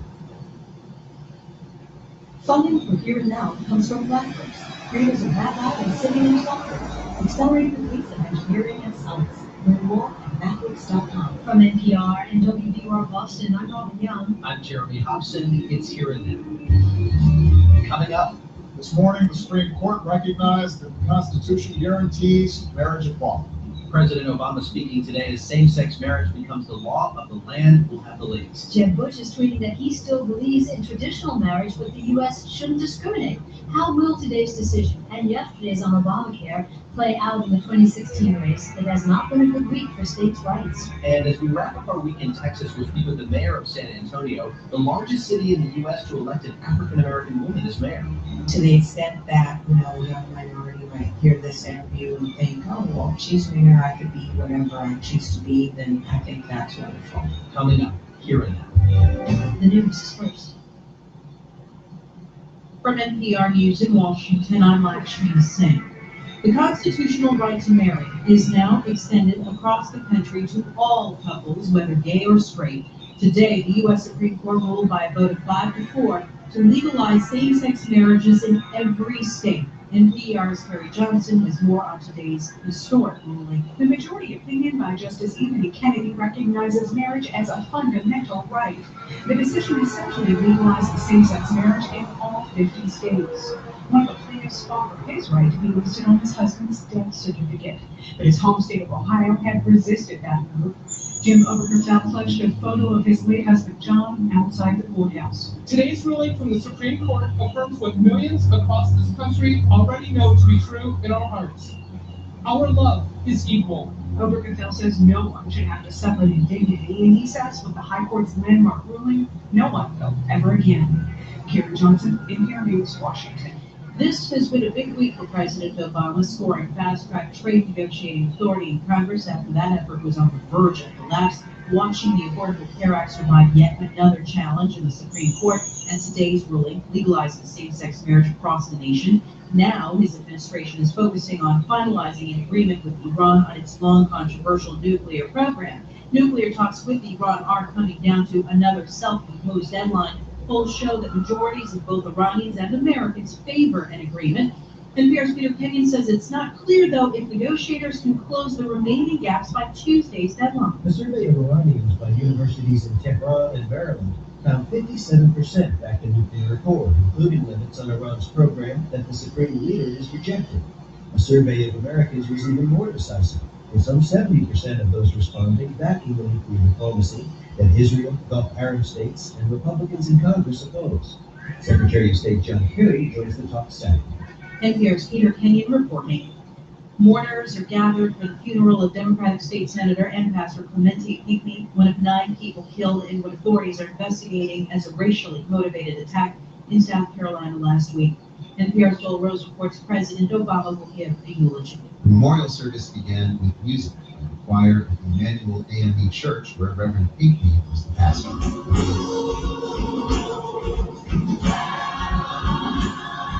Pinckney was also a state senator. His death touched off an outpouring of grief across South Carolina and beyond. Mourners began lining up early this morning to attend the funeral, filling the arena to capacity. Thousands more are watching on television and at remote locations across the region. Joel Rose, NPR News, Charleston, South Carolina. The last check on Wall Street, the Dow is up 43 points at 17,935. This is NPR. This is 90.9 WBUR. Good afternoon. I'm Steve Brown in Boston. Massachusetts, the first state to legalize gay marriage, is reacting largely with exuberance to today's Supreme Court decision. Laura Healy, the first openly gay attorney general in the United States, is among those applauding the decision. Great day for the country, great day for equality, and great day for families across this country who will now be treated like families wherever they go, wherever they live, with whomever they love. Republican Governor Charlie Baker says the issue of marriage equality is personal for him. His brother, who is gay and married. There are, however, some opposed to the decision. The president of the Massachusetts Family Institute says the ruling undermines the rights of millions of Americans by elevating their sexual preferences of adults over the needs of children. Logan Airport says it is looking to use overtime hours to help stem bottlenecks at customs lines in the international terminal. The move follows a letter from U.S. Senators Elizabeth Warren and Ed Markey obtained by the Boston Globe, which said the hours-long waits are negatively affecting the local economy. Passport CEO Thomas Glynn says overtime workers would allow visitors to get through customs more quickly. One of our competitive advantages advancement, we had a more expeditious experience for people through Customs and Border Protection and bond. I think people are frustrated, and they have a right to be. It's our job to try to get it fixed. The senators have given Homeland Security until July 16th to explain why Logan hasn't gotten additional agents to deal with the long waits. Prosecutors are reducing charges against the owner of a boat that severed a 19-year-old woman's arm. Benjamin Gonzalez had been charged with causing serious bodily injury while operating under the influence. He now faces a standard OUI charge. The ongoing investigation indicates that he was not behind the wheel at the time of the application. The forecast, mostly cloudy, some scattered showers today. The high is around 71. Mostly cloudy tonight before gradual clearing. Increasing clouds tomorrow. The high around 70 degrees. We're funded by you, our listeners, and by Boston University Academy, where the life of the mind meets the life of a teenager. Students and parents are invited to learn more at buacademy.org. Biogen, a legacy and a future of innovation, coming together at Kendall Square. Learn more at the new biogen.com. Biogen, caring deeply, changing lives. And the Wallace Foundation, a source of ideas for improving education and enrichment for children both in and out of school. More information is available at wallacefoundation.org. From NPR and WBUR, I'm Jeremy Hobson. Yeah, it's here now. It is an historic day. Same-sex marriage now legal across the country. The Supreme Court has ruled that the Constitution does guarantee the right to marry for same-sex couples, and that all states must issue marriage licenses to same-sex couples who want them. This is what it sounded like outside the court this morning when the news came in. Dahlia Lithwick covers the Supreme Court for Slate. She's with us now. And Dahlia, a huge day. A lot of people were expecting this, but what a moment in history. It was extraordinary, and actually that audio, Jeremy, really captures it. People were very happy, but it was very dignified and polite. I will say, I think enthusiastic crowds eventually took over the entire plaza, the fountains. In other words, the police couldn't keep folks back on the sidewalks the way they usually did. But still, people were on their phones talking to their partners, talking to their parents. It was kind of a tender and historic day, not rioting and screaming. Were there people, though, who had gathered there who were on the other side who were angry at the outcome here? Oh, absolutely. There were, I would say, at least what I saw, about equal amounts of very, very angry protests on the other side. By the time I left after arguments, a lot of them had put down their signs and walked away and discussed. There were two questions before the court in this case, Dahlia, whether the Constitution requires states to issue marriage licenses to two people of the same sex, and whether the Constitution requires states to recognize marriages between two people of the same sex that have been performed in other states. The court said yes to both here, but it was a close ruling, 5-4. What did the justices say? Well, I think as expected, it was 5-4, Anthony Kennedy writing, joining with the liberal dissenters, and more or less locating what he calls a right to same-sex marriage somewhere in the 14th Amendment. Very unclear if you look at this as a strict doctrinal matter, whether he's doing it under the privacy and due process clause, or whether he's doing it under the Equal Protection Clause. There's some question about exactly what he did as a matter of doctrine, but what he did is essentially say that marriage used to mean one thing, and generally we're hesitant to redefine it, but fairness and justice and dignity, that is a big, big word in his opinion today. Dignity requires that we afford couples who want entry into this institution to have it. And so more or less he said, I recognize that we're getting out a little bit ahead of history, but the Constitution doesn't answer to polls and to legislatures, it answers to justice. That was the majority opinion. There were 4 dissents in this case, 4 separate dissents from 4 justices who did not want to go along with the majority on this. Yeah, and I would go so far as to say very, very angry dissents. One of the remarkable things, John Roberts, the Chief Justice, read his dissent from the bench, and at the very end he said, and understand he had the leaders of the gay rights litigation movement arrayed in front of him. Folks, I think, had a sense it was coming down today. And he said, almost chastened them, that if you're among the many Americans who favor expanding same-sex marriage, celebrate the achievement, celebrate the opportunity, but do not celebrate the Constitution. It has nothing to do with it. Wow, that was from Chief Justice Roberts. We also got a dissent from Justice Scalia. Yes, Justice Scalia really was in fine quality. He did not read the dissent from the bench, but he really went after Justice Kennedy, accusing him of hubris, comparing Justice Kennedy's writing, the aphorisms he wrote, to, quote, fortune cookies. He said at one point that Kennedy's opinion was, quote, as pretentious as its content is egoistic. So very angry and more or less just making fun of what he thinks of the sort of gauzy constructs that Kennedy was erecting about, fairness and about spirituality and intimacy, and he just went after him with a hacksaw. So what happens now? I'm here in the state of Texas today, which is the largest state that up until now has not had same-sex marriage, and we've been hearing from the county courthouse here in Bexar County in San Antonio, where the first same-sex couple to get married has done that today. But what is the process? Does this go into effect immediately across the country? Is this up to clerks at a local level, or how does it work now? I think for all practical purposes, Jeremy, it does start to go into effect. There are going to be some holdouts. I think we've heard lots of rustlings from some states where they're simply not going to do it. Some states may wait for the court to actually issue a mandate, in other words, order this to happen. But my very strong sense is that you're going to see almost everybody say, this is what it is. It's the U.S. Supreme Court, and marriages will begin to happen. And Dahlia, this took 11 years to go from having just one state in the country where gay marriage was legal, Massachusetts, back in 2004, and now here we are at this moment where it's now legal all across the country. What strikes you about how quickly this happened? I think that's exactly it. I mean, if you look at large-scale social movements, they don't usually have this level of efficacy in such a compressed amount of time. It can take decades and decades and decades to achieve the kind of change that the marriage equality groups brought into effect. I think one thing that's really worth noting today, Jeremy, is that this is June 26th. It's the anniversary of Lawrence versus Texas, a really key gay rights decision authored by Anthony Kennedy in 2003. Also the anniversary to the day of the United States v. Windsor decision. That was the Defense of Marriage Act. So I think that the symbolism and simply the feeling that marriage is just a good thing, we respect it, we honor it, we want it, has really been emblematic of the message. And I should say that's the closing segment of Justice Kennedy's opinion. He says these people don't hate marriage, they love marriage, they want it for themselves. Dahlia Lithwick, who covers the Supreme Court for Slate on this momentous day when the court has ruled 5-4, making same-sex marriage legal all across the country. Dahlia, thank you so much.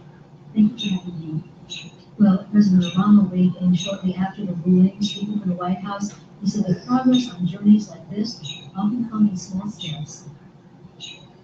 And then sometimes the days like this, when that slow, steady effort is rewarded with justice that arrives like a thunderbolt. Let's read NPR's White House correspondent Scott Horsley. And Scott, on Thunderbolt, and we hear that the president made a call to Jim Obergefell, one of the plaintiffs in the case whose partner had died, and Jim wanted to be on his death certificate, but couldn't. And so the president called him. Part of that call, by the way, was called by CNN and posted at KNL.org. But what more did he say? Well, the main plaintiff will take his place in the history books alongside Brown and Roe and Lawrence. Obama said this decision also is a tribute to countless small acts of courage over the decades by often anonymous people whose activism may have been very personal, just standing up, coming out. It was that growing visibility of gays and lesbians, not as radical figures, but very ordinary family members, neighbors, and co-workers that really produced the sea change in public attitudes here, and we've seen a dramatic turnaround. Right now, 6 in 10 Americans almost approve of gay marriage. Well, Jim Obergefell said to the president, I appreciate everything you've done for the LGBT community, but it's worth remembering that this is a president who had evolved along with the country. He changed his position on same-sex marriage. He went through a very public evolution on this topic. It's funny, just 2 nights ago, the president was hosting a gay pride reception at the White House, as he does every June, and he cataloged the progress that's been made for the cause of gay rights in recent years. And I've watched those receptions year after year, and they haven't always been real pleasant affairs. There have been times when the gay activists who attend the reception have been impatient with what they consider slow movement. things like deadlines for an executive order or institution in this case, like home practice. Little by little, President Obama has checked off the boxes on the LGBT to-do list, and certainly they were very supportive of him this year. He noted that there's been a broader change in politics across the country. As recently as 2004, Republicans used same-sex marriage as a wedge issue to drive up conservative turnout at the polls. The president said on Wednesday night, politicians used to run away from gay rights. Now they run towards gay rights. That's something of an exaggeration, I think, at least in terms of what, say, Republican politicians do, but certainly we've seen a wide evolution throughout the political spectrum in how gay rights are treated by the political world. Well, Scott, you mentioned that gathering this week. I should say there was one heckler at that gathering of the LGBT community. It was someone that concerned about transgender and immigration. And the president was very much said, not here, not now. It almost felt as if the back and forth indicated almost a progress in the relationship between the president and the group there, that he felt comfortable saying that. But two big Supreme Court rulings for the president this week, including on affordable care. Your thoughts? This is a president whose agenda is not often advanced with thunderbolts. It's been more of a way he talks about progress, getting 2 steps forward, 1 step back. But this was certainly a pretty good week for Obama. Yesterday, the High Court upheld the subsidies that are central to the Affordable Care Act. That's obviously an issue much more closely, personally aligned with the president than same-sex marriage is. He's also seen progress this week on his trade agenda, which is part of his broader effort to raise the U.S. profile in the Pacific. That's an issue where he is, out of step with a lot of his fellow Democrats, and as a result, that's moved very much in fits and starts. But this is a reasonably good week for the Obama agenda and the Obama legacy. I think we should, of course, note a very sad week as well. So much going on, including the president speaking at a funeral today. So quite a week. NPR White House correspondent Scott Borstein, thank you so much. It's my pleasure. This is Here Now.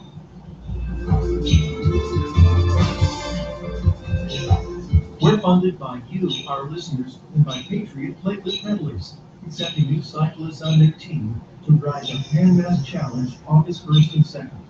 More at neppp.org.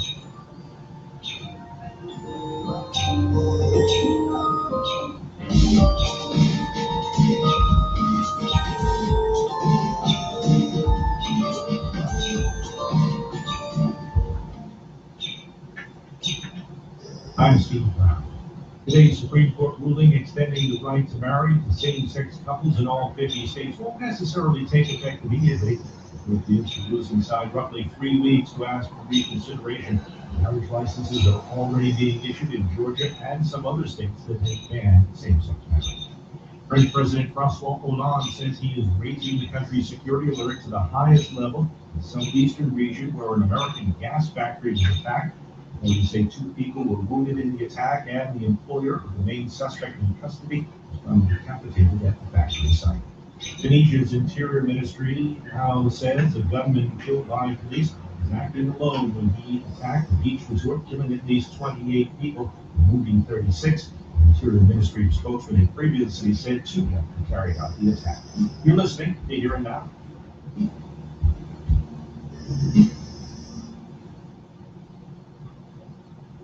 WVUR supporters include Boston University College of Fine Arts, offering over 50 programs in music, theater, and visual arts, with a faculty of more than 100 practicing artists. Professional training in a conservatory-style environment with a liberal arts curriculum for undergraduates. Learn more at bu.edu/CFA.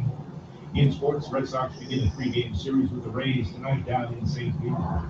The forecast, mostly cloudy with some scattered showers today. The highs around 71 degrees. Mostly cloudy tonight before gradual clearing. The lows around 55. Increasing clouds tomorrow. The highs 70 degrees. Rainy and breezy on Sunday. The highs around 71. Partly sunny on Monday. The highs 75 degrees. Mostly sunny and 79 degrees on Tuesday. Right now it's 72 degrees in Boston. This is 90.9 WVUR.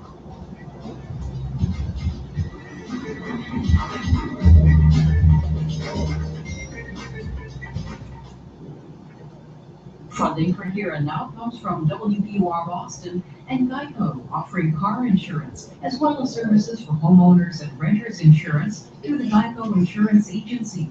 Additional information can be found at geico.com or 1-800-947-AUTO. It's here and now, and perhaps predictably, Democrats running for president celebrated today's Supreme Court ruling legalizing same-sex marriage. Republicans, most of them, slammed it. Louisiana's Governor Bobby Jindal, who this week became the 13th Republican in the race, tweeted, "Marriage between a man and a woman is established by God, and no earthly court can alter that." On the other hand, Jindal stands out in the crowded Republican field for his stand against removing the Confederate flag from specialty license plates in his state. So there's that. Oh, and Donald Trump got into a fight with Univision. Lots to talk about in 2016 wars. Here and now, 2016, 2016. We require our guests every week to see that. That was Jesse Holland, who covers race, ethnicity, and demographics for the Associated Press. He manages the AP Politics Twitter feed. Welcome, Jesse. Thank you. I wish I sounded that good. And Katie Zesma, who's covering the 2016 race for the Washington Post. Katie, welcome to you as well.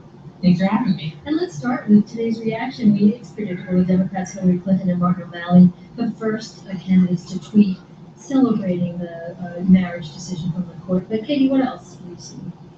Well, on the Republican side, what we're seeing so far from the 2016 field is kind of a division between the way that people are going. You have candidates such as Jeb Bush and Marco Rubio essentially saying they don't agree with the decision, but the court made it and we're going to move on. And then you have Governor Scott Walker, who called the ruling a great mistake and endorsed the constitutional amendment allowing states to define marriage. And Bobby Jindal, who said that it's paving the way for an all-out assault on religious freedom rights of Christians. So you definitely start seeing those divisions, right in the wake of the ruling. And Jesse, it's interesting. Rand Paul tweeted out to his followers, "What do you think?" So you've got a whole array of Exactly. You can also look at Lindsey Graham from South Carolina, who says he's a proud defender of traditional marriage. But he's also saying that he's willing to respect the court's decision and says don't even try the constitutional amendment limiting marriage to a man and a woman because it's futile. So you already see the division coming between the so-called moderates on the Republican side and the so-called social conservatives. We see that division coming up immediately when it comes to the Supreme Court's decision today. Let's stick with Lindsey Graham for a second, Jesse, because he's had quite a powerful week. Of course, South Carolina Republican, of course, he had to early on react to the shooting there. And I think, if I'm right, was one of the first to stand up and say to his fellow citizens, we have to readdress the Confederate flag. Today, as you say, saying we're not going to be able to overturn this. There seems to be some sort of an evolution of Lindsey Graham going on. Well, right, and especially as Lindsey Graham heads toward the national stage with his presidential ambitions, we see him evolving. As we've seen a lot of Republicans in the South evolve on some of these issues, especially on the Confederate flag. 5 years ago, 3 years ago, frankly, 2 months ago, if we had asked all of these same Republicans about their feelings on the Confederate battle flag around the South, you would have heard them talk about the people need to decide. You'd have heard talk about the states need to decide. But after the tragic shooting in Charleston, we see them saying, no, this flag needs to come down. And now with the Supreme Court decision, we see Lindsey Graham saying, while he doesn't agree with it, he's not going to be the one to lead the fight against it. Here he is. I just want to listen to a little Lindsey Graham. Here he is on CNN. This is a circumstance of where the people led the politicians. I came to conclude after going to Charleston that we had to act, and sooner rather than later. And God help South Carolina if we fail to achieve the goal of removing the flag. Well, so there's that. But Katie says we'll bring you back in. Lindsey Graham, I think, also spoke out against the Supreme Court decision on Obamacare yesterday. Yes, absolutely. And like I said, it shows kind of the way that candidates are taking different sides on all of these issues. Well, let's listen to one from, this is Marco Rubio. Now, again, the court ruled yesterday that the subsidies, even from the federal government, are legal. Those against that have been arguing it's a states' rights issue, that the language of the law, Obamacare, said that only states could establish these subsidies. And again, the court came down on the side of the Obama administration. Here's Marco Rubio on NH1 in New Hampshire. I believe Obamacare is bad for Americans, bad for the country. You have a lot of people out there today that are receiving Obamacare coverage through a subsidized exchange, who when they get to the hospital are being hit with a $4,000 bill because they have a high deductible. Of course, those people have chosen the higher deductible plan probably because it's cheaper. But Katie, stay with that for a second, because these not only were rulings for the Obama administration, both the Obamacare and the same-sex marriage. These were this was states' rights losing. Does this hurt Republicans? Is this not a good week for Republican issues, or in fact, is this going to give them fuel going forward? Well, I think it's going to give them fuel. You know, as you saw yesterday, a number of candidates, including Senator Ted Cruz and Senator Rand Paul, came out and said, you know, we want to repeal Obamacare.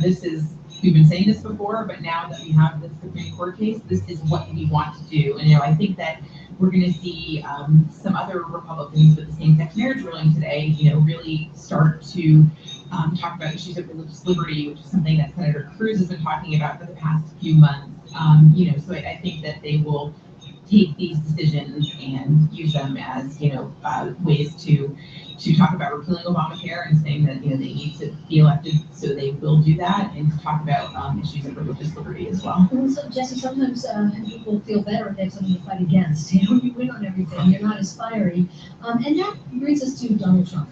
He's getting headlines as people predicted he would, and now starting to sue Univision from Twitter only. This is the Spanish language network, which announced it's not going to run Trump's Miss USA pageant next month because of Trump's comments last week.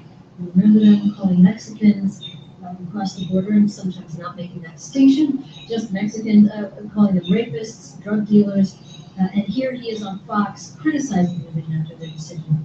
They want me to stop telling the facts, whether it's the border facts or the trade facts, which are just as bad, because in trade, what Mexico, between the car plans that they're taking. So Jesse Holland, again there of AP Politics, do you really want to pick a fight with Univision?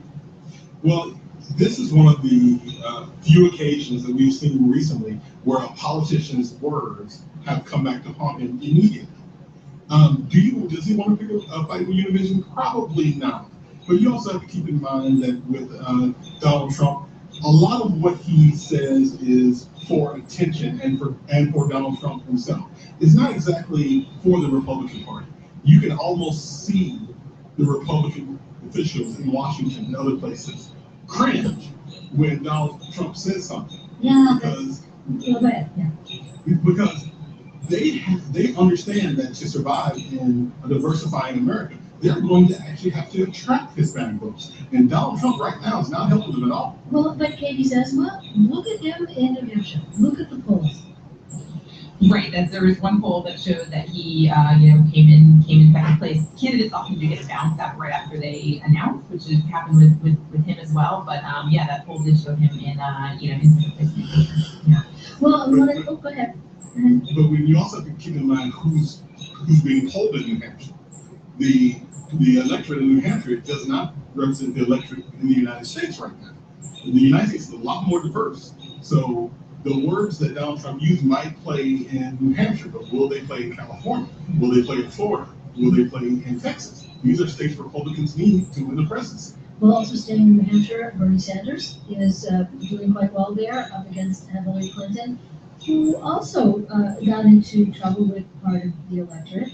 African Americans. This was at a church meeting just a few miles from Ferguson, Missouri on Tuesday, and she was talking about her mother. Now, her mother, it's been well documented, had a Dickensian childhood, was abused, there was a lot of violence in her childhood. She traveled alone at the age of 8 to live with another family member. Very, very tough upbringing. And here's a recollection that Hillary Clinton had in talking to her.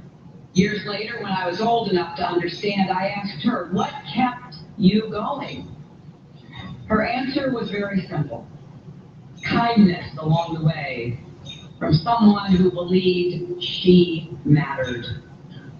All lives matter. Jesse, weigh in on that. Some people, some African Americans thought that diminished the slogan Black Lives Matter. Well, yeah, especially in a year where we've had so much conversation about the killing of Black men by police and what's just happened in Charleston. And even in the last couple of days where you've had a couple of Black churches in the South that mysteriously burned.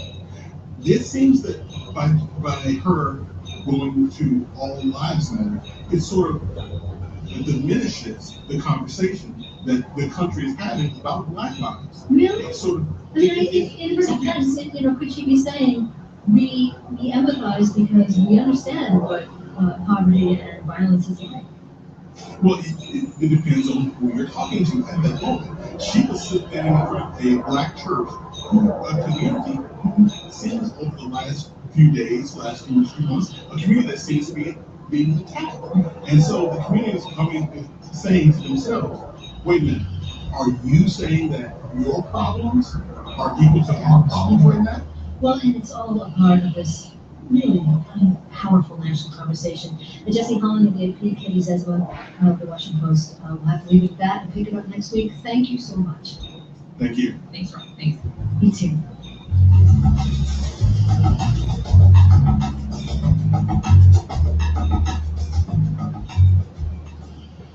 I'm Tom Ashbrook. Surely you could trade in your old car for a new one, or you could trade it for great programming on WBUR. Learn how to donate your car at WBUR.org. We're funded by you, our listeners, and by Kings Bowl in Back Bay, Devon, Linfield, and Burlington, featuring summer entertainment for everyone. KingsBowlAmerica.com. This is 90.9 WBUR and WBUR.org. 71 degrees in Boston at 1:32. Just ahead on Here and Now, thousands have gathered in South Carolina to bid farewell to Pastor State Senator gunned down with 8 others last week in Charleston Church. That story just ahead on Here and Now, here on 90.9 WBUR. The forecast, mostly cloudy, some scattered showers today. The highs around 71 degrees, mostly cloudy tonight before gradual clearing, low 55. Increase in clouds tomorrow, the high around 70 degrees. When I had the opportunity to open my own business, the first thing I did was come to WBUR. Sherry Arcari, founder of Landry and Arcari Books and Marketing at WBUR Underwriting. The clients that come in tell us they're there because we support BUR. To learn how WBUR can help grow your business, call 617-353-8451. That's 353-8451.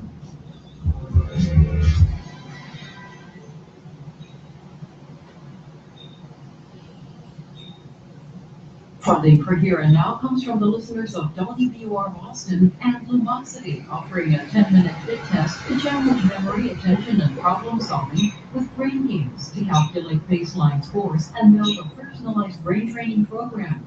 Performance can be compared to global averages. More at Lumosity.com.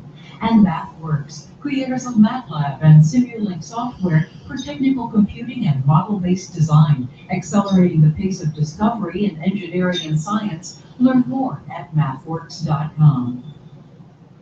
From NPR, WBUR, I'm Robin Young. It's Here and Now, and there is so much going on today, including thousands of people gathered in Charleston, South Carolina for the funeral of Pastor Clementa Pinckney, one of the 9 people gunned down at the Emmanuel AME Church last week. President Obama will eulogize his friend Pinckney later today, but right now, friends and colleagues are remembering him at the services at the College of Charleston's Arena. Gerald Malloy, for instance, served with Pinckney in the South Carolina Senate. Love helping people. It didn't matter who you were or where you came from, he extended a helping hand and an open heart to all walks of life. That's just the kind of man he was. And here's Hansi O'Connell, he's in Charleston. Hansi, tell us more about this service. Well, I can tell you, Robin, that the arena here is packed so much so that I couldn't get in, and a lot of people, thousands of people who lined up on site couldn't get in as well. I've had to watch the service here in a nearby hotel, in the hotel lobby, and it's almost a worship service into itself in this little hotel lobby with people clapping and cheering. It is a solemn ceremony where there are folks that are silent when the speakers are really eulogizing but also just remembering who Reverend Pinckney was. And one local pastor even said, this shooter wanted to start a race war, but he came to the wrong place. Yeah, and I know you have some sound from there. What did you draw? Well, I spoke to some of the folks who lined up, and these are folks who are coming really also from all over the country, dressed almost in their Sunday best, lines snaking around. One person is Janelle Ohanba from Orangeburg, South Carolina. She says Reverend Pinckney and her daughter went to the same school, and this is what she told me. Well, of course, it's saddened my heart, 100%. We don't know all the answers yet, but believe me, this is history. Everything have a reason and a purpose. Everything has a reason and a purpose. Hansi, do you know what she meant? I mean, it could be a wide range of things. Sure. Well, I think one question she brought up is, and it's on everyone's mind, why did this happen? Why did the shooting happen? And it's a question everyone is still grappling with, not just in Charleston, but around the country. And one thing we know that has happened after it is a conversation, a national conversation about race in this country, as well as here in Charleston and South Carolina. And I think Janelle, she was wondering if this will be a moment in history where it will become a symbolic moment, the deaths of these 9 church members, whether or not that will inspire greater action. For example, it's inspired a lot of discussion about whether or not Confederate flags should go down here in South Carolina at the State House. Also, whether there should be more discussion about issues of racial inequality and also relationships between the police and African American residents here in South Carolina. And here's Hansi Lalong covering the funeral of the pastor of the Emmanuel AME there in Charleston. It's going on all day. We're going to listen to some of it for those who also, Hansi, want to be there and can't. Listen to some of the music from today's service. Hansi, thanks so much. Thank you, Robin. It's here now.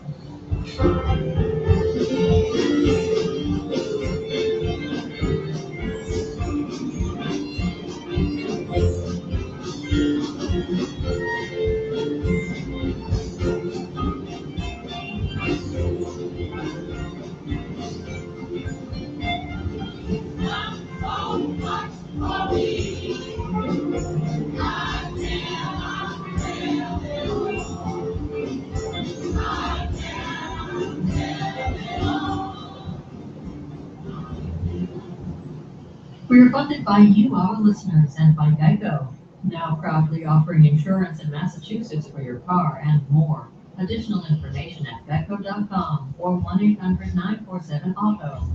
And Johnson Compounding and Wellness in Waltham, custom compounded medications and homeopathic remedies for treating the whole you at naturalcompounder.com.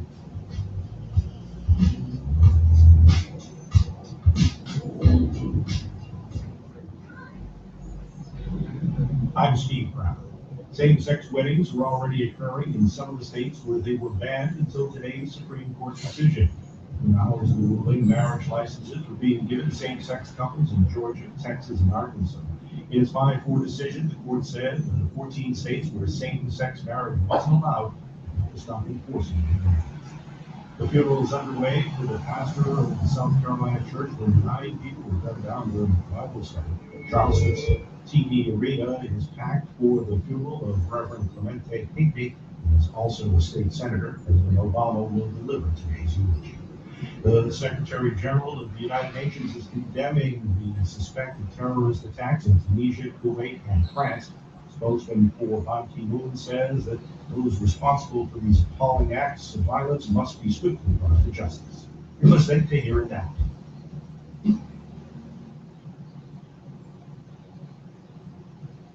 WBUR supporters include Patriot Platelet Peddlers, accepting new cyclists on their team to ride the Pan Mass Challenge August 1st and 2nd. More at neppp.org. In sports, the Red Sox begin a 3-game series with the Rays tonight in St. Petersburg. In the forecast, mostly cloudy, some scattered showers today. The high is around 71. Mostly cloudy tonight before gradual clearing, the low 55 degrees. Increasing clouds tomorrow, the high is 70. Rainy and breezy on Sunday, the high is around 71. Partly sunny on Monday, the high is 75 degrees. Mostly sunny and 79 degrees on Tuesday. Partly sunny Wednesday. Chance of showers, the high is 79. Right now it's 71 degrees in Boston. This is 90.9 WBUR. Funding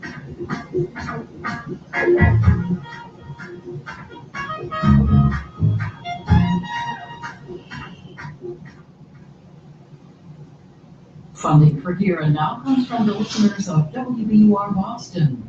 Zillow, with millions of homes for sale, apartments for rent, photos, historical pricing data, and other resources available on Zillow.com or on their mobile and tablet apps. Zillow, find your way home.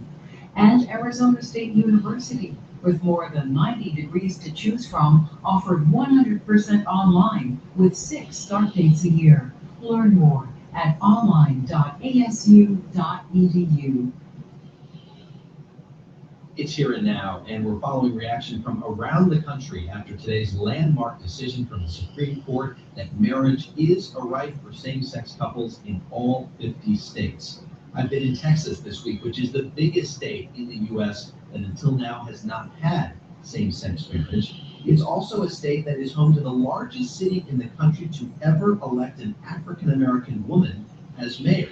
Ivy Taylor took office this week as mayor of San Antonio. She's been serving as mayor ever since her predecessor, Julian Castro, left to serve in President Obama's cabinet.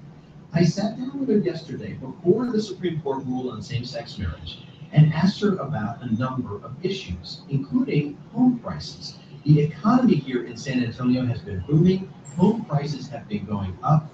I asked her whether she sees that as a good thing or a bad thing. Well, I think we have an opportunity to get ahead of that challenge to make sure that we maintain affordability. Again, one of the key reasons why people find the area attractive is because of low cost of living and low cost of housing. That's one of the main reasons. We're concerned about long-term San Antonians who may not earn as much and the impact on them. So we actually are forming a housing commission here and trying to be proactive. I want to ask you about some of the big issues in the news right now. The Supreme Court this week upheld the tax subsidies in the president's health care law, which extended subsidized health insurance to an estimated 1 million people here in Texas. This is a state that has among the highest percentages of uninsured residents in the country. The state rejected the Medicaid expansion under Obamacare. What's your reaction to the news, and do you think it's going to have an impact here in San Antonio at some point? I believe the extent to which we can have more people have access to affordable health care will certainly be to our benefit if that's how we're able to manage. Without access to health care, it certainly has an impact on our economy and people's ability to participate in, working and going to school. So I'd like to see more folks be able to access those services so they can be healthy. So it sounds like you're happy with the Supreme Court's decision. I'm happy that if more people can get access to health care, then yes, I'm happy. And when the governor, Greg Abbott, said today that the Supreme Court abandoned the Constitution to resuscitate a failing health care law, your thoughts on that? I don't have any comment on that. What is your relationship with the state and with the governor? Well, certainly we try to work real hard to be in partnership with the state because we have obviously a lot of mutual interests right now. What we're most excited about is a new relationship with them to partner on preserving the Alamo and coming up with a plan that would, really honor the heritage of that site. So we try to work in partnership.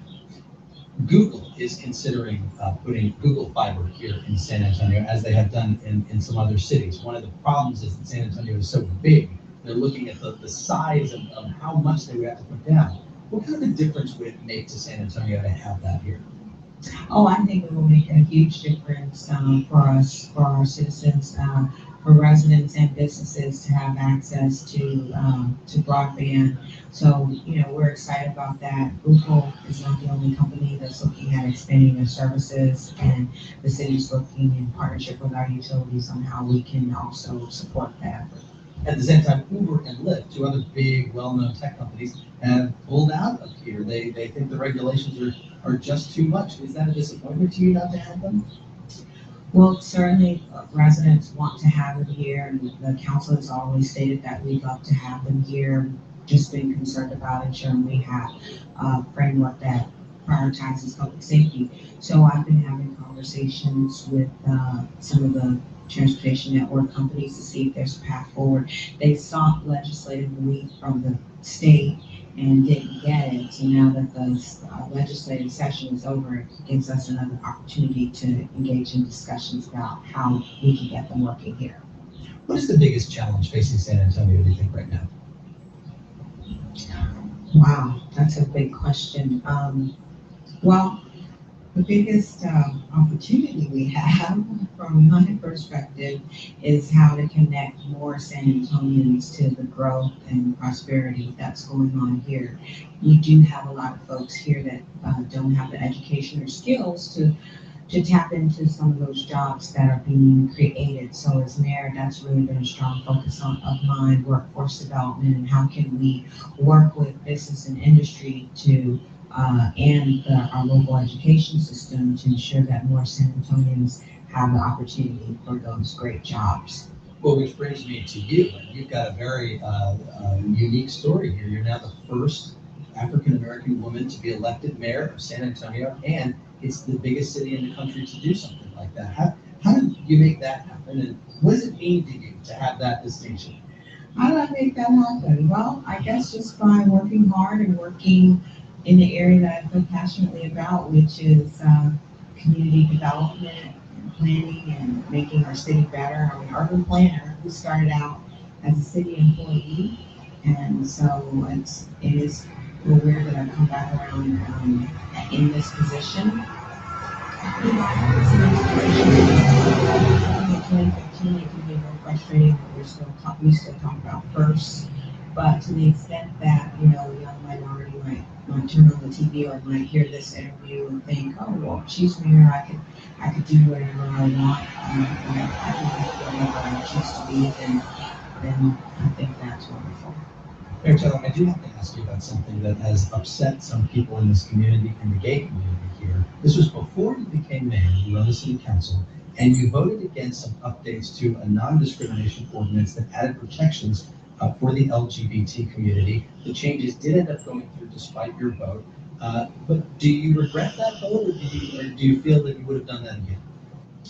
I don't regret that vote. The context, or some of the concerns for me were that we were focusing not just on the city of San Antonio organization, because in 2011 I had voted for domestic partner benefits, but in 2013 the ordinance was going beyond that to businesses that the city contracted with.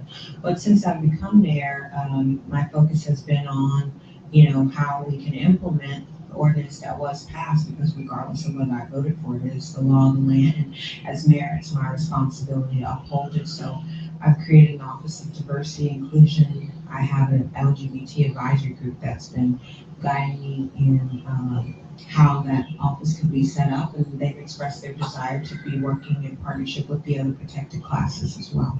But even after that vote, you came out and said you didn't think that the issue should have been debated at all. You thought it was a waste of time, which some people took offense to. Yes, and I talked with the advisory group about that, and I have a better understanding of why they felt that way.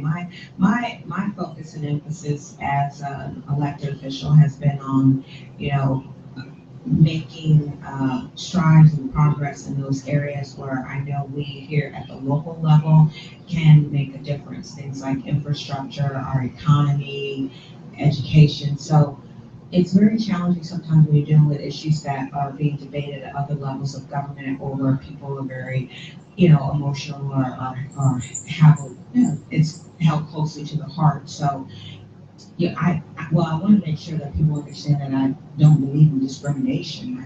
I think everyone should be treated fairly and equally. That we as a community have to learn how we can work through these difficult issues. One more question. Your predecessor, Julian Castro, is now serving the federal government, and some people are saying, is he going to run for vice president along with Hillary Clinton if she becomes the nominee? Do you have any inside information? Is that something that interests him? I have no inside information on that. Would you want him to do that? If that's what he would like to do, then sure.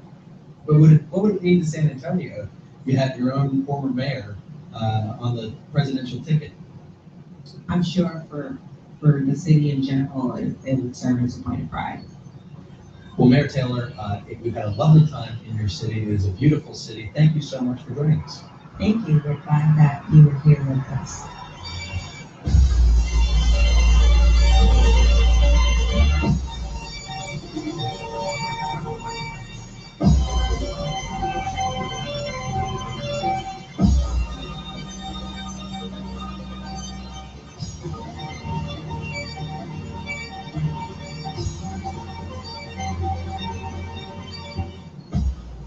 And you're listening to Here and Now. We're funded by you, our listeners, and by Boston University Academy, a distinctive high school for the intellectually curious. Students and parents are invited to learn more at vuacademy.org. Patriot Platelet Peddlers accepting new cyclists on their team to ride the Pan Mass Challenge August 1st and 2nd. More at neppp.org. And giftedandtalented.com, summer online courses for K-12 in math, language arts, and more, developed by Stanford University. Giftedandtalented.com. This is 90.9 WBUR and WBUR.org. Coming up at 2 o'clock, it's Science Friday with Ira Plato. Thomas Trucks, overgrown goldfish, and edible scientific food. Also, a 40,000-year-old jawbone reveals Neanderthal ancestry. That's Science Friday with Ira Plato coming up at 2 here on WBUR.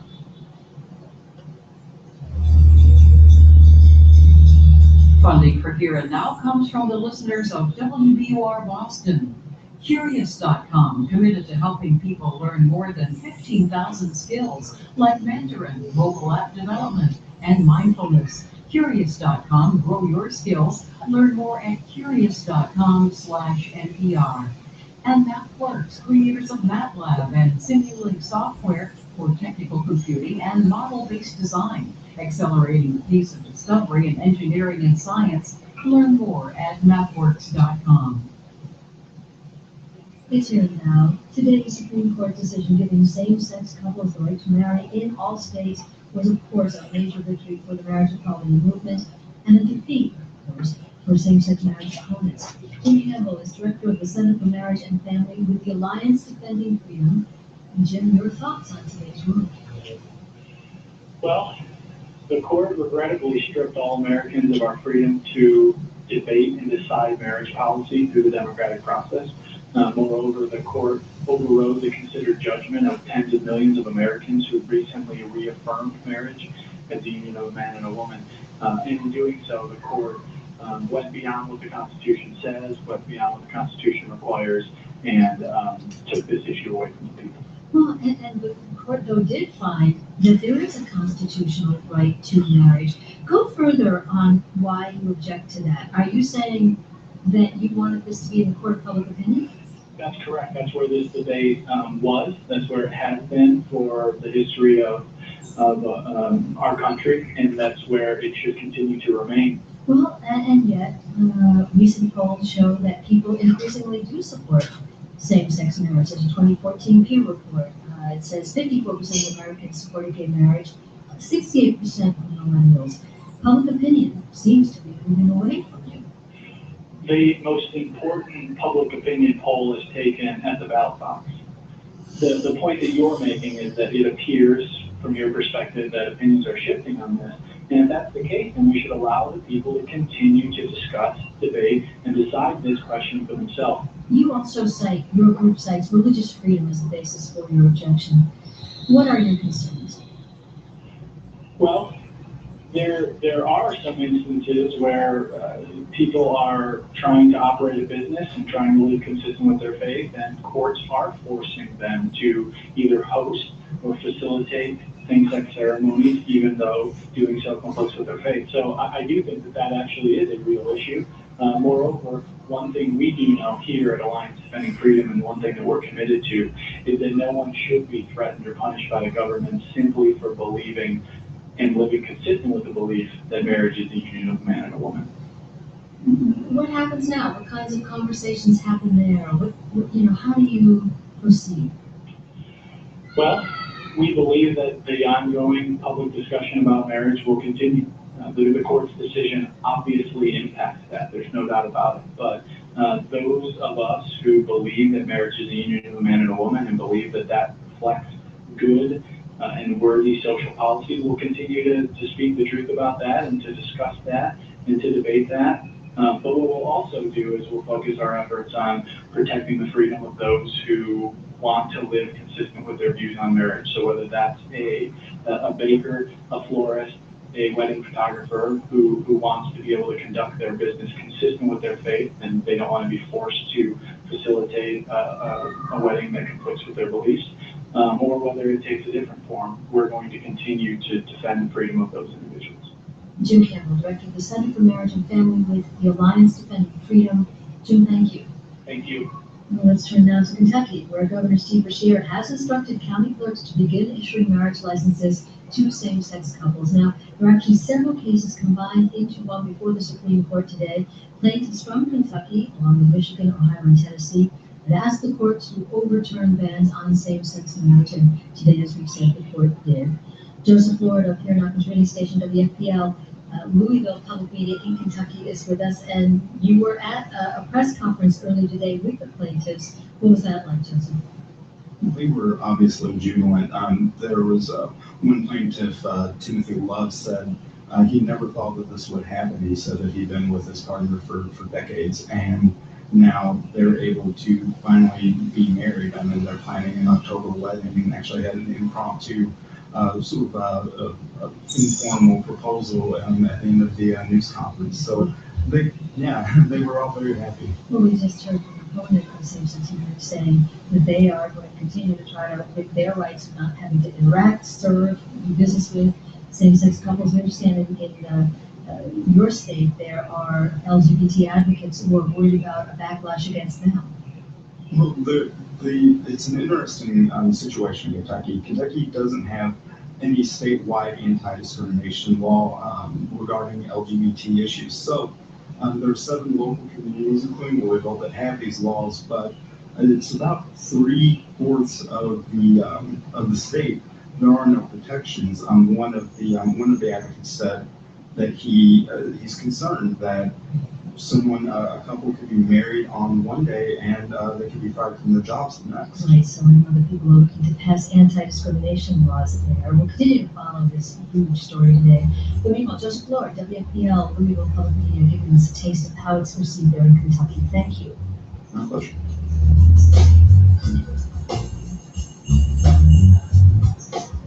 Funding for Here and Now comes from Overseas Adventure Travel, international adventures for Americans over 50 since 1978. Small group travel with resident guides, local modes of transportation, and access to communities and cultures worldwide. OATtravel.com.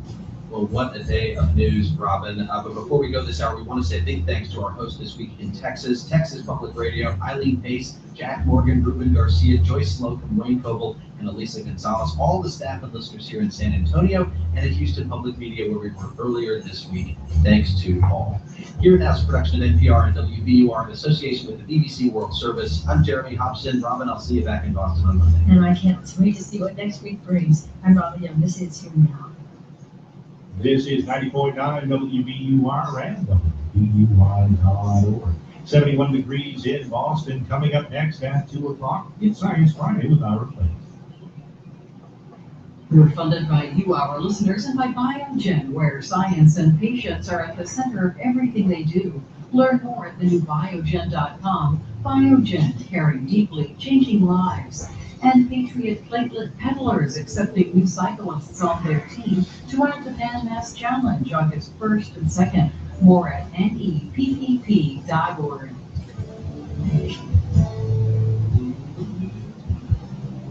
Look, passion, it's a word we don't take lightly at WVUR. Your passion for great journalism has made us one of the most reliable and relied upon public radio stations in America, right here in Boston. We're counting on your support by June 30th for a small finish to our fiscal year.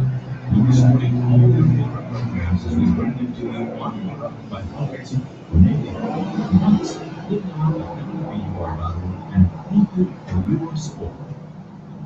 Boston University. This is 90.9 WBUR Boston.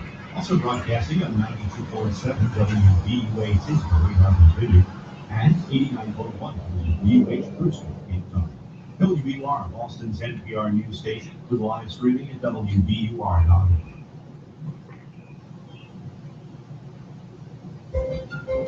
From the studios of the City University of New York and PRI Public Radio International, I'm Ira Plato, and this is Science Friday.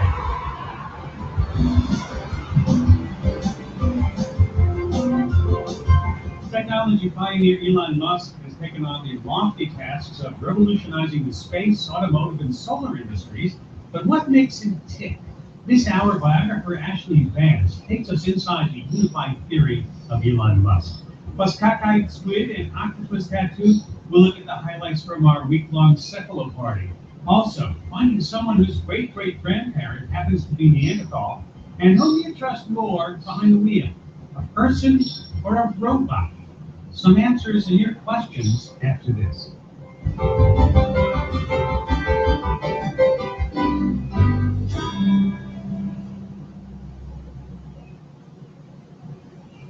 From NPR News in Washington, I'm Lakshmi Singh.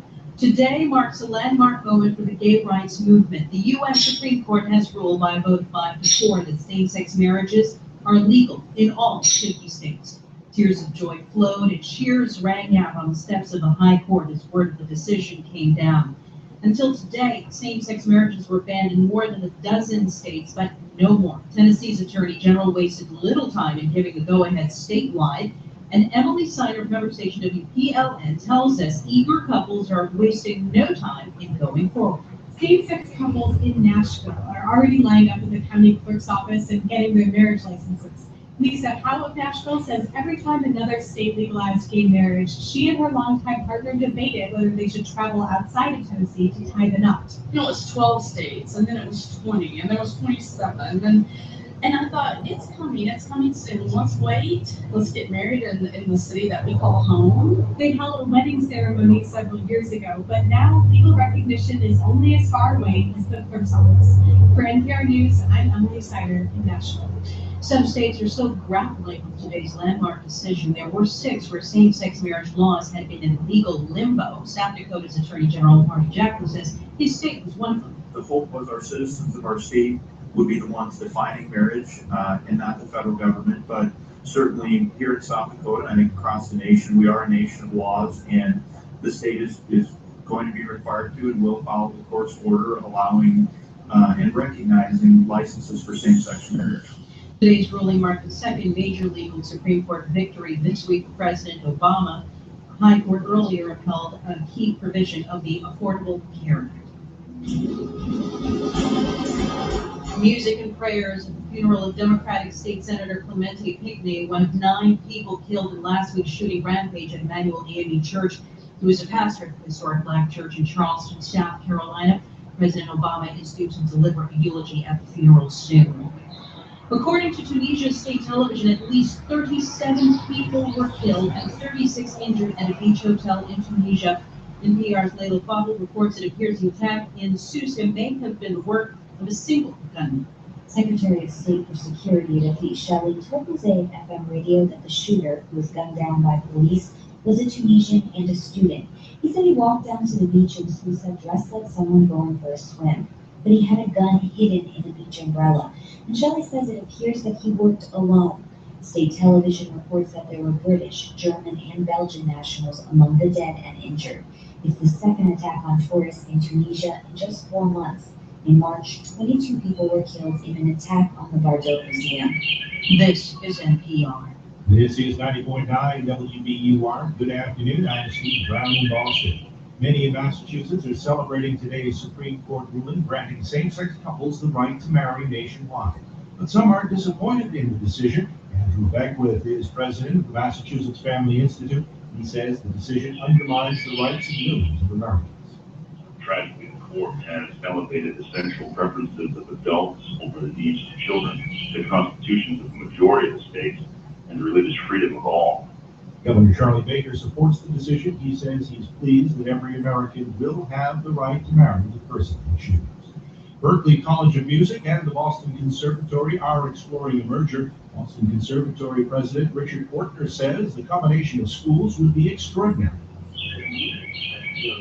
Our business might be better served by one institution that combined the resources of both the conservatory and Berklee than by any other institution we could imagine. Portner says the merger could happen as soon as next year. Two men accused of joining with former New England Patriot player Aaron Hernandez in a 2013 murder are in court today. It's the first appearance of Ernest Wallace and Carlos Ortiz since Hernandez was convicted in April. Both were pleaded not guilty. State police are investigating a motorcycle crash which killed a Haverhill man. Police say 24-year-old Dana Fields motorcycle rear-ended a tractor trailer on I-495 in Lowell and was pronounced dead at the scene. It's 2:06. We're funded by you, our listeners, and by Biogen, where science and patients are at the center of everything they do. Special funding for Science Friday provided by Biogen. And MathWorks, creators of MATLAB and Simulink software, accelerating the pace of engineering and science. Learn more at mathworks.com. In the forecast, mostly cloudy with some scattered showers today. The highs around 71 degrees. Mostly cloudy tonight before gradual clearing. Lows around 55. Increasing clouds tomorrow. The highs around 70 degrees. Rainy and breezy on Sunday. The high is 71. Right now it's 71 degrees in Boston. This is 90.9 WBUR. WBUR supporters include Kaspersky Lab, giving 400 million users the power to protect their money, privacy, networks, PCs, and mobile devices from internet threats and attacks. Learn more at Kaspersky.com. This is Science Friday. I'm Ira Flavin.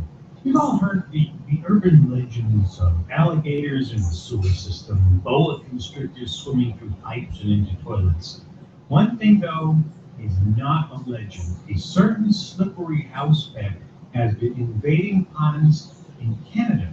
That's one of the selected short subjects in Science this week.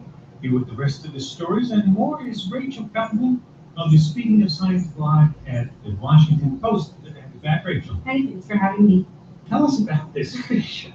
So, household goldfish are showing up in lakes in Canada, and Canadian officials have officially asked people to please stop dumping or flushing their goldfish because they're showing up in alarming numbers and growing to really alarming sizes. They've been caught as big as dinner plates.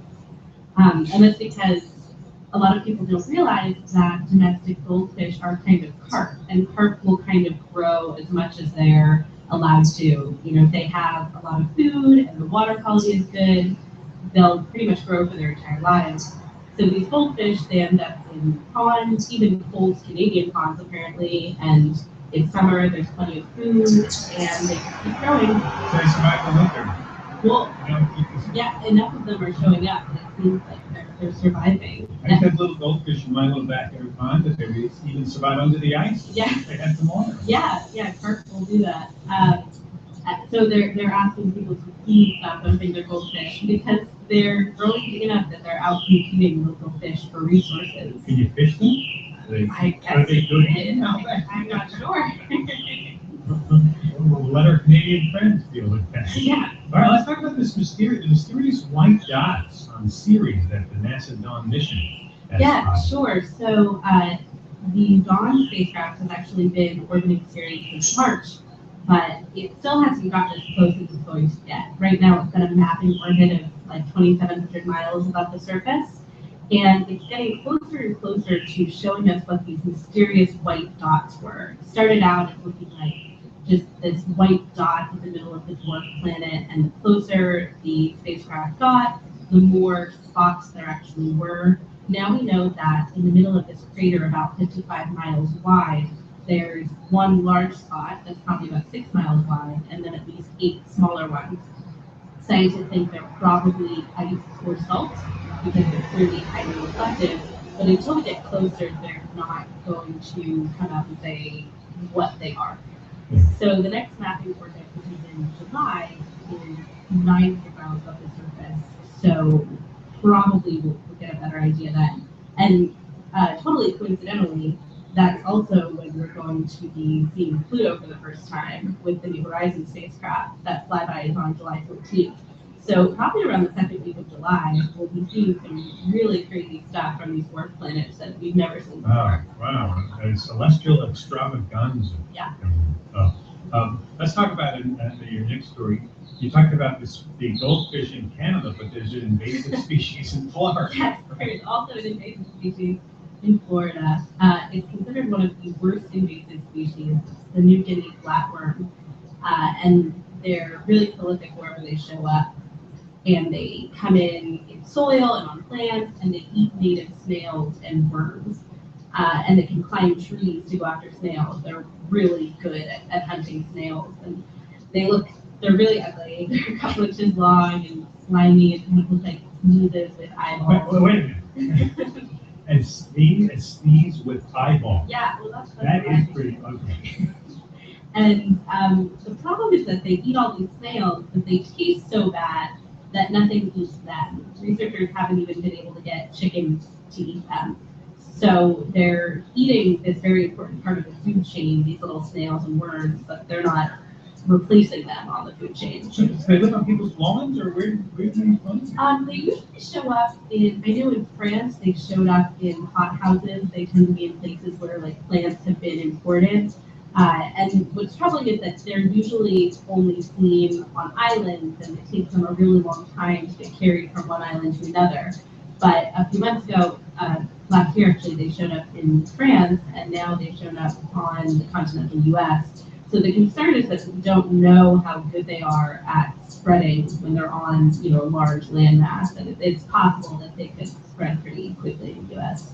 No, Florida always has something, right? There's always some invasive species, whether it's some kind of cockroach that was flying, remember that years ago?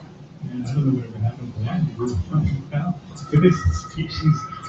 Let's go to your last quirky story. Some jellyfish landing. Yeah. Jellyfish landing. So a group in France that was working on genetically engineered sheep to study heart disease and treatment for heart disease. They had given a bunch of sheep this green fluorescent protein from jellyfish, which is used really commonly in genetically modified organisms.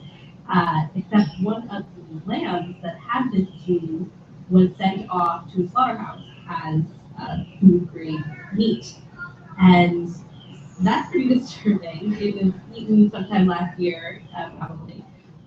Even though there's no indication that it was dangerous that the lamb was eaten. But obviously people are a little freaked out. But there we have a ways. we don't know who did it. But the truth is that the lab that it came from is now saying that they've suspended someone they think is responsible and that they believe it was done intentionally and maliciously as part of some kind of interlab feud. Stupid scientist trick. Yeah. Great, Frank. Wow. So this is the kind of thing that scientists put inside animals to watch it fluoresce so they can see when it's working. Right. And so they put it in. They had it in the jellyfish normally to see when it fluoresces is there, and they fed it to a lamb. Well, they genetically modified the lamb, right, and fed it to a human.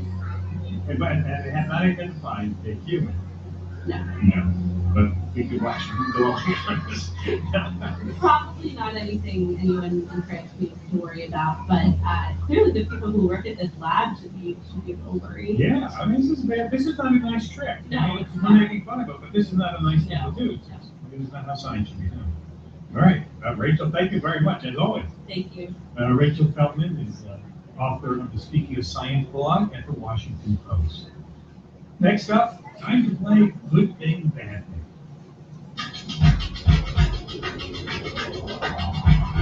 Because every story has a flip side. And today's story, self-driving vehicles. They're already around. You can see them on cross-country driving tests. And just this year, an autonomous truck got its license to cruise down Nevada's highways. The self-driving big rig even took a test run over the Hoover Dam. Not exactly a low-stakes driving test. Are we ready for robots to take the steering wheel? David Ackerman is a robot enthusiast and contributing editor for the IEEE Spectrum in Washington. Welcome, Evan. Hi, everybody here. Let's talk good thing, bad thing. What's good about this? There's lots of good things. Let me focus on just the top three. I say that the first and most important is, of course, safety. And most humans are not very good drivers because we depend on driving just being normal most of the time. It's not that we get tired or distracted, it's that most of us don't have the necessary skills or experience or reflexes to get ourselves out of driving situations that can instantly turn dangerous. And autonomous cars have sensors and computers that can make complex decisions way faster than we can. And we can teach these cars to drive like a professional rally car driver. So it's not just that a robot car can stop faster than a human driver can, but these cars will be able to aggressively maneuver out of a potentially dangerous situation in a way that most people would have no idea how to do. And since this is mostly done in software, whenever anyone teaches one car to be a better driver, all of these autonomous cars can become better drivers. And the next big thing is efficiency. The average car spends 90 to 95% of its life just sitting somewhere not being used. And so if most people only need a car 10% of the time, we could all save a huge amount of money by letting autonomous shared cars shuttle us all around whenever we needed them to. And if we did that, we could repurpose a lot of the space that we devote to parked cars in cities too. Autonomous vehicles are also way more efficient on highways. Like on a typical highway during rush hour, you're looking at somewhere between 70 and 80% totally empty, unused road space. And so by driving much closer together, autonomous cars could significantly reduce traffic without us having to spend any money on more roads.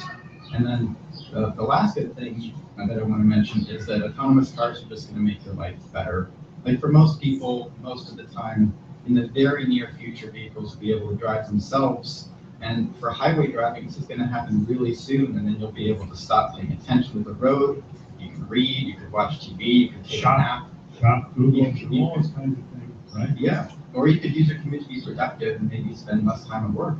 Yeah, no, I know you're a geeky guy who likes to talk about the good things. Let's talk about the bad things. I mean, right off the top of my head, I think if it's software, can it be hacked? Yeah, that's a serious concern, and there's already research being done into the potential for that. It's anyone designing software for anything autonomous is definitely aware of the risk of hacking, and because of that, software security has been a priority from the beginning. Like autonomous cars and robots translate software into physical actions in a way that your desktop computer doesn't. So security is even more important, and no one's going to make an autonomous vehicle available without doing an enormous amount of testing to make sure it's secure and safe. There's a couple other bad things too, like safety is actually still a very difficult thing. Autonomous cars and robots in general are very bad at dealing with things that they aren't familiar with. So like driving at night or driving in the rain or in construction zones, these are very serious challenges that we definitely haven't solved yet. And since we can't plan for every situation, there will always be some risk involved in driving. I'm Anthony Brooks, and this is special coverage from Radio Boston. In a few minutes, we'll be taking you to Charleston, South Carolina. That's where President Obama will give the eulogy for the Reverend Clemente Pinckney, the state senator and one of 9 people gunned down at a Bible study meeting last Wednesday at the Emmanuel AME Church. The president is scheduled to start speaking in just a few minutes, and will be bringing you back on. The funeral is taking place at the College of Charleston's TD Arena, which is filled with some 5,000 voters, including friends and family. The pastor contained President Obama is there, as well as Governor Nikki Haley. Clemente Pinckney is being remembered as a man with a powerful voice and conscience. He presided over student government in high school and college. He was ordained at 18, earned a master's degree in both divinity and public administration. And at 23, he became the youngest elected black member of South Carolina's legislature. He was also young when he died last Wednesday, just shy of his 42nd birthday. He's one of 9 people gunned down in last week's brutal shooting was an attack that has sparked a national conversation about race, racism, the Confederate flag, and guns. And with me in the studio is Neil Joseph. He's professor at the Center for the Study of Race and Democracy at Tufts University. A frequent guest on Radio Boston, and it's good to have you, Neil. Thanks for coming in. Thanks for having me. So I'd love to talk to you about what the president seems like is wearing a couple of different hats here. He's obviously very comfortable family, but he's also addressing the nation. What do you hope to hear from him? Well, I hope to hear more of what he said on the Mike Moran show, when he talked about how racism is part of the DNA of the United States. It's not just about the overt symbolism of saying the N-word, or really even the Confederate flag, that the only way we can get past this is to really talk about structures and institutions that are really holding people back and setting up this kind of racial division in the country. You know, in the wake of this terrible shooting last week, we talked to you about what you described as a need to have a real conversation in this country around race. In the wake of this terrible event, do you feel that conversation has reached a point? Yeah, I think it has. I think that we've been talking nationally, so many different politicians, pundits, journalists, community activists, organizers. David Brooks in the New York Times talked about the Robert E. Lee, and sort of what does Robert E. Lee's symbolism mean, and maybe we should take that name down from highways and public properties. So I think we're starting to talk about symbolism, connecting symbolism to substance. I mean, speaking of symbolism, of course, there's been a lot of talk about Confederate flags. Even the Republicans in South Carolina are talking about removing the flag from outside the State House. So it seems like people are responding. Yeah, people are responding to the flag and these overt symbols of the Confederacy, these overt symbols of white supremacy. I think the major step is racial inequality. In South Carolina, in every single state in the union, what can the federal government do? What can state governments do? What can local communities do to solve this problem of racial inequality? I think the flag is very important to remove that publicly, but it's got to go beyond and connect the policy. Tell me what you're thinking about the Reverend Clemente Pinckney and the awful way he talked about when young man was being shot dead at the pharmacy here. We had sadly just far from the first black leader in this country's history to be gunned down and to die well before his time. Yeah, 41 years of age, Clemente Pinckney, if you really read about his history and how he was bridging so many different racial divides and economic divides in South Carolina. In a way, as a state senator, he reminds you of a young Barack Obama, somebody who many different people across the line were friends with. Barack Obama had that poker game he used to play with Republicans and Democrats who were part of the Illinois State Senate. The interesting thing about Reverend Pinckney's death is that so many different white state senators, including very, very conservative Republicans, talked about their deep friendship with him, and they connected along the bonds of being Christians. So I think it's extraordinary the kind of person he was, because even though he had different perspectives from many of his counterparts in the state Senate, they all converged and forged a deep friendship. And many of them were very, very moved by his death and have really showed some courage in saying that they want the flag removed as Christians, and saying that it's not about politics, it's about this friend of theirs who was a Christian who was killed. And I think if that's what it takes to get the flag down, we should be supportive of it. Well, speaking of Pastor Pinckney, Carlton piece in the New York Times recently from Henry States, Clemente Pinckney had lived. I'll just read the first line or two. I have no doubt that had the Reverend Clemente Pinckney lived, he would have become known and celebrated across the country for his leadership, rather than sealed in more in tragedy. One more black martyr in a line stretching back to more than 800 slave voyages that ended in Charleston Harbor. So it is powerful and sad, I think, about his life cut short. Oh, absolutely. And I think we need more leaders like Clemente Pinckney. And the extraordinary thing is that we actually have those leaders who are talking about racial integration, we're talking about racial equality. And I think the shooting deaths in Charleston have made us think about racial integration in the 21st century. What do we mean by that? Does it mean just having one or two African Americans in a neighborhood or in an institution, or does it mean more equality and access and opportunity to numbers that we haven't been able to imagine as a nation? If you're just joining us, we're about to take you to Charleston, South Carolina, where President Obama will give the eulogy for the Reverend Clemente Pinckney, the state senator, one of 9 people gunned down in a Bible study meeting last Wednesday at Emmanuel AME Church. We understand that we're just moments away from the president's eulogy. Let's go to Charleston and set the scene with Adam Parker. He's a reporter for the Post and Courier newspaper in Charleston, and he's not far. He's right outside from where this funeral is being held. And Adam, thanks for joining us. My pleasure. Why don't you set the scene a little bit for us and just give us some sense of what's happening around TV Arena where the funeral is taking place? Sure. Well, it's been an extraordinary week, really. The Calhoun Street, where the church is located, is just around the corner from TV Arena, which is along Meeting Street, just half a block south of Calhoun Street. And these two streets have been pretty full of people for days and days, especially in front of the church.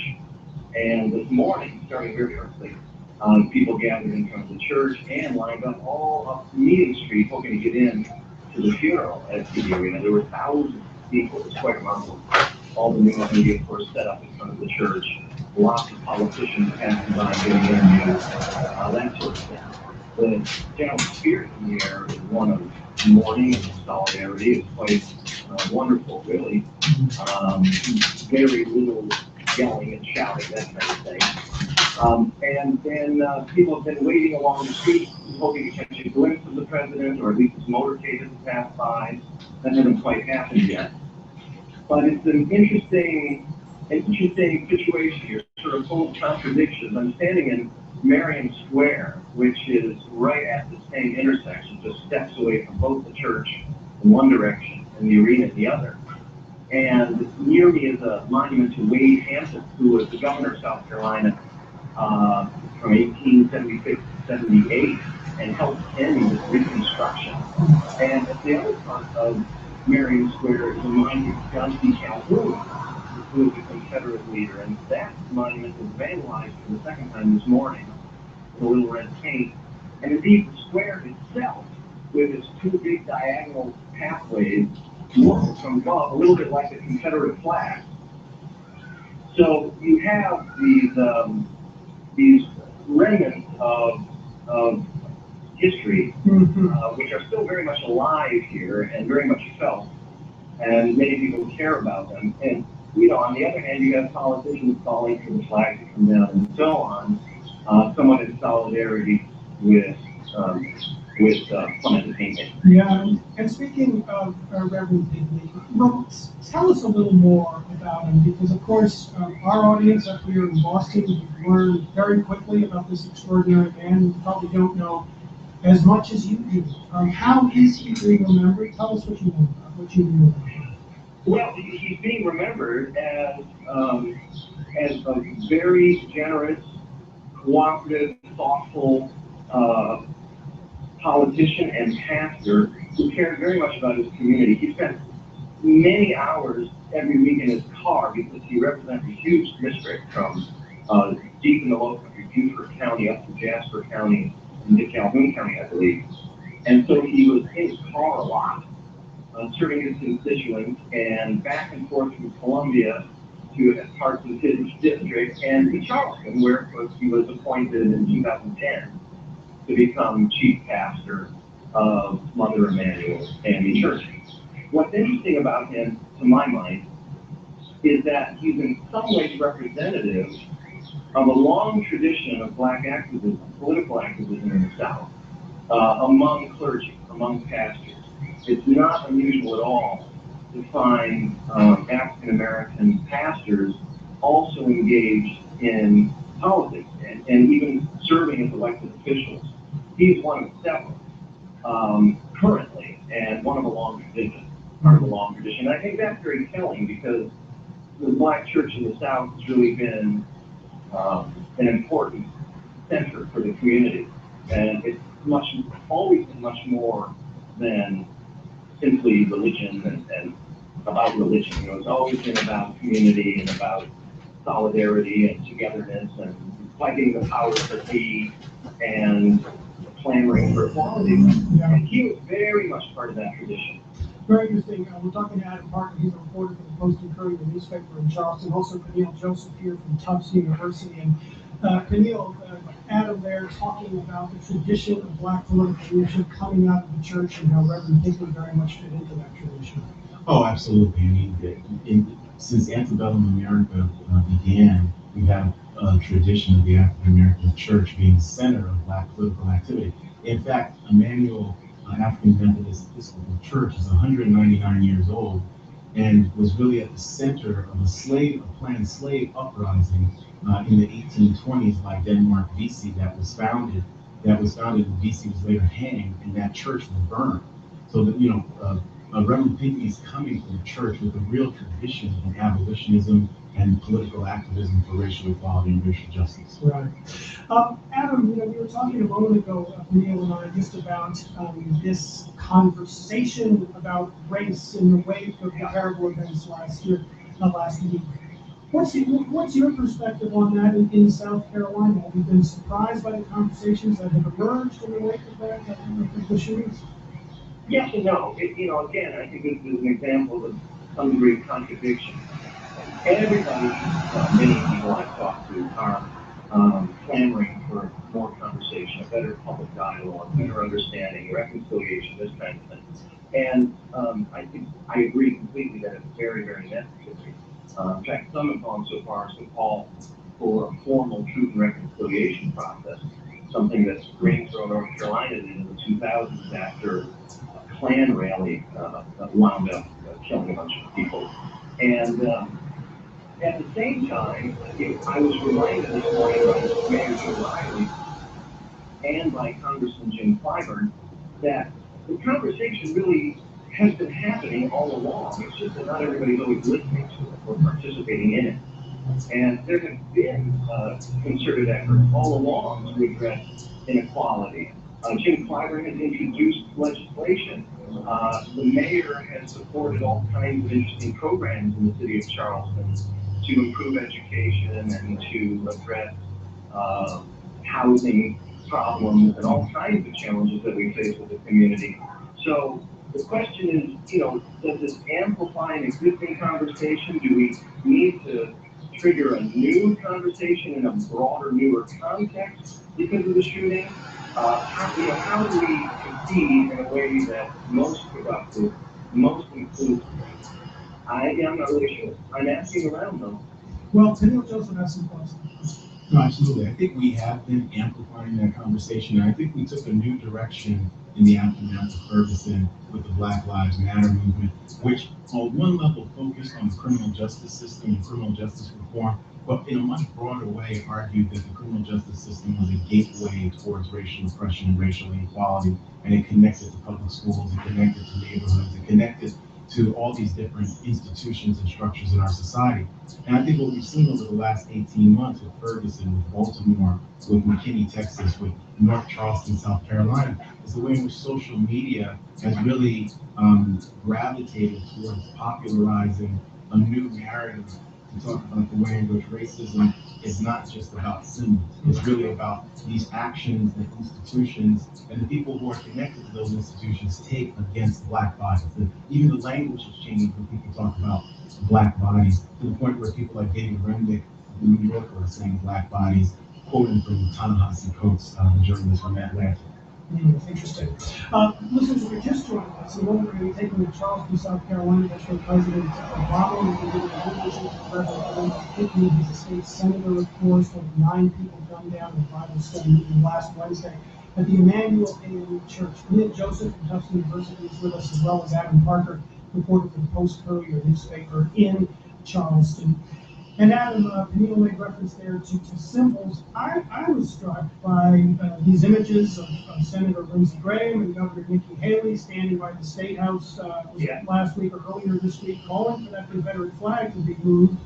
Was that as a day or two before, they were refusing to talk about the flag. Some of these politicians. So what did you make of that? I mean, talk about amplifying an existing conversation around symbolism and race. That seemed quite dramatic.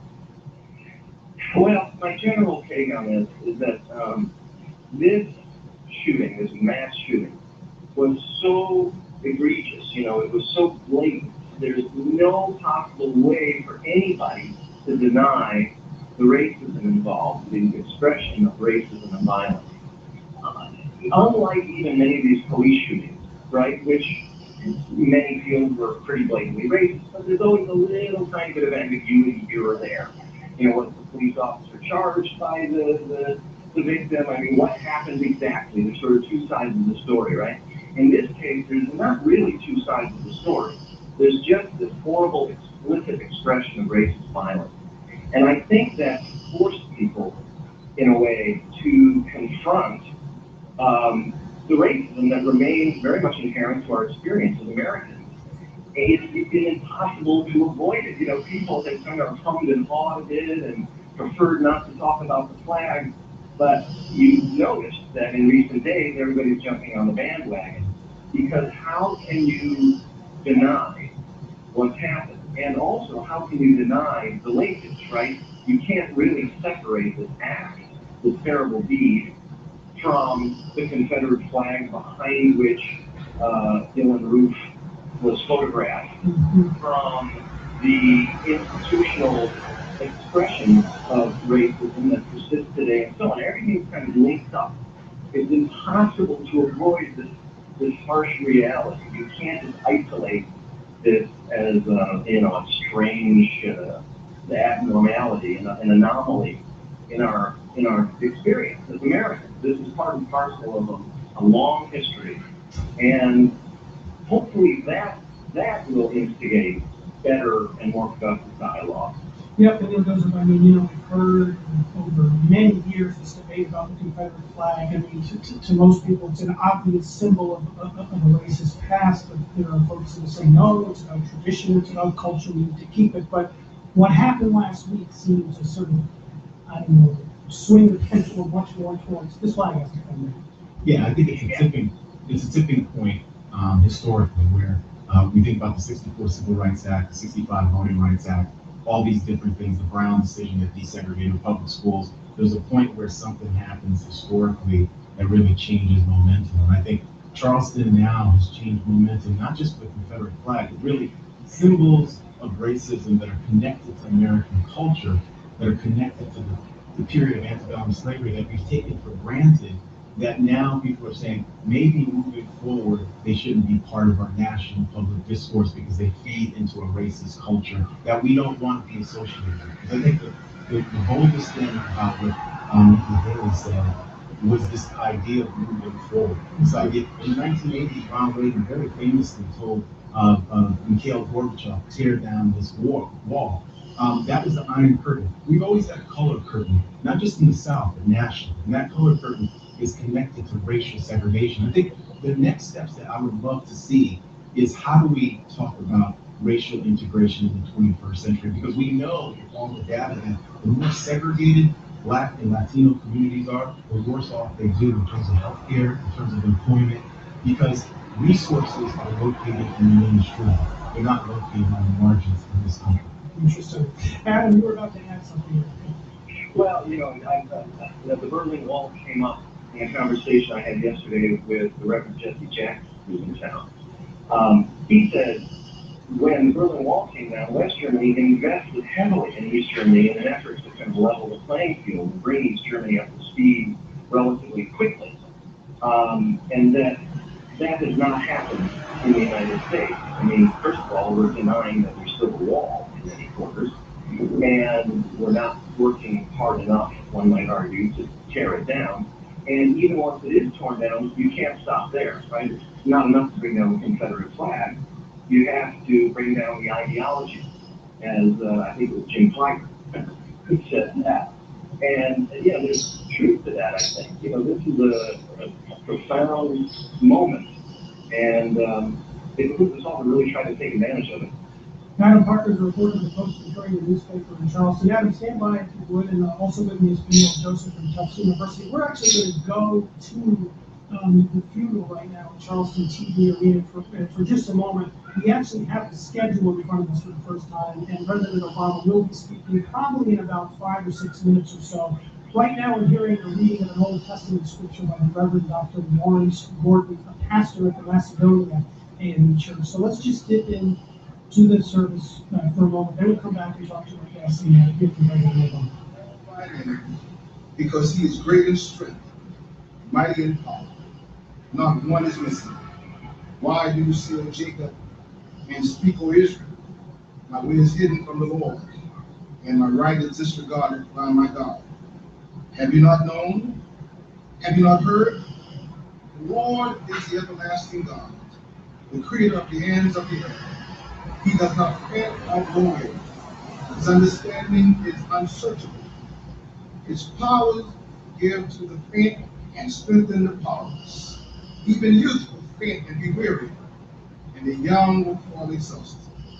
But those who wait for the Lord shall renew their strength. They shall mount up with wings like eagles. They shall run and not be weary. They shall walk and not faint. The word of God.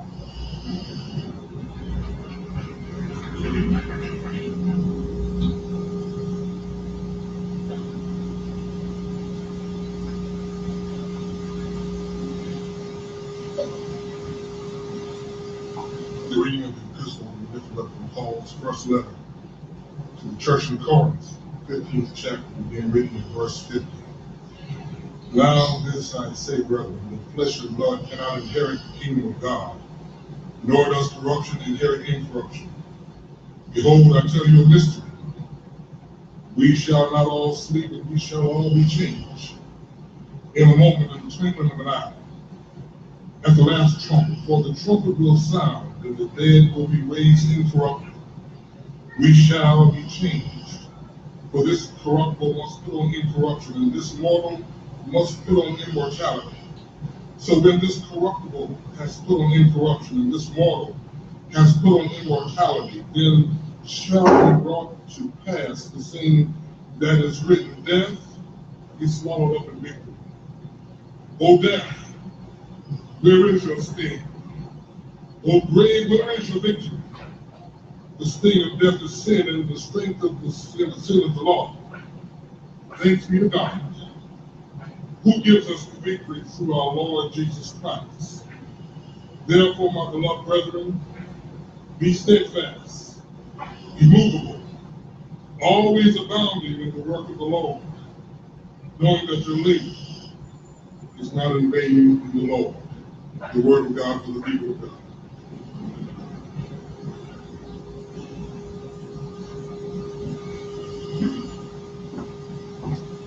Our gospel reading comes from the fourth gospel, the gospel according to John, the 3rd chapter, beginning with the 16th verse. For God so loved the world that he gave his one and only Son, that whosoever believe in him shall not perish but have eternal life. For God did not send his Son into the world to condemn the world, but to save the world through him. Whoever believeth in him is not condemned. Whoever does not believe stands condemned already, because he has not believed in the name of God's one and only Son. This is the verdict. Light has come into the world, but men love darkness instead of light, because their deeds were evil. Everyone who does evil hates the light, and will not come into the light for fear that his deeds will be exposed.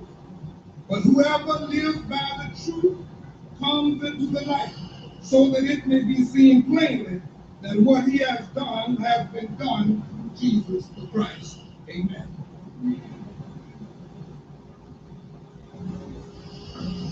And the people of God shall say amen. And this time it's an opportunity to present to this bereaved family and this entire gathering the presiding prelate of the 7th Episcopal District of the African Methodist Episcopal Church, the chief pastor, the episcopate, the Right Reverend Richard Franklin Norris, except for the family who will act in the present. All others, please rise and receive. Thank you.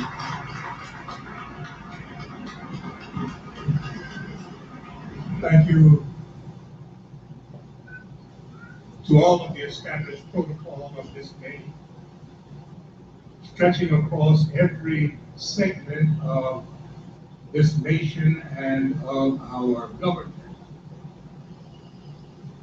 I rise on behalf of the 7th Episcopal District of the African Methodist Episcopal Church to express my thanks and appreciation to each of you for your support, your encouragement, and your undergirding of the family during this time of sorrow and loss.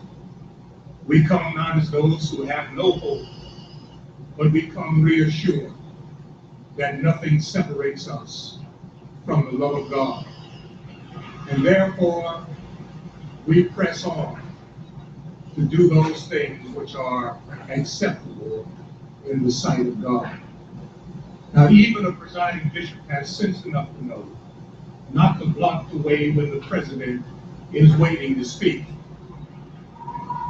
I ask you to give me just about 40 seconds to say to you how grateful we are to each of you for what you have done and for what you continue to do.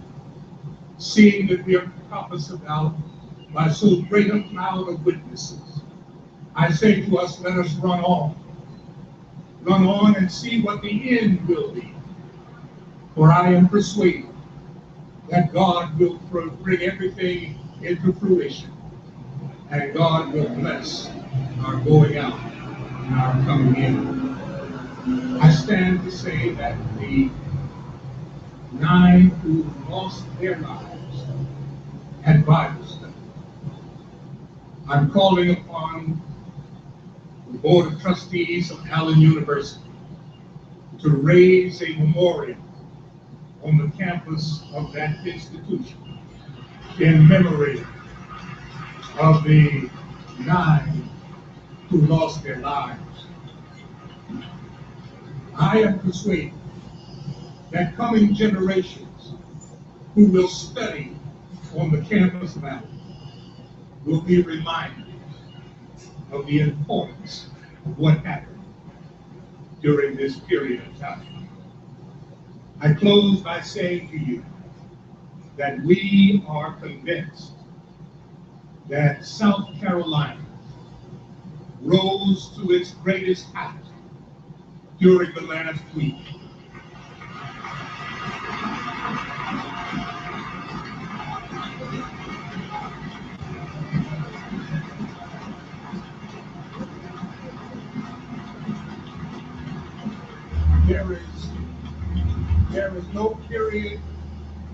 There is no period in the history of this great state that will excel the love and togetherness that exemplified itself as a result of the dastardly act that was perpetrated a few days ago. But I say, and I can tell the world about this. I can tell the nation that I'm blessed. Tell them that the Comforter has come and brought joy to our soul.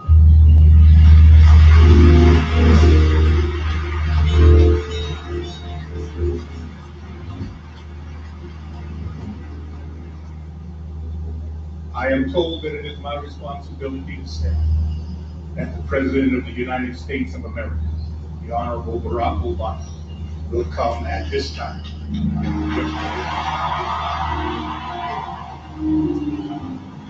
And if you're just joining us, we're listening to the funeral service of the Reverend Clemente Pinckney in Charleston, South Carolina, at the Charleston's TV Arena, which is filled with some 5,000 folks that are on their feet now, waiting line to the stage, to the guys who delivered the eulogy for who's one of 9 people who was gunned down last week at the Charleston and church in Charleston, along with other folks. The president now making his way across the stage, shaking hands, and with me in the studio is Neil Joseph of Tufts University. And Neil, here we go. It's quite a introduction that we just heard. Yeah, it's extraordinary, and really, when you think about what President Obama is about to do, it's really unprecedented in a way, because when you think about the 1960s, the civil rights movement's heroic period, we didn't have presidents who eulogize people like Schwerner, Cheney, and eulogize other people. Here is President Obama.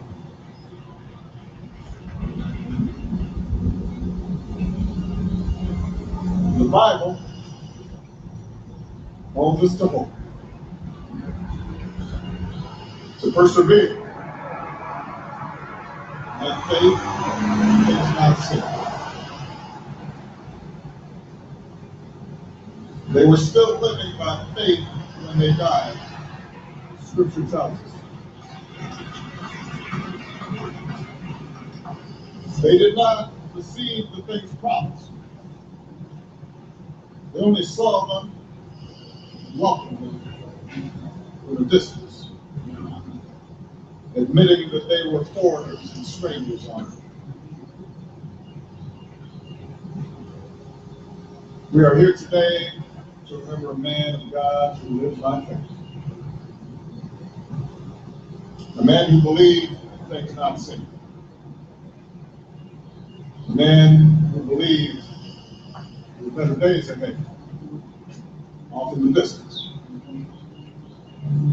A man of service who persevered, knowing full well he would not receive all those things he was promised, because he believed his efforts would deliver a better life to those who followed. To Jennifer, his beloved wife, to Liliana and Alana, his beautiful and wonderful daughters. To Mother Emanuel family, the people of Charleston, the people of South Carolina.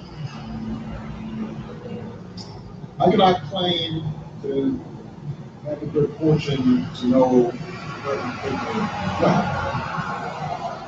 but I did have the pleasure of knowing, meeting him here in South Carolina, back when we were both a little bit younger.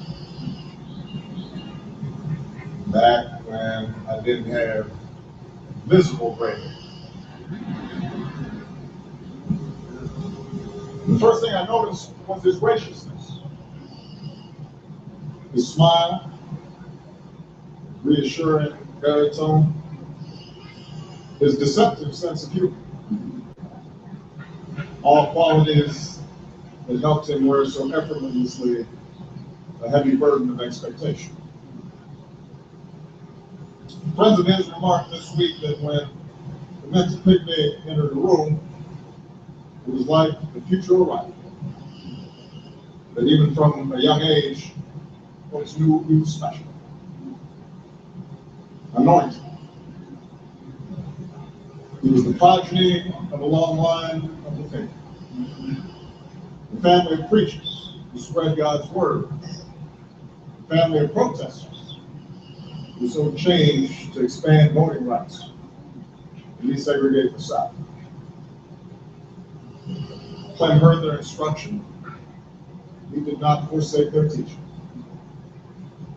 He was in the pulpit by 13, pastor by 18, public servant by 23. He did not exhibit any of the cockiness of youth, nor youth's insecurities. Instead, he set an example worthy of his position. Wise beyond his years. In his speech, in his conduct, in his love, faith, and purity. As a senator, he represented a sprawling swath of the Low Country, a place that has long been one of the most neglected in America. The place still racked by poverty and inadequate schools. A place where children can still go hungry and the sick can go without treatment. A place that needed somebody like Mike.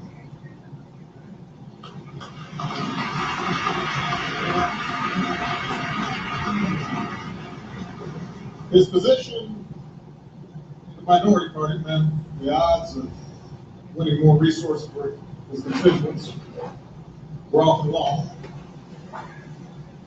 His calls for greater equity were too often unheeded. The votes he casts were sometimes lonely. But he never gave up. He stayed true to his convictions. He would not grow discouraged. After a full day at the Capitol, he climbed into his car and entered the church to draw sustenance from his family, from his ministry, from the community that loved and needed him. There he would fortify his faith and imagine what might be. Reverend Pinckney embodied a politics that was neither mean nor small. He conducted himself quietly and kindly and diligently. He encouraged progress not by pushing his ideas along, but by seeking out your ideas, partnering with you to make things happen. He was full of empathy and fellow feeling, able to walk in somebody else's shoes and see through their eyes. No wonder one of his Senate colleagues remembered Senator Pinckney as the most gentle of the 46ers, the best of the 46ers. Clem was often asked why he chose to be a pastor and a public servant. But the person who asked probably didn't know the history of the AME Church.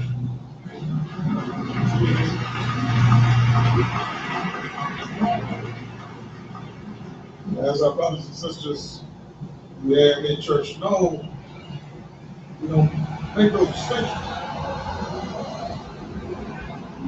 Our calling, Clem once said, is not just within the walls of the congregation, but the life and community in which our congregation resides.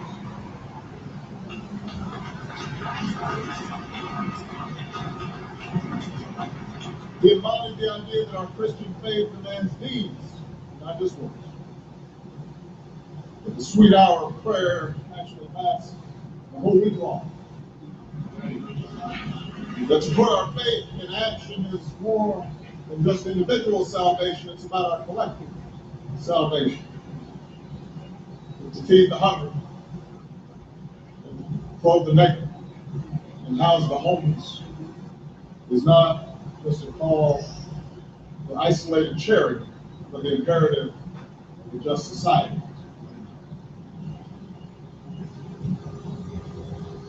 What a good man.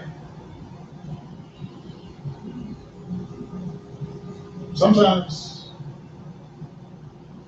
I think that's the best thing to hope for when you're eulogized. After all the words, recitations, resumes are written, you just say somebody was a good man.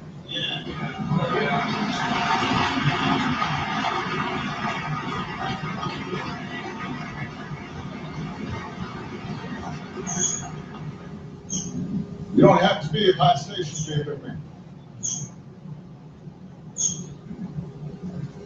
Preacher by 13, pastor by 18, public servant by 23. What a life meant to Pinckney live. What an example he set. What a model for his faith. And then to lose him at 41,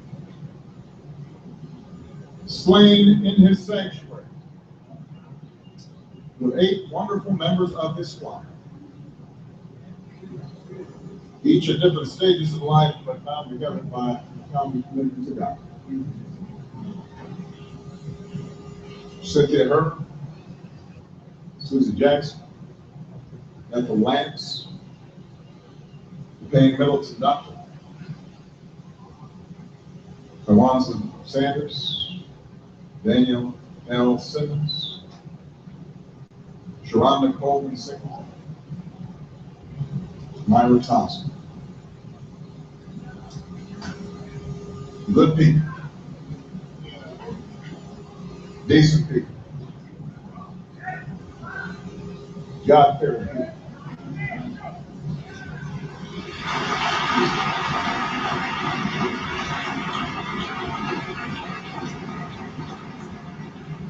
People so full of life, so full of kindness. People who ran the race, who persevered. People of great faith. To the families of the fallen, the nation shares in your grief. Our pain cuts that much deeper because it's happening in the church.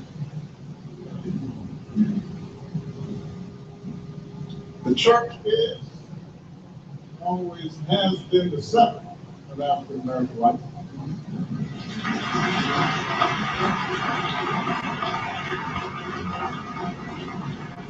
The place we call our own, in a too often hostile world, the sanctuary from so many hardships. Over the course of centuries, black churches served as hush money where slaves could worship and save. Praise houses where their free descendants could gather and shout hallelujah. Rest stops for the weary along the Underground Railroad. Bunkers for the foot soldiers of the Civil Rights Movement. There have been continue to be community centers where we organize for jobs and justice. This is a scholarship. This is where children are loved and fed and kept out of harm's way and told that they are beautiful and smart and taught that they matter. That's what happens in church. That's what the black church means. Our beating heart. The place where our dignity as a people is inviolable. There's no better example of this tradition than Mentor Man. The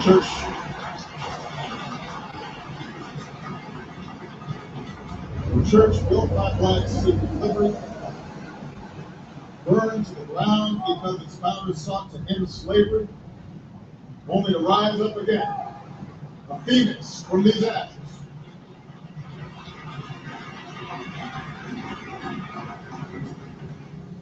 When there were laws banning all black church gatherings, services happened here anyway, in defiance of unjust laws.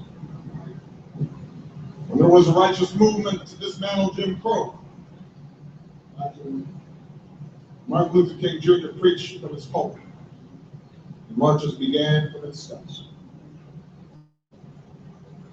The sacred place, this church, not just for blacks, not just for Christians, but for every American who cares about the steady expansion of human rights and human dignity in this country, a foundation stone for liberty and justice for all. That's what the church meant.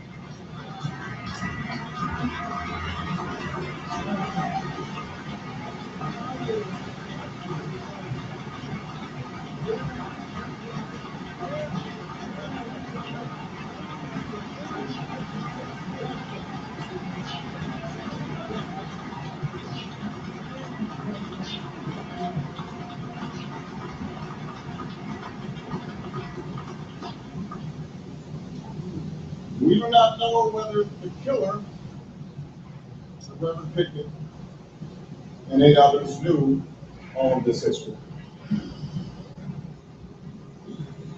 But he surely sensed the meaning of this violent act. It was an act that drew on a long history of bombs and arson and shots fired at churches.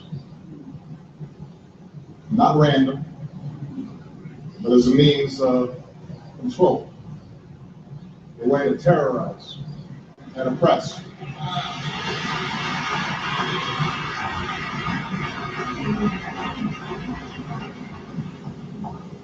An act that he imagined would incite fear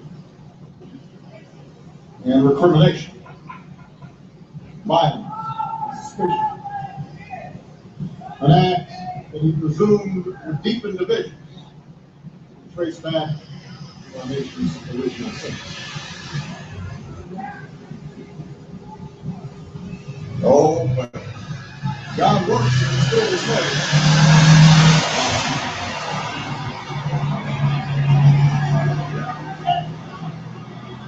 God has different ideas.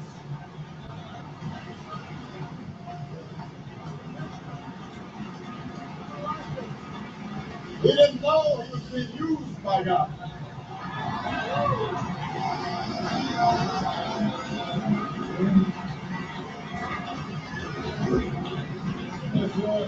Blinded by hatred, the alleged killer could not see the grace surrounding Reverend Pickton and that Bible study group.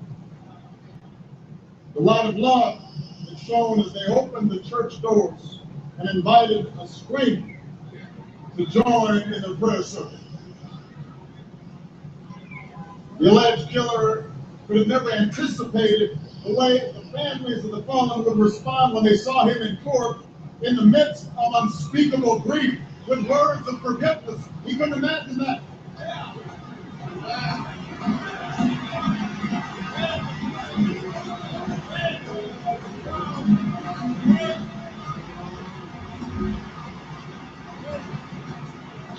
The alleged killer could not imagine how the city of Charleston, under the good and wise leadership of Mayor Riley, how the state of South Carolina, how the United States of America would respond not merely with revulsion at his evil act, but with big-hearted generosity, and more importantly, with a thoughtful introspection and self-examination that we so rarely see in public life. Blinded by hatred, he failed to comprehend what Reverend Pickton so well understood: the power of God's grace.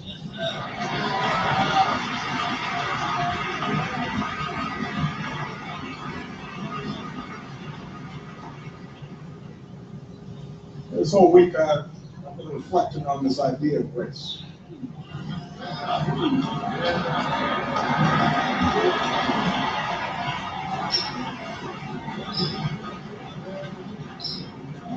The grace of the families who lost loved ones. The grace Reverend Pickton would preach about in his sermons.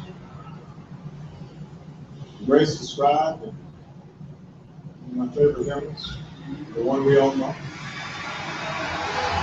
Amazing grace. How sweet the sound that saved a wretch like me.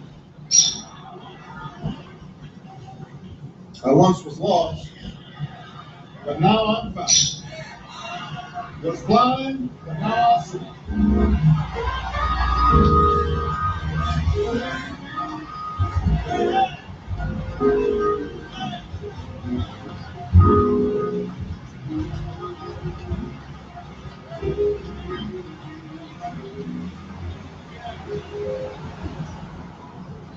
According to the Christian tradition,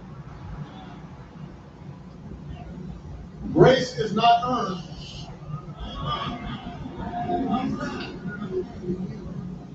Grace is not merited. It's not something we deserve. Rather, grace is the free and benevolent favor of God, as manifested in the salvation of sinners and the bestowal of blessings. Grace. As a nation, out of this terrible tragedy, God has visited grace upon us. for he has allowed us to see where we've been blind.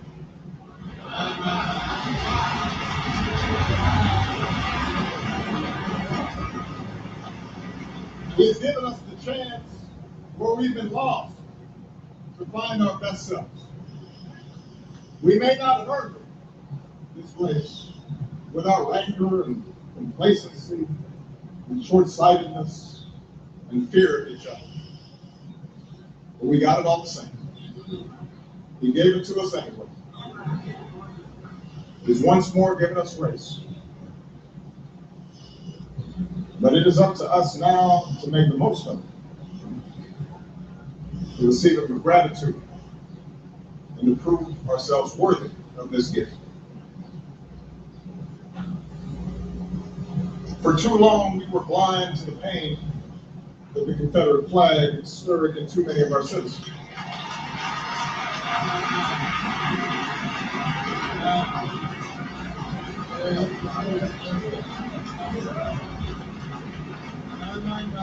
It's true, a flag did not cause these words.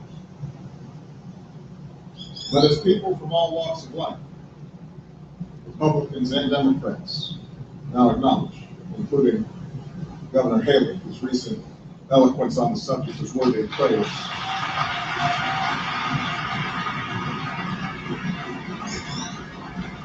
As we all have to acknowledge, the flag has always represented more than just ancestral pride.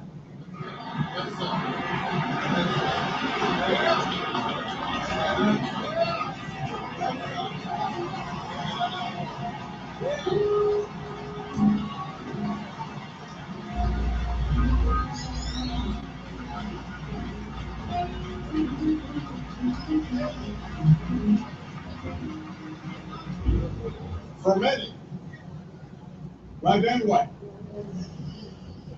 that flag was a reminder of systemic oppression and racial subjugation. We see that now. Removing the flag from this state's capital would not be an act of political correctness. It would not be an insult to the valor of Confederate soldiers. It would simply be an acknowledgement that the cause for which they fought, the cause of slavery, was wrong.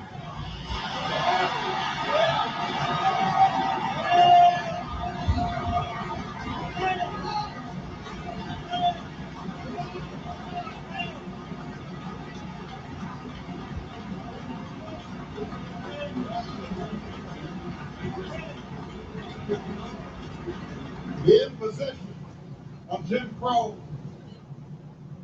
after the Civil War, the resistance to civil rights for all people was wrong. It would be one step in an honest accounting of America's history. A modest but meaningful balm for so many unhealed wounds.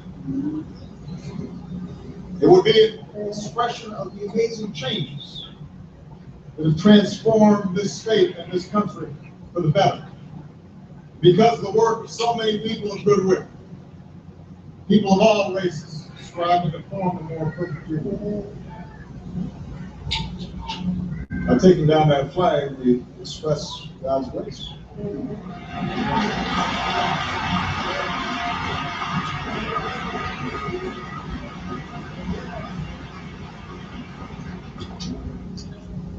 But I don't think God wants us to stop there.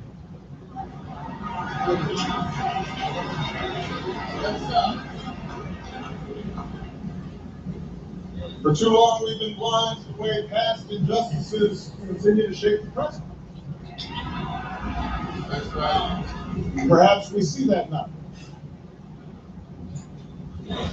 Perhaps this tragedy causes us to ask some tough questions about how we can permit so many of our children to languish in poverty, or attend dilapidated schools, or grow up without prospects for a job or for a career. Perhaps it causes us to examine what we're doing to cause some of our children to hate.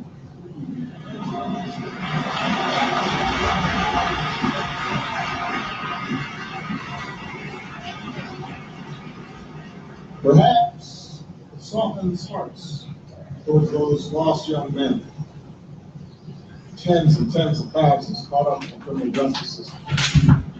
And lead us to make sure that that system's not infected with bias. That we embrace changes in how we train and equip our police so that the bonds of trust between law enforcement and the communities they serve make us all safer and more secure.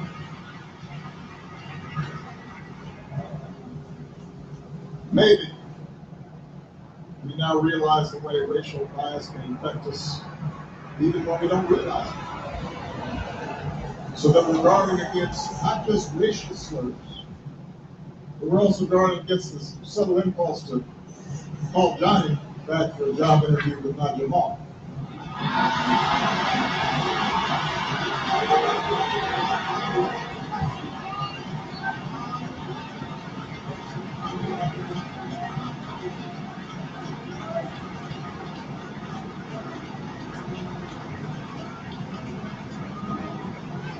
So that we search our hearts when we consider laws to make it harder for some of our fellow citizens to vote.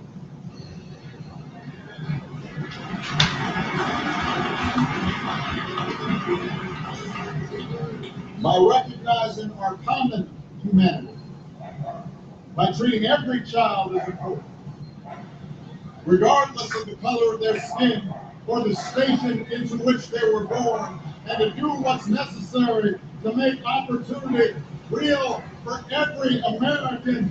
By doing that, we express God's grace.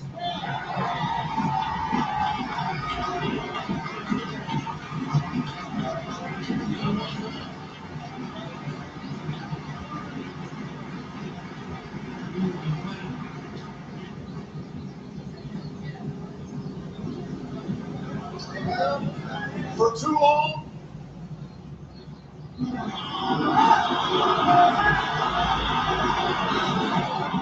long, we've been blind to the unique mayhem that gun violence inflicts upon this nation.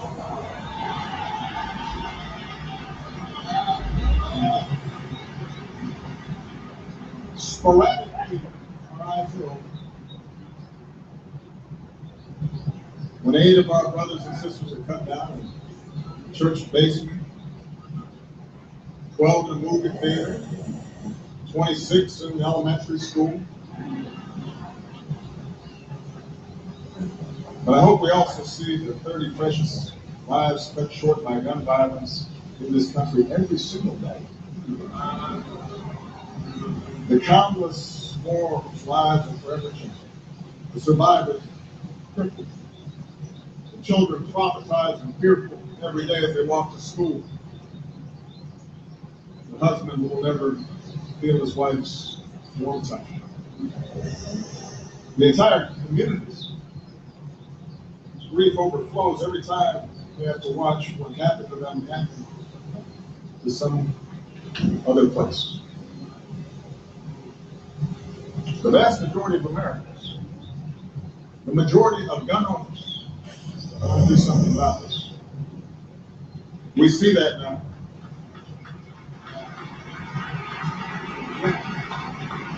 And I'm convinced that by acknowledging the pain and loss of others, even as we respect the traditions, ways of life that make up this beloved country, by making a moral choice to change, we express God's grace.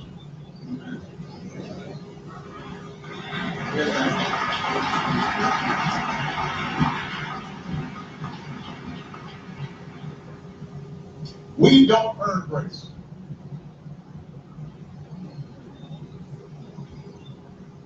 We're all sinners. We don't deserve it. But God gives it to us anyway. And we choose how to receive it. It's our decision how to honor it. None of us can or should expect a transformation in race relations overnight. Every time something like this happens, somebody says, we have to have a conversation about race. We talk a lot about race. There's no shortcut. We don't need more talk.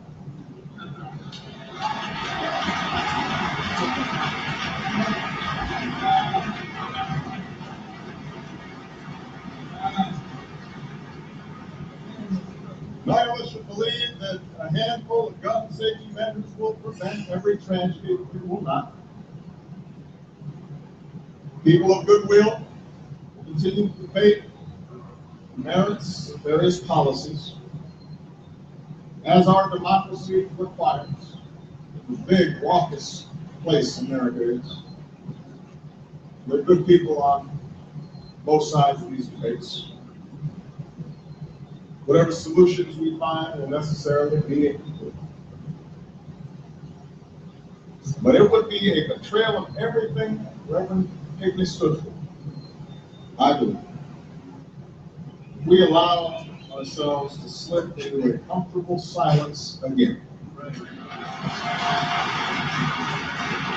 Once the eulogies have been delivered, once the TV cameras move on, to go back to business as usual. That's what we so often do.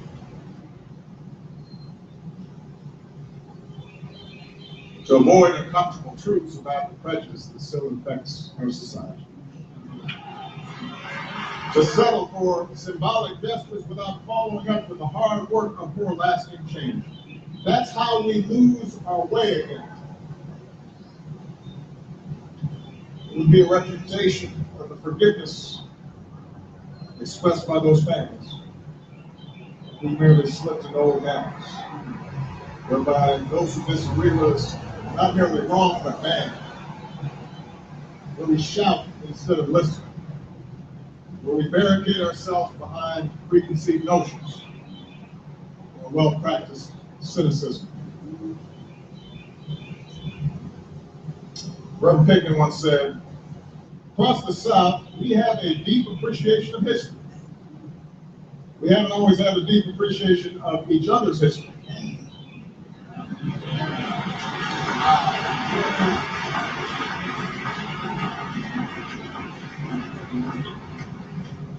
What's true in the South is true for America.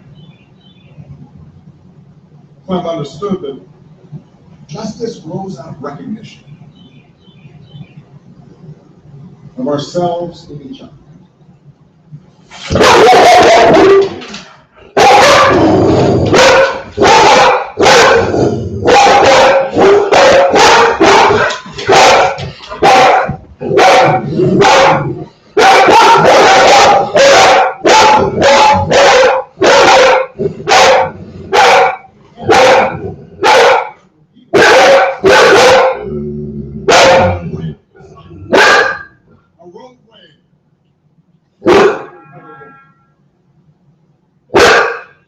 He knew that the path of grace involves an open mind, but more importantly, an open heart. That's what I felt this week. Open heart. That more than any particular policy or analysis is what's called upon right now, I think. What a friend of mine, the writer Marilyn Robinson, calls that reservoir of goodness beyond and of another kind, that we are able to do each other in the ordinary cause of things. Reservoir of goodness. If we can find that grace, anything is possible. If we can tap that grace, everything can change.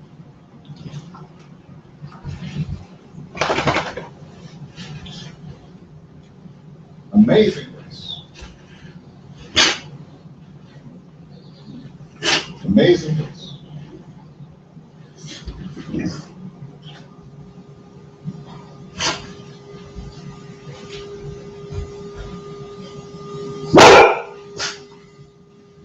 amazing.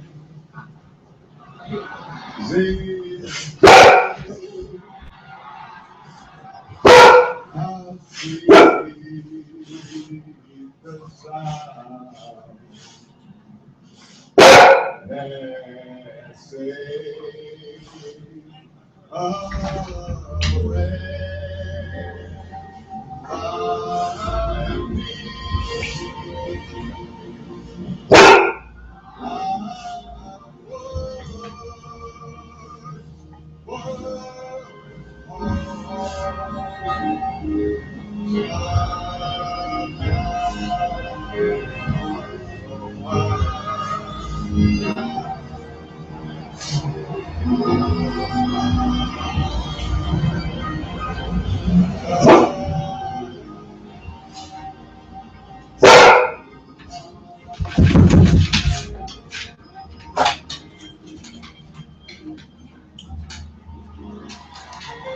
Clementa Picnic found that grace.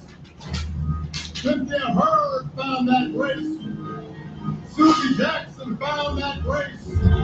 Ethel Lance found that grace. The Kay Middleton doctor found that grace. Iwanza Sanders found that grace. Daniel L. Simmons Sr. found that grace. Sharonda Coleman Singleton found that grace. Myra Thompson found that grace. Through the example of their lives, they now pass it on to us. May we find ourselves worthy of that gracious and extraordinary gift, as long as our lives are lived. May grace now lead them. May God continue to shed His grace on the United States of America.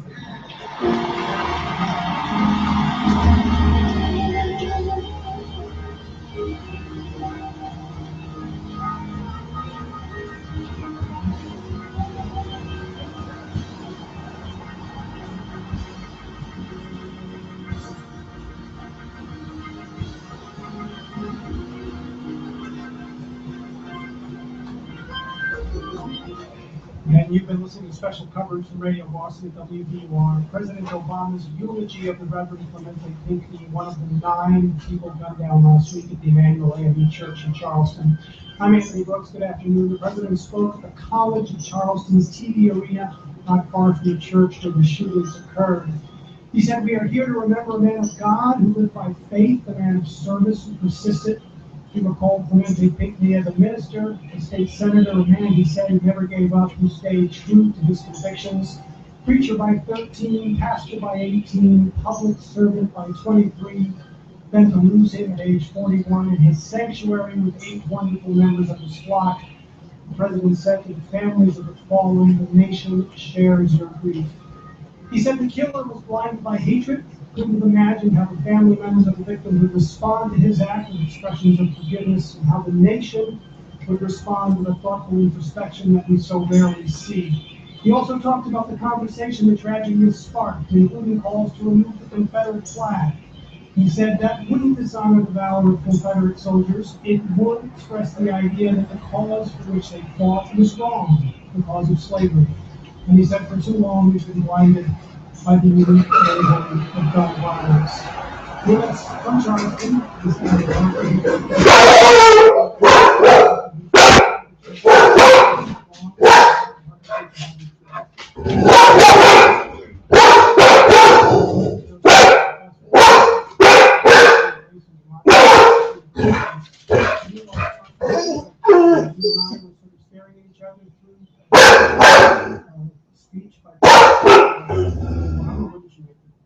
Yeah, I thought it was extraordinary. He talked about he talked about slavery. I've never heard a president say that slavery was wrong and fight that lane, connecting it to the Confederacy and saying that it's about more than just heritage and fight as a blunt of the matter. Very extraordinary speech, and this idea of grace, this idea that the United States has achieved this sort of unearned grace, and through it, these blinders could finally be lifted. And I think the blinders he's talking about is this idea that somehow slavery and Confederacy, our history of racial oppression, has somehow been vanquished. And I think what he was telling us is that by thinking that way, we do ourselves a disservice because we're always surprised in any new conflagration. And he said that this national conversation on race, we need more than words. We've been discussing it. I would push back against that. I think that we only discuss it in the context of tragedy. I think that we only discuss it in the context of memorialization. So we memorialize Martin Luther King Jr. We memorialize the 50th anniversary of the Voting Rights Act. What we need to do is discuss it in the context of racial progress, where we actually all have buy-in and we feel good. We don't feel burdened by race. We say, what can we do to get to this other point? And the interesting thing is, we do discuss other major problems in that way. We've done it vis-a-vis things like gay marriage now. We've done it vis-a-vis things like immigration reform. At least a discussion of where would we like to be. And we used to do this in the 60s. We used to say, well, we want public schools desegregated. How do we think they're going to be in 10 years, 15 years, 20 years? When African Americans were Negroes, we would say, what is the Negro college graduation rate going to be by 1980 or 85? We've stopped that. So we really need that conversation. But he really linked, in a very clear way, a moral call to political transformation. So it's interesting linking that moral call to public policy. And he really urged folks not to, what he called, slip into a comfortable silence again. He said that's what we too often do in the wake of these tragedies. So maybe he's sort of picking up your call a little bit, and not to just have this conversation in the wake of these tragedies, but to continue it after as well. Yeah, he said that when the cameras leave, these things will still be here. Talking about Clemente Pinckney in his district, and the fact that his district, children went hungry. The elderly didn't have access to health care. And he's saying that this is a problem that's so pervasive in the United States that one president can't solve it. And he's right about that. But what he did today, I think, is show some leadership and guidance in terms of framing the issues. Adam Parker, I'd love to hear from you and just get your perspective on it. I mean, watching this on TV, listening to it, it sounded like his speech was wonderfully received at that funeral service. How do you think it was received across the broader community? Well, across Charleston, I suspect it was received generally very, very well. It's an interesting question. He gave the speech in a state that has a long-standing reputation for inequality and some very, very endemic problems. Something called the Corridor of Shame, rural belt, mostly African American, that runs along the I-95 corridor through the state, and which has today literally still, even after a documentary was made a number of years ago and so on, dilapidated schools, falling apart, the infrastructure, just no technology and so on. And so there remain these very real, very present problems that we face. And I agree with Anil. I think the conversation has to keep happening. I mean, I'd be out of a job, I suppose. I write about race relations and minority affairs partly for the Post-Courier. And not that I want to keep writing about pain and suffering, but I do want to keep writing in an effort to advance the cause and advance the conversation so that substantive change can be made in the state. There was one particular line that the president used, and I want to ask you about, talking about the sort of legacy of racism and this idea that you haven't shed it yet, and this idea of calling Johnny back for an interview but not Jamal. Yeah, that's extraordinary because we've seen there's data that shows us that African American sounding names have worse prospects on the job market, even when they have the same CV and resumes. So this idea of Johnny versus Jamal is extraordinary that he would put that in the speech. And I think he's showing us this is where we're at today, where even when we say there's true racial equality and everybody has the same opportunity, we know something as seemingly insignificant as someone's name has a real impact on their life chances. Well, let's hope the conversation continues. You've been listening to special coverage from WBUR, President Obama's eulogy of the Reverend Clemente Pinckney in Charleston, South Carolina. Vanille Joseph, founding director of the Center for the Study of Race and Democracy at Tufts. Thanks so much for coming in. Very grateful to see you. And Adam Parker, reporter for the Post. Again,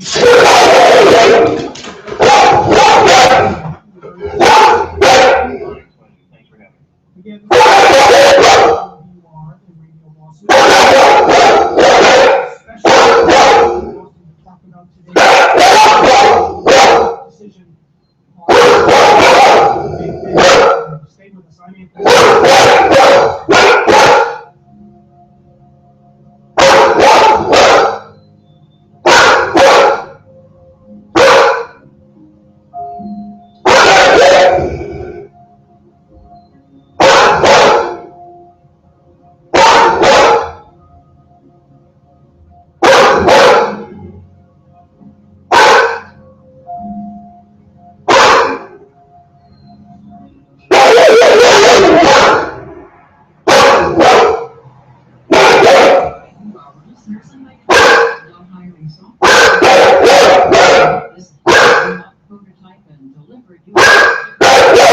Your next step is at Fitbit.com, where science and teachings are at the center of what you do. Learn more at Biogen.com. Biogen can deeply changing lives. And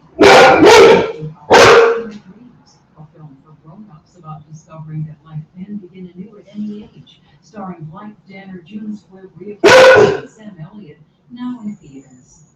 This is WBUR and WBUR.org. Coming up at 4 o'clock, it's all things considered.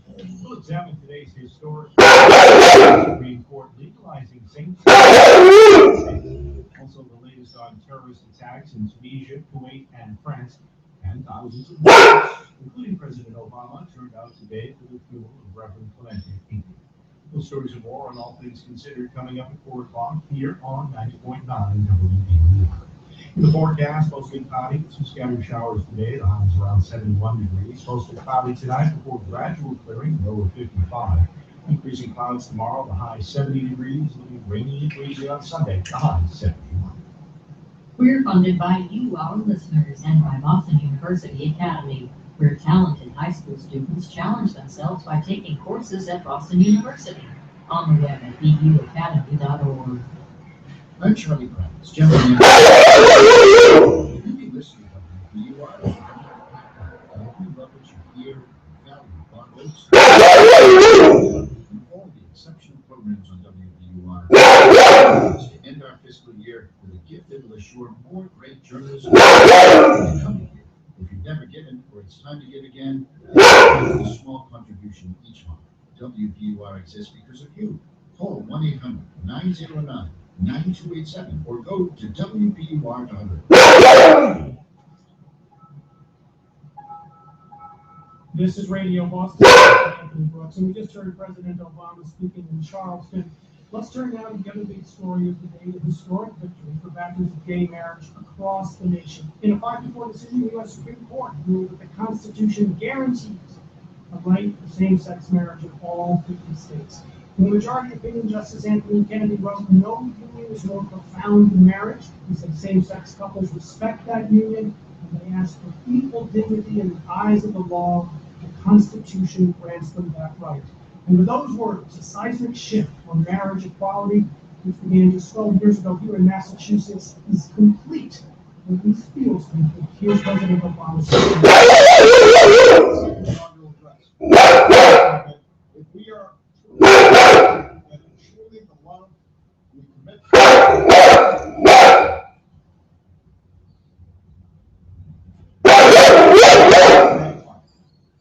to see that principle enshrined. Here in Boston, among those great the High Court was Hillary Goodrich. She was one of the leaders who led the Massachusetts Supreme Judicial Court to extend marital rights to same-sex couples back in 2002. Now,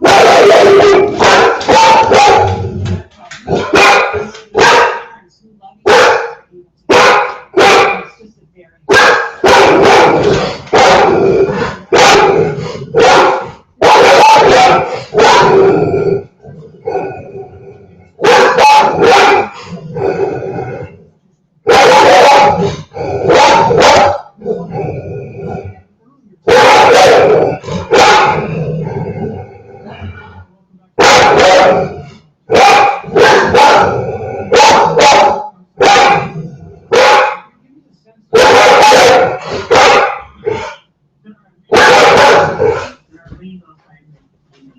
forward to the patriotic song.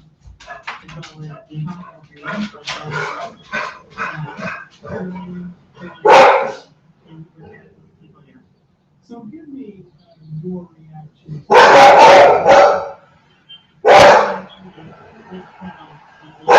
Same-sex couples had equal right to join the the right to marry, and finally, at some future point, they will be able to marry the person they love and make that unique commitment. So there's joy in this for couples, for their families, for their relatives, and it's justice for something that's long been denied. Mary, how confident were you that this decision was going to turn out this way today?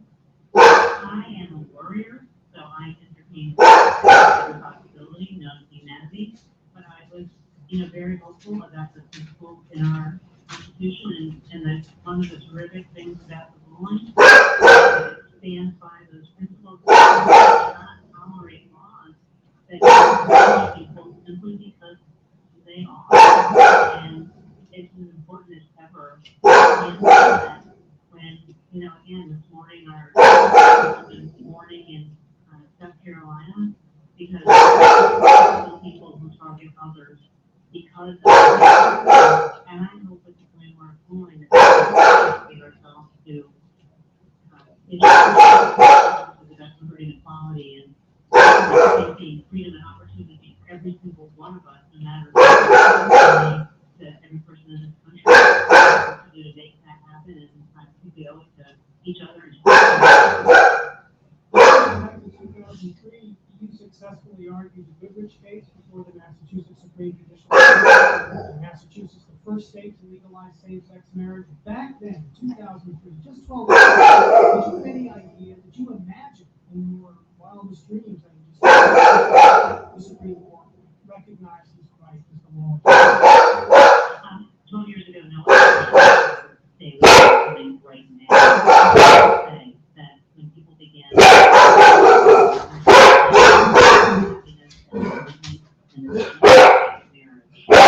there's more marriages to go around. A good thing for families, for kids, and for communities. And this really begins to see the fears fell away. I hope that now we have the opportunity for people around the nation who are still skeptical to see this, and hopefully their fears will also fall away. Well, speaking of skepticism, I want to ask you just a question about Chief Justice John Roberts' dissent. He suggested that the majority legislated instead of interpreted the law. He said today that it takes extraordinary every state to license and recognize same-sex marriage. The court is not a legislature. What's your response? My response is this was a constitutional question. Time and again in the country, there have been state laws that forbid from marrying, and time and again the Supreme Court has struck and it's simply extending that same liberty to Americans, then deny this freedom, this joy, and this love to marry the person that they most want to be with in the world. Mary, one more question about it. He said in his dissent that this opinion from people and will cast a cloud over same-sex marriage, making it dramatically much more difficult to accept. Seems like he's suggesting the possibility of a backlash there. What do you think? Well, I think it's that it's been debated for decades. Over 40 years ago, the Supreme Court has debated a couple which is dismissed. This issue has been extensively debated. It's been legislated on some states have changed their minds. There have been amendments. This has been going on for a very, very long time.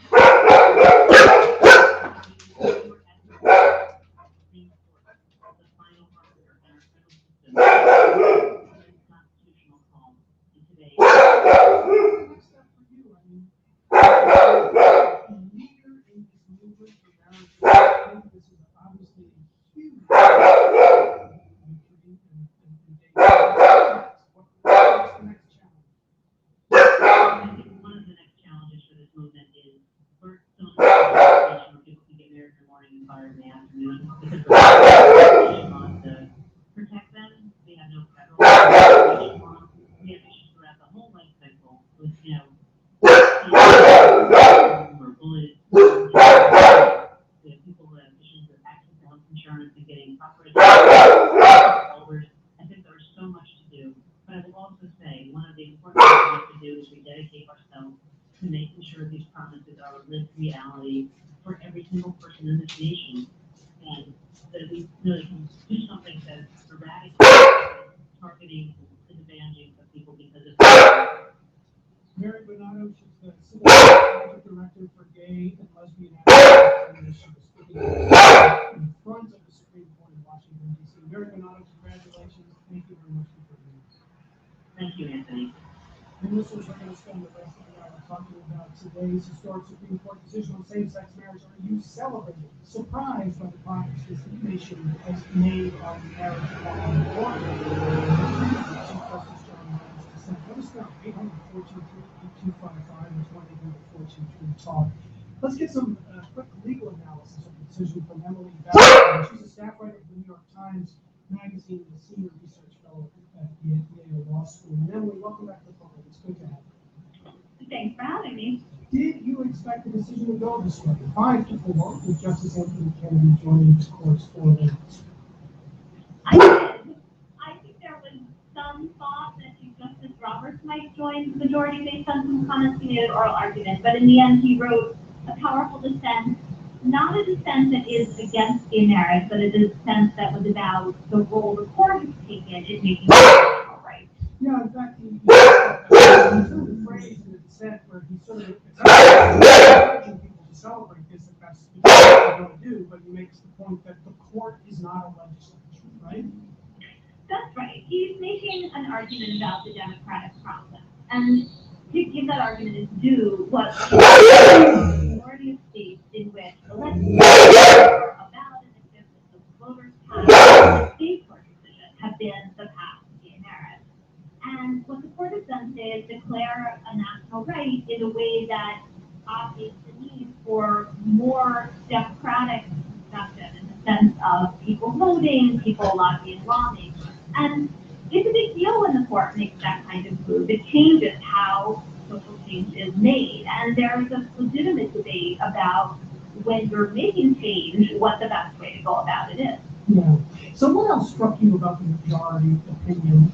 Because we should tell listeners, by the way, that when we printed this opinion out in our newsroom, and it's about, I don't know, 200 or 300 pages long. We certainly fished out a lot of really interesting moments in it. But what struck you about Justice Kennedy's majority opinion? A couple of things. Kennedy's empathy and sense of humanity comes across strongly. He has a really lofty sense of rhetoric, which he certainly deploys. You can feel that he's writing from a history book. But there also are real people in his opinion. He talks about the hundreds of thousands of children who are being raised by gay parents and how this ruling will help them in their lives have more stability and a sense of permanence. And then he talks about the particular plaintiffs in this case and the pleas that they made for having their relationship treated with equal dignity and respect. Last question, Emily. Is this it? I mean, does this finally put this issue, this legal debate around gay marriage across 50 states in the United States? Yeah, I think that all the states will obey this ruling. I also think we are going to have another battle, and it's going to be about resistors to the opinion and this decision, not on the front of government, but in religious institutions. And there are going to be claims made about religious liberty extending to businesses as well as Christians and individual people. We've already seen that, and it is going to continue. Staff writer for the New York Times Magazine, a senior research fellow. Thank you very much for that. Thanks for having me. Let me introduce Arlene Isaacson. She's co-chair of the Massachusetts Gay and Lesbian Political Caucus. She's sitting here with me in the studio. Arlene, thanks for coming in. Good to have you. Thank you. And on the line with us is Roger Severino. He's director of the DeVos Center for Religion and Civil Society and Heritage Foundation. Roger, good to have you. Glad to be on. Arlene, let me start with you and just get your response to this decision. And I guess I want to ask you the same question I asked Mary Donato back in, when Massachusetts became the first state to legalize gay marriage in the nation. Did you think that this day would come as relatively quickly as it seems to? No, we really did. Massachusetts has been the lead on this issue for very different ways. One in the courts, we were the first state to win the right. The state has, we've been the first state in the nation to defeat DOMA, the so-called Defense of Denial of Marriage Act. And so by so doing, by defeating DOMA, we were able to save the Goodrich decision, keep it from being.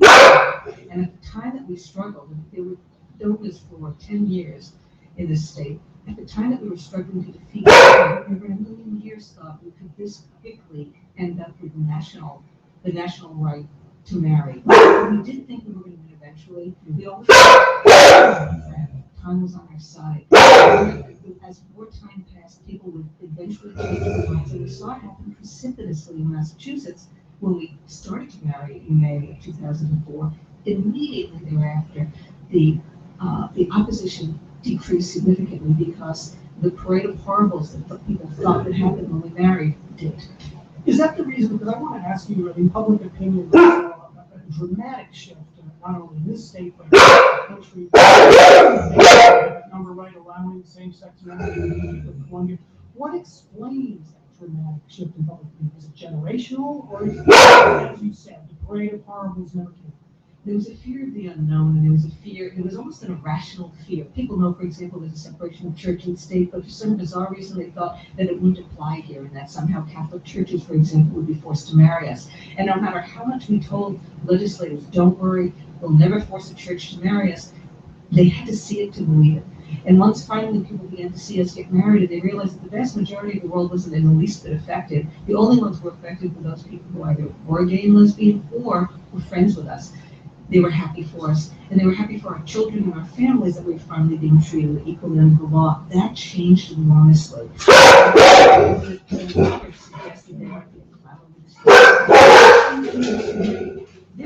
be a backlash on this at all, because the reason they make this decision now, they could not do it. They could do it now for the reason you just said. 70% of the states same-sex marriage.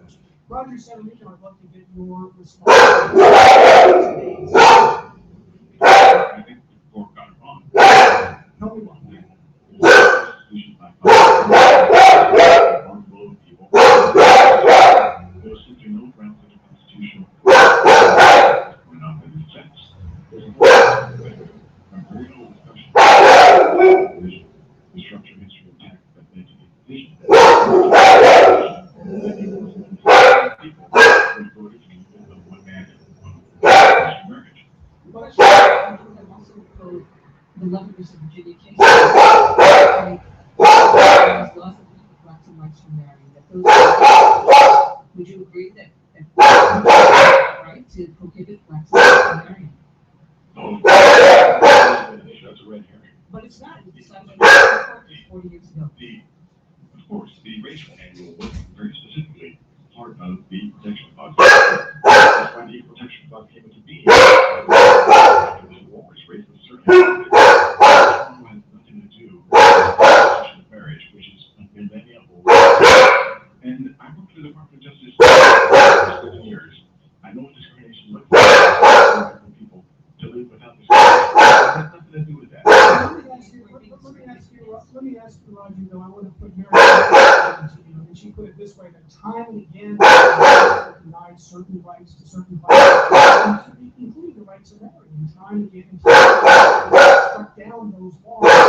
So what I'm sort of having trouble with is understanding the constitutional. Sure. The true question is, what is marriage? And who decided that question? And that was really by the majority of this opinion. What is marriage? Is really the true question. Irrelevant characteristics like race are actually relevant to marriage. But the union of a man and a woman, based on the man and a woman, and that leads to children, and that every child deserves a mom and dad, the best way of providing a version for that child. Those are biological, anthropological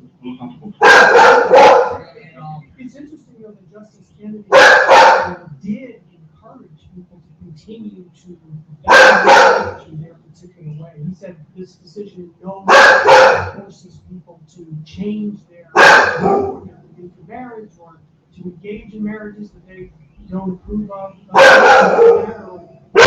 protection under the law. Decision that had to be made.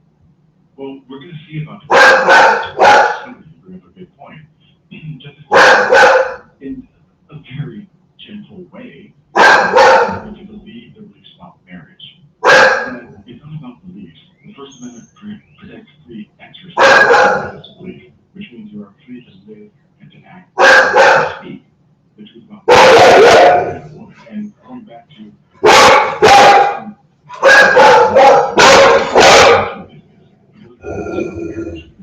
exercise their beliefs about marriage because they have certain views that the state we're a free country. We should have room for dissenting views and make room for all, especially in adoption services.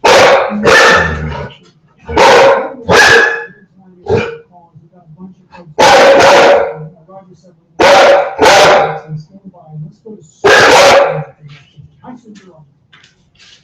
Hi, how are you today? I'm calling because you asked whether this is a day for celebration or not. And I'm calling today from where I sit. It's certainly is a day for celebration. I have a daughter, a beloved daughter, who 1 year ago married a female of the species. And it has been interesting. She told us in high school she was bisexual, and then dated only guys, and then bingo.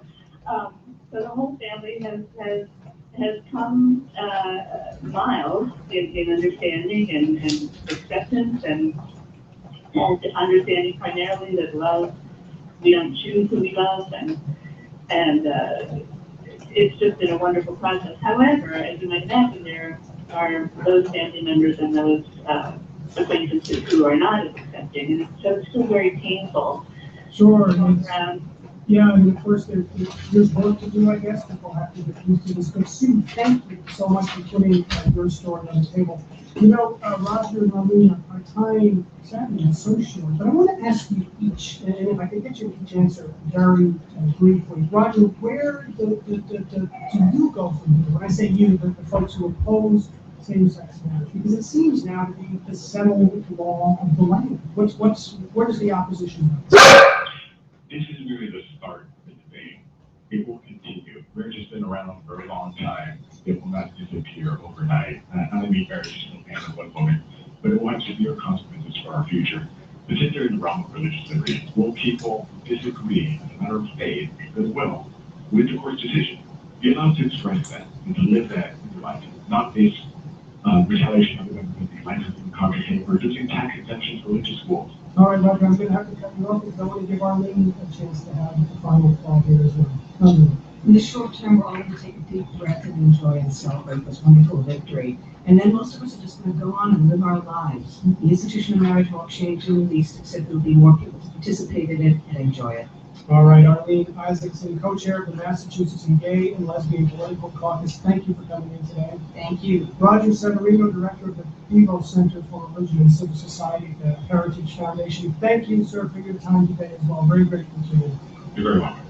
And that's it for today. Big day in the news. You can follow us at radioboston.org. Leave your comments there. Tweet us. Send us messages on Facebook at Radio Boston, a production of WBUR, Boston's NPR news station.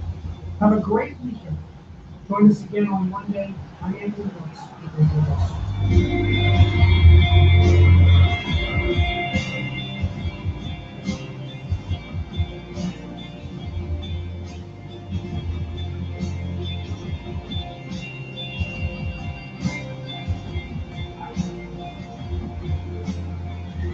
We're funded by you, our listeners, and by BU's Metropolitan College, embracing the challenges of modern healthcare technology with graduate programs in health informatics. Visit bu.edu/met. And Blank Slate Design, a multidisciplinary firm for sustainable architectural and graphic design services. Blank Slate, where design matters. from Boston University, today is 90.9 WBUR Boston. Also broadcasting on 92.7 WBUA Tisbury, Martha's Vineyard, and 89.1 WBUH Brewster, Cape Cod. WBUR, Boston's NPR news station, with the latest news and analysis at WBUR.org. As of today, same-sex marriage is legal in every state in the nation. This decision affirms what millions of Americans already believe in their hearts. When all Americans are treated as equal, we are all. It's Friday, June 26th. This is All Things Considered. I'm Lisa Mullins. Massachusetts' pivotal role in today's ruling coming up. Former Congressman Barney Frank says the state proved to the nation that same-sex marriage does not damage the institution of marriage, and that's what the Supreme Court made it the law of the land.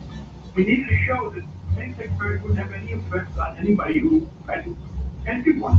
We look at the follow-up from three issues front and center this week in American culture: the Affordable Care Act, same-sex marriage, and the Confederate flag. Also, a new way to think about loneliness and how to deal with it. It is 80 degrees now at 4:01. The news is next. From NPR News in Washington, I'm Lakshmi Singh. After battling state by state for the right to marry, gay and lesbian couples now have the backing of the U.S. Supreme Court. Today, justices voted 5-4 to legalize same-sex marriage in all 50 states. The dissenters accuse their colleagues of undermining the authority of the states and voters. But Justice Anthony Kennedy, a moderate conservative who often casts the deciding vote in close cases, wrote on behalf of the majority, the hope of same-sex couples, quote, is not to be condemned to live in loneliness, excluded from one of civilization's oldest institutions. They ask for equal dignity in the eyes of the law. The Constitution grants them that right. The lead plaintiff in the case, Jim Obergefell, had sued Ohio challenging its ban on gay marriage after the state refused to acknowledge his marriage to John Arthur on Arthur's death certificate. In an interview on NPR's All Things Considered today, Obergefell describes his reaction as Kennedy read his opinion. Startled in my seat, and I think I made some noise. I don't know. It was such a surprise. I wasn't expecting that to be the first ruling. He got a couple sentences into it, and I just started to cry because what I was hearing from him was John and I mattered. The ruling is also drawing scathing criticism from many, including Kelly Fedoruk with the Alliance Defending Freedom. Today's decision is perhaps unprecedented in our nation's history. It rendered irrelevant and ignored the voices of thousands of Americans. President Obama acknowledges divisions in the debate over same-sex marriage, but he says for this country, today's ruling helps create a more perfect union. This ruling will strengthen all of our communities by offering to all loving same-sex couples the dignity of marriage across this great land. Hours later, President Obama delivered a eulogy at the funeral services for the late Democratic State Senator Clemente Pinckney. The pastor was among 9 people killed last week at Emmanuel AV Church by white gunmen. The funerals will be held in the coming days. In Tunisia, at least 28 people have been killed in an attack on a beach popular with foreign tourists. Lauren Craig reports from Madrid. The hotel was a Spanish resort. The beachside resort where foreigners were killed, the Hotel Imperial Marhaba, belongs to a Spanish company. It's unclear whether Spaniards are among the dead. This is the first week of summer break for Spanish schools, and many families are on vacation. Speaking in Brussels, Spanish Prime Minister Mariano Rajoy offered his condolences and solidarity with the victims. His government convened an emergency anti-terrorism meeting here in Madrid and has raised the country's terror alert level from 3 to 4 on a 5-point scale. Back in March, Spanish cruise passengers were among those killed in a terror attack on Tunisia's Bardo Museum. For NPR News, I'm Lauren Craig in Madrid. And the death toll has gone up to 37. This is NPR. This is 90.9 WBUR. I'm Lisa Mullins. Massachusetts Governor Charlie Baker is praising today's decision by the U.S. Supreme Court in favor of same-sex marriage. WBUR Simone Rios reports. The governor says gay marriage has been personal for him for many years. As many of you know, my brother's gay and married and lives here in the Commonwealth, and it's been unfortunate that the residents of all 50 states haven't been able to enjoy that opportunity that he's had here in the Bay State. After speaking to reporters, they did return and then reading a text that we just received. The official first gay brother in the Commonwealth is very happy today. Though same-sex marriage is opposed by many Republicans, Labor's public support for gay marriage dates back to his failed 2010 bid for governor.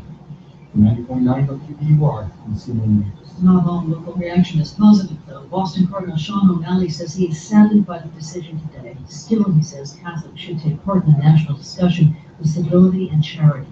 He says allowing same-sex marriage has dangers that may become fully evident only over time. As the clock ticks down before the beginning of the new fiscal year, July 1st, the Massachusetts legislature appears no closer to passing a budget. Senate President Stan Rosenberg remains hopeful that a compromise can be reached in committee, but he says it may not happen before the start of the new fiscal year. The conferees are working very hard to get the budget done as quickly as possible. It's pretty normal around here to have plus or minus a week or so in terms of the July 1 deadline. Governor Charlie Baker has signed an interim budget to keep the government running if the deal isn't reached by the 1st of July. And thousands of Massachusetts home health care workers are poised to become the first in the nation to earn $15 an hour. That deal between the Baker administration and a union of 35,000 workers paid by the state allows for a new wage to be phased in gradually over the next 3 years. In sports, Red Sox take on Tampa Bay tonight, and the forecast partly sunny tomorrow, lots of rain tomorrow night, and early on Sunday. We're funded by you, our listeners, and by the New England Honda dealers, featuring the 5-passenger Honda CR-V equipped with real-time all-wheel drive. Learn more at HondaDealersOfNewEngland.com. And Bleecker Street, presenting I'll See You in My Dreams, a film for grown-ups about discovering that life can begin anew at any age. Starring Blythe Danner, June Squibb, Rhea Perlman, and Sam Elliott, now in theaters. From NPR News, this is All Things Considered. I'm Rachel Martin. And I'm Audie Cornish. Hundreds of people were in front of the U.S. Supreme Court this morning, waiting, looking at their smartphones, watching for interns who would be running the court's decision to journalists waiting to go on air with the news. And just after 10 a.m. Eastern, this.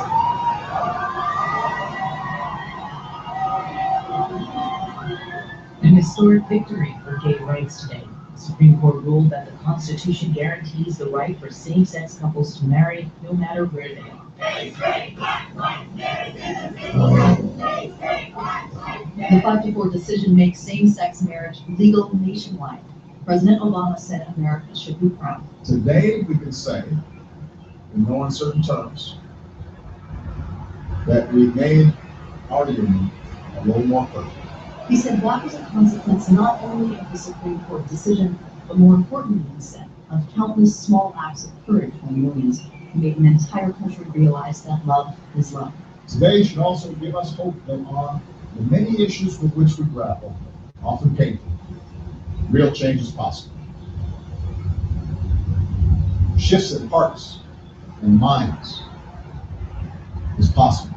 Shortly after the decision came down, the lead plaintiff in the case emerged from the court to address the jubilant crowd. Good morning. My name is Jim Obergefell, and I'm from Cincinnati, Ohio. When his husband, John Arthur, died of ALS in 2013, Obergefell was barred from being listed on the death certificate. His fight led him to this moment in front of the Supreme Court. I know in my heart that John is with me today. That man cared for and loved me for 21 years through thick and thin. Today's ruling from the Supreme Court affirms what millions across this country already know to be true in our hearts. Our love is equal. The ruling, of course, was not. The decision made his religious belief. I have a feeling this is going to somehow affect our church within a few years. I can see our pastor basically being put in prison because to marry a same-sex couple. In his decision, John Roberts wrote that the majority's decision has no basis in the Constitution. The right to marriage, he says, does not include a right to make a state definition of marriage, and the state specifically maintains a meaning of marriage that has persisted in every culture throughout human history that can be called irrational. For those who believe in the government of laws, not of men, the majority's approach is deeply disheartening. We're joined by a man who's been making a legal case for same-sex marriage for more than 20 years. His name is Evan Wolfson. He's the founder of a group called Freedom to Marry. And he wrote a paper back in 1983 when he was a student at Harvard Law School. That paper has been called the blueprint for the same-sex marriage movement. Evan Wilson joins me now. Thanks so much for talking with us. Good to be here today. Where were you when you heard the court's decision and what was going through your mind? I was at Freedom to Marry, our campaign headquarters, with my staff and team, and I actually got to be the one that saw it first, despite all my digital wisdom, and I got to announce it, which was a real thrill, and it just hasn't stopped being moving and wonderful. You just heard of Chief Justice John Roberts' dissent. As a lawyer, as someone who has been thinking and working on this issue from a legal perspective for so many years, did anything in this decision surprise you on either side? I don't think we could have asked for a stronger decision. The decision recognizes that this has been a debate and a discussion and a struggle going on for decades. It's not new, it's not sudden, it's not being sprung on the American people. And Justice Kennedy notes that it's precisely because there's been so much discussion, debate, and growth and understanding that the American people now, by a supermajority, support the freedom to marry and believe that the court should do what the court did today. But Justice Kennedy also talks about our Constitution and the commitment to the freedom to marry and the commitment to equal protection under the laws. And he makes clear that the day of the gay exception is over. It is no longer tolerable for the law to exclude gay people from the basic dignity, protections, and respect that are part of America's promise and that our Constitution guarantees. Although, as you know, same-sex marriage has not been approved by all voters in every state. Well, that's true, but probably that would be the same today, believe it or not, with interracial marriage and interfaith marriage and so on. We don't put basic rights up to a vote in our country. That's why we have a constitution. That's why they're called rights, not votes. People don't vote on whether you have freedom of speech or whether someone else should have freedom of religion or whether I should have the freedom to marry.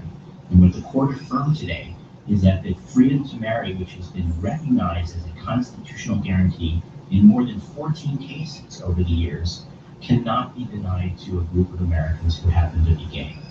I'm holding this paper here, a paper you wrote in 1983 when you were a Harvard Law student. It's a big paper, typed, it looks like on a typewriter. In those days, before we had free internet. It's titled Same-Sex Marriage and Morality, the Human Rights Vision of the Constitution. How was that paper received way back in 1983? Well, I got a B, which was of course disappointing at the time, but I tried to make up for it with extracurricular activities ever since. And years later, the professor who gave me that grade and who advised me on it was quoted in a profile of me in the paper saying, "It's so refreshing to see a student apply something he learned in law school." So I feel like the paper has come into its time, and fortunately, the country has moved forward, and we've all made the case, and it obviously is not just a paper, it's been millions of conversations and lots of hard work, and a true willingness on the part of the majority of the American people to open their hearts and to change their minds. Massachusetts was the first state to legalize same-sex marriage in 2003. Through the years, dozens of other states would follow, now culminating in this Supreme Court decision today.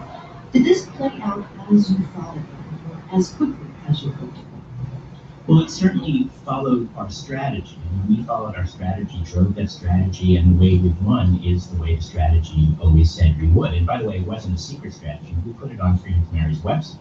And what we always said we needed to do in order to get the Supreme Court to finish the job, which was the way we knew we would get to national resolution, was to build a critical mass of states and a critical mass of support. And that required persuasion, it required organizing, it required education, it required litigation, it required lobbying. And so we blended all of those things together, and with many stumbles and successes, worked that strategy through. And I always said to people as I was preaching and pushing and going around the country, leading and encouraging this campaign, that it wasn't going to happen overnight. Civil rights change doesn't happen overnight. I told people that it would take a long time, but we would get there. But when you're younger, your idea of long is shorter. So I don't think in 1983 or in 1993, when I was working on it as an activist and so on, that I necessarily thought that we would get here only in June of 2015. And on the other hand, by historical standards, and I think in most people's experience, it's gone very quickly because once we broke the silence about gay people's lives and talked about why marriage matters and really figured out how to most effectively engage non-gay people in this conversation, it did move with accelerated speed, and we came to the day we've come to today. You've spent, I think it's fair to say, the majority of your adult life working to legalize same-sex marriage. Yeah. What do you do now? You know, I haven't thought about it really. I mean, I have of course been asked about it 20 times a day in the last couple months as we, build toward what we hope will be a victory. But I really haven't thought about it because in order to think about it, I have to really figure out, like, who am I when I'm not Mr. Marriage anymore? And I just want to allow myself time to really think about what do I want for this next chapter in life, what would I be good at, where can I make a contribution, what will excite me, and then try to figure out what can I get, hopefully some offers will come in and so on. But I just didn't want to get into that until we finished the job. So things are still up in the air for you as you try to figure out the next steps. What about your organization, Freedom to Marry? Well, Freedom to Marry was created as a campaign to get to a particular goal, and of course today we've now achieved our goal. So we will, in a matter of months, shut down. Freedom to Marry has achieved its mission, and we will engage in a smart, strategic wind down, working with movement colleagues to capture the lessons and to share the resources, and hopefully have some of my extraordinarily brilliant team go on to other causes, and the organization will close.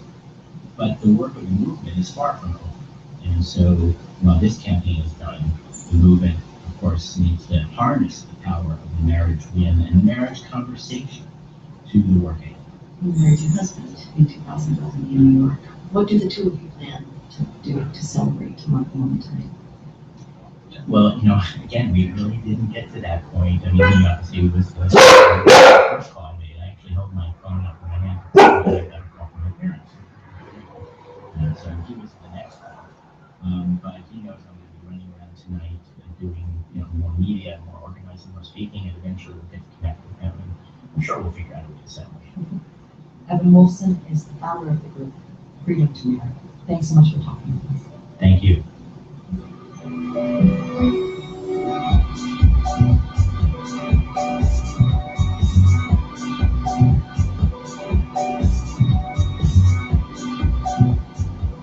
We'll be hearing a variety of reactions to the Supreme Court's decision legalizing same-sex marriage throughout the program. That includes the view from South Dakota, where a majority of residents still oppose gay marriage. The Attorney General says his state is already complying with the new law, even though voters in South Dakota passed a ban on same-sex marriage by popular vote.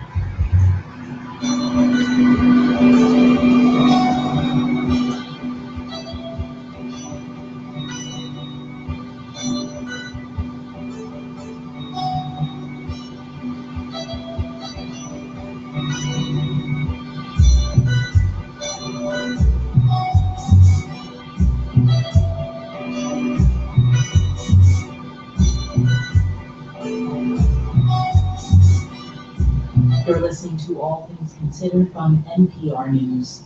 We're funded by you, our listeners, and by Landry and Darkari Rugs and Carpeting since 1938. New and antique hand-woven rugs and fine carpeting, Boston, Salem, and Framingham. LandryandDarkari.com. This is 9.9 WBUR. Business leaders across the country reacted to the landmark Supreme Court ruling today making gay marriage legal in all 50 states.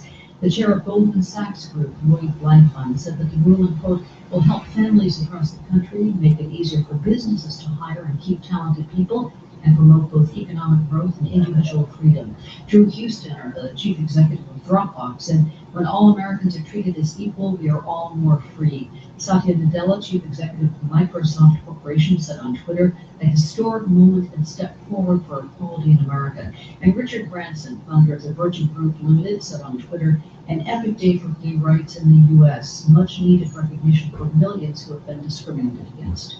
On Wall Street, the markets finished the week in mixed territory. The Dow had the gains, rose 57 points, closed at 17,947. The Nasdaq gave up 32 points and finished at 5,081. And the S&P 500 slipped 0.70 points, closing at 2102. It's 19 past 4. We're funded by you, our listeners, and by Big U's Metropolitan College, offering the part-time masters in computer information systems. Gain competitive skills in areas such as computer networks, cybersecurity, data analytics, health informatics, web application development, and more. For more information, visit vu.edu/vet. The iLab at WVUR is the Center for Innovation, Imagination, and Ideas, a place for experimentation with new sounds and different platforms. Explore what we're working on and let us know what you think. That's the iLab at WVUR.org. Major funding for the WVUR iLab is provided by Biogen. Generally clear skies tonight, partly sunny tomorrow, high temperatures only about 70 tomorrow, lots of rain coming in tomorrow night, and then look for partly cloudy skies during the day on Sunday. It's 20 best. Support for NPR comes from NPR member stations and from the William G. Grant Foundation, supporting research to improve the lives of young people from diverse backgrounds and ensure they reach their fullest potential. More information is available at wtgrantfoundation.org. And the Bill and Melinda Gates Foundation, dedicated to the idea that all people deserve the chance to live healthy, productive lives, seeking to unlock the possibility inside every individual at gatesfoundation.org. From NPR News, this is All Things Considered. I'm Audie Cornish. And I'm Rachel Martin. You could call them accidental activists, the 12 couples and 2 widowers who filed lawsuits against bans on same-sex marriage. Accidental because they didn't intend to be at the center of a nationwide legal battle, but each had their reasons. One couple sued to have their marriage recognized under Tennessee law so that they could both be parents to their daughter, Amelia.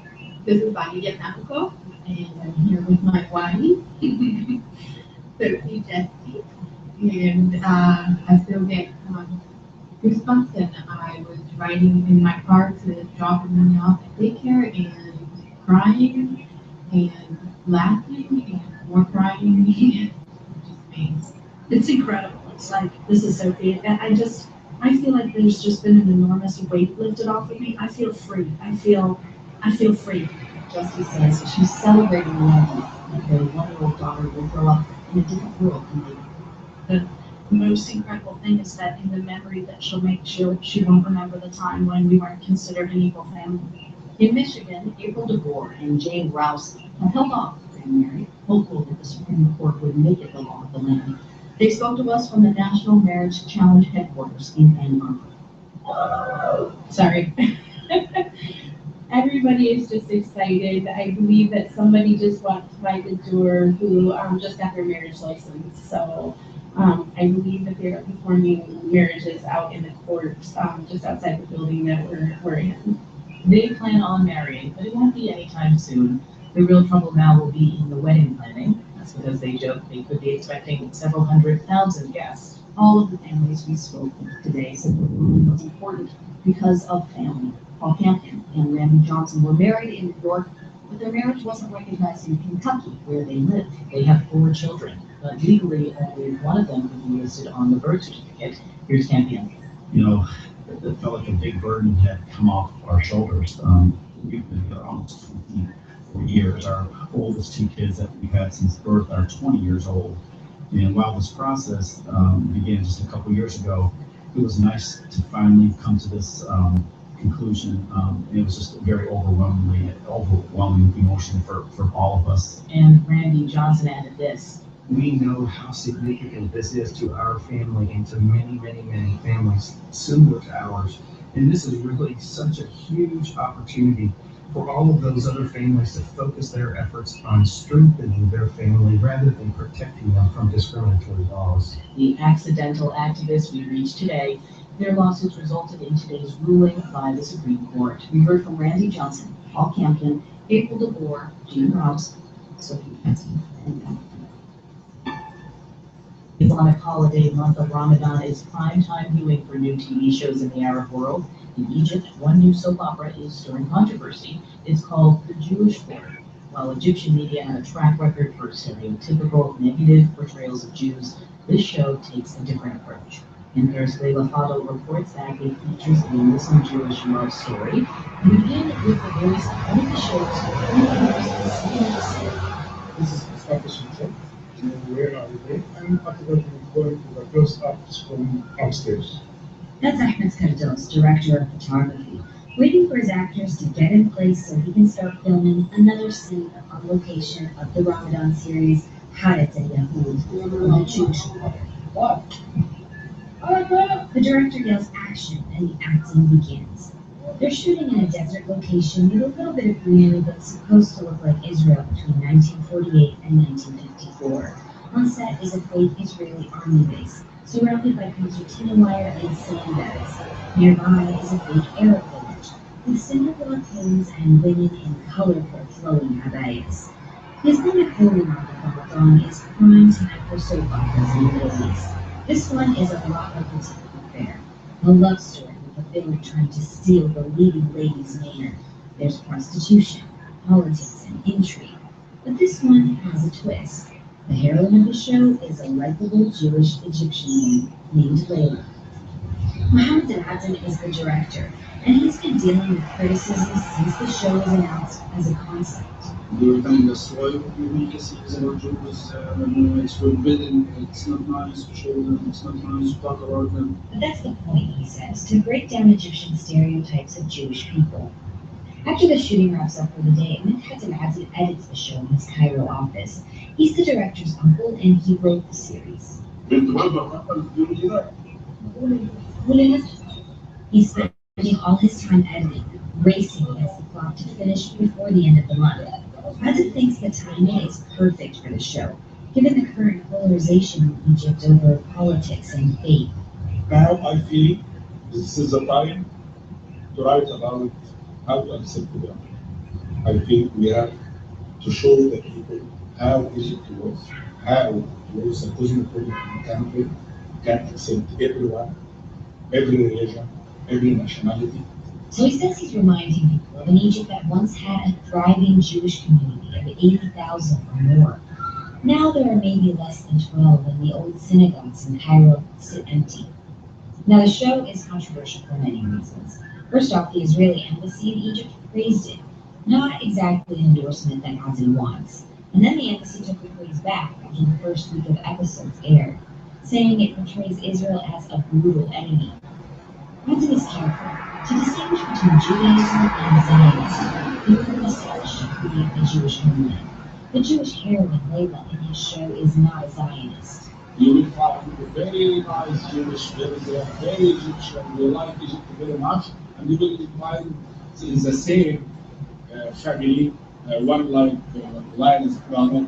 His brother is a Zionist, and proving to be a villain on the show. The show depicts things rarely seen on Egyptian television. An ordinary Jewish family sitting down to Sabbath dinner and sharing concerns about the future of their country, Egypt. There's little doubt it's a more sympathetic depiction of Jews in a region where newspapers routinely run anti-Semitic political cartoons, and other TV shows depict Jews almost uniformly as evil. But some critics find the breaking of traditional molds unsettling.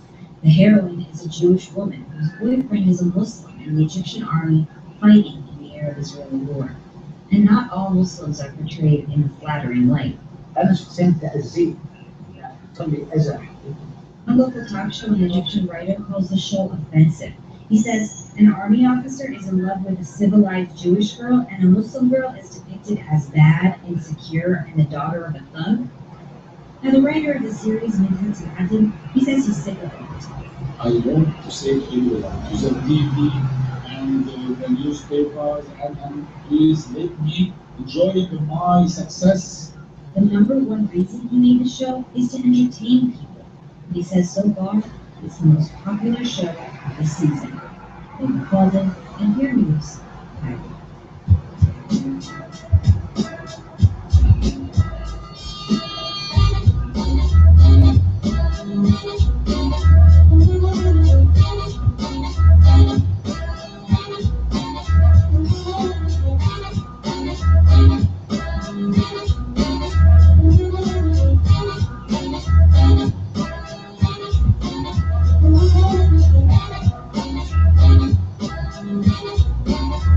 This is NPR News. This is 90.9 WBUR in Boston. The forecast, clear skies.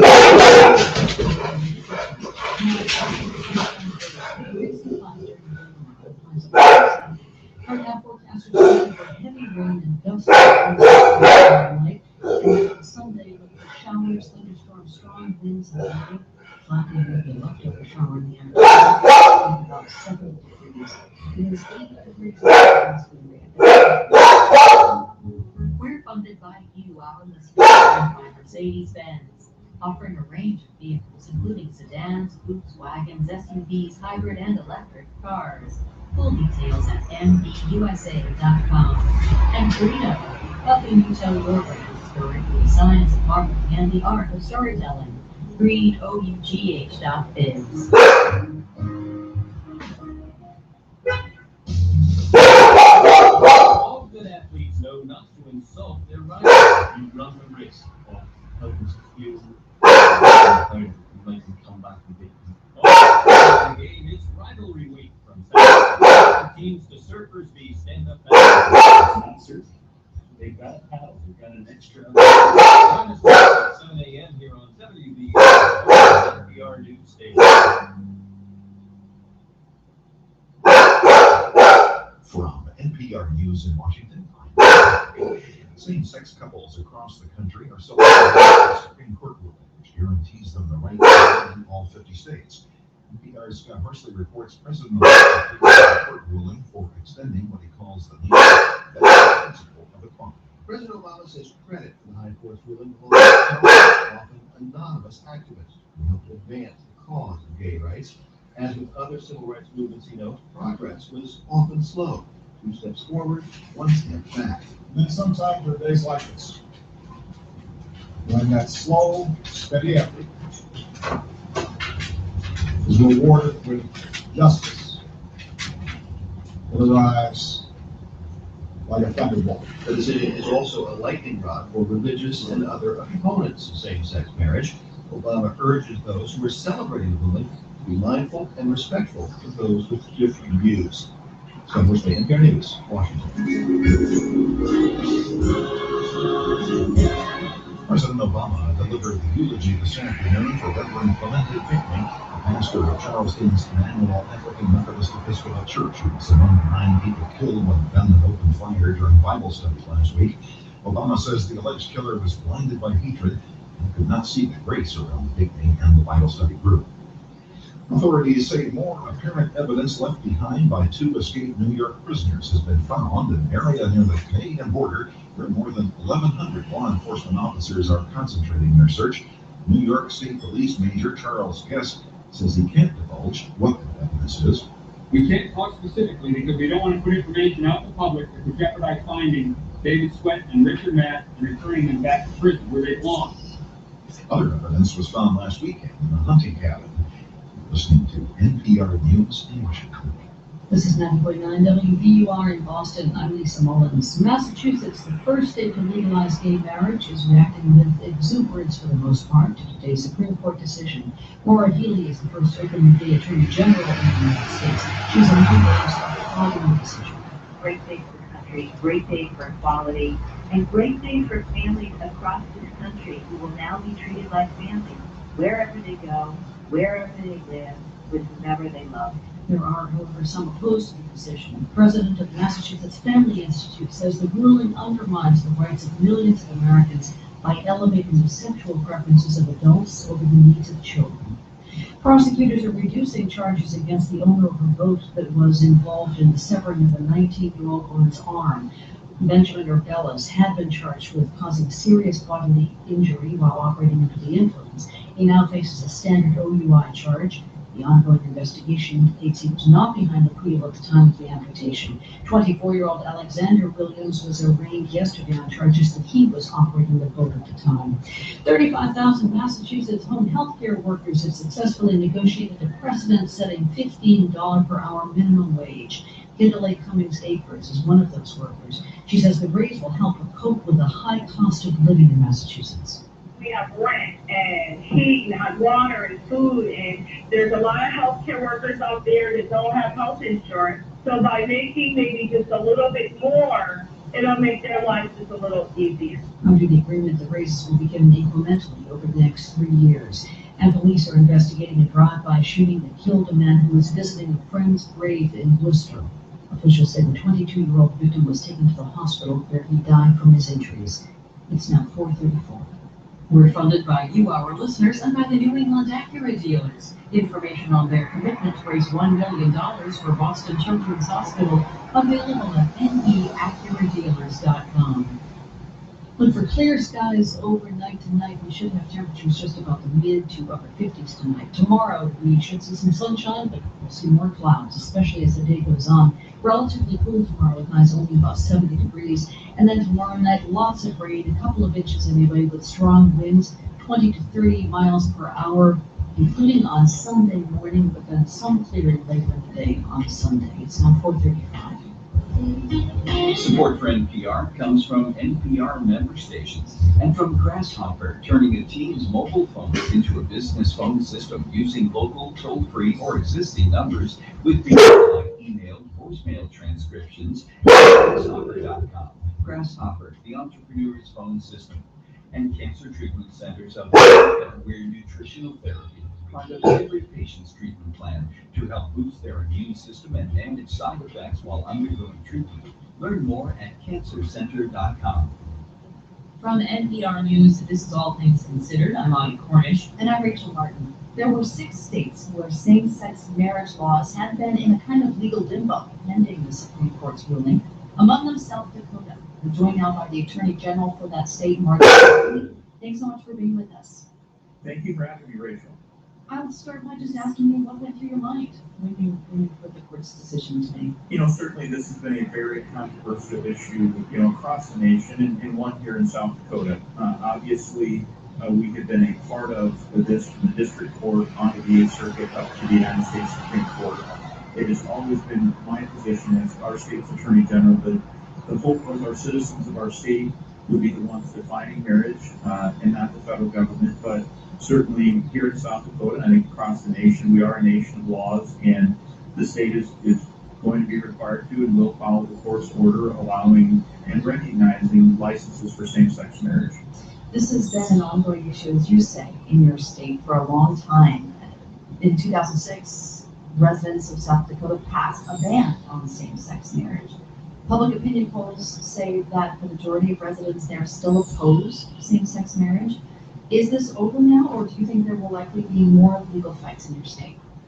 Certainly when you look at South Dakota, we have both a constitutional amendment voted in by the people of South Dakota as well as a state statute by our legislature. And, certainly there's a strong belief that we here in South Dakota should be the ones to determine how to define marriage, but we also are a state where we respect the law. And now that the Supreme Court has spoken on that, we are in the process of, immediately treating this order as effective. We are, of course, giving our local and state officials a practical, reasonable amount of time to implement. I would suspect that you won't see that many marriage licenses here in South Dakota. You will see some, obviously. We were just waiting for the Supreme Court decision before we would change or implement our systems here in South Dakota to permit the licensing of these type of marriages. When do you think that will happen? When will same-sex couples be able to get marriage licenses? The state system, we call our vital records, is being changed as we speak to allow for the implementation or the input of that data. It will depend on our register of deeds here in South Dakota that are elected local officials. We have 66 of them, have obviously different systems and different processes, but they're in the way or in the process of implementing those. So I would envision we may have some licenses issued as early as today, and then certainly as a reasonable period of time proceeds onward to allow for these system changes, it will go statewide.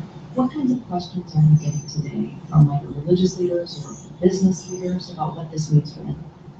Probably one of the biggest ones is the practical question is when do we need to be issuing these licenses? And that was dealt with earlier today when I, as Attorney General, talked to several other of my colleague Attorneys General and determined that we would treat this opinion as effective immediately with that recognition that there would be a practical, reasonable period of time to implement.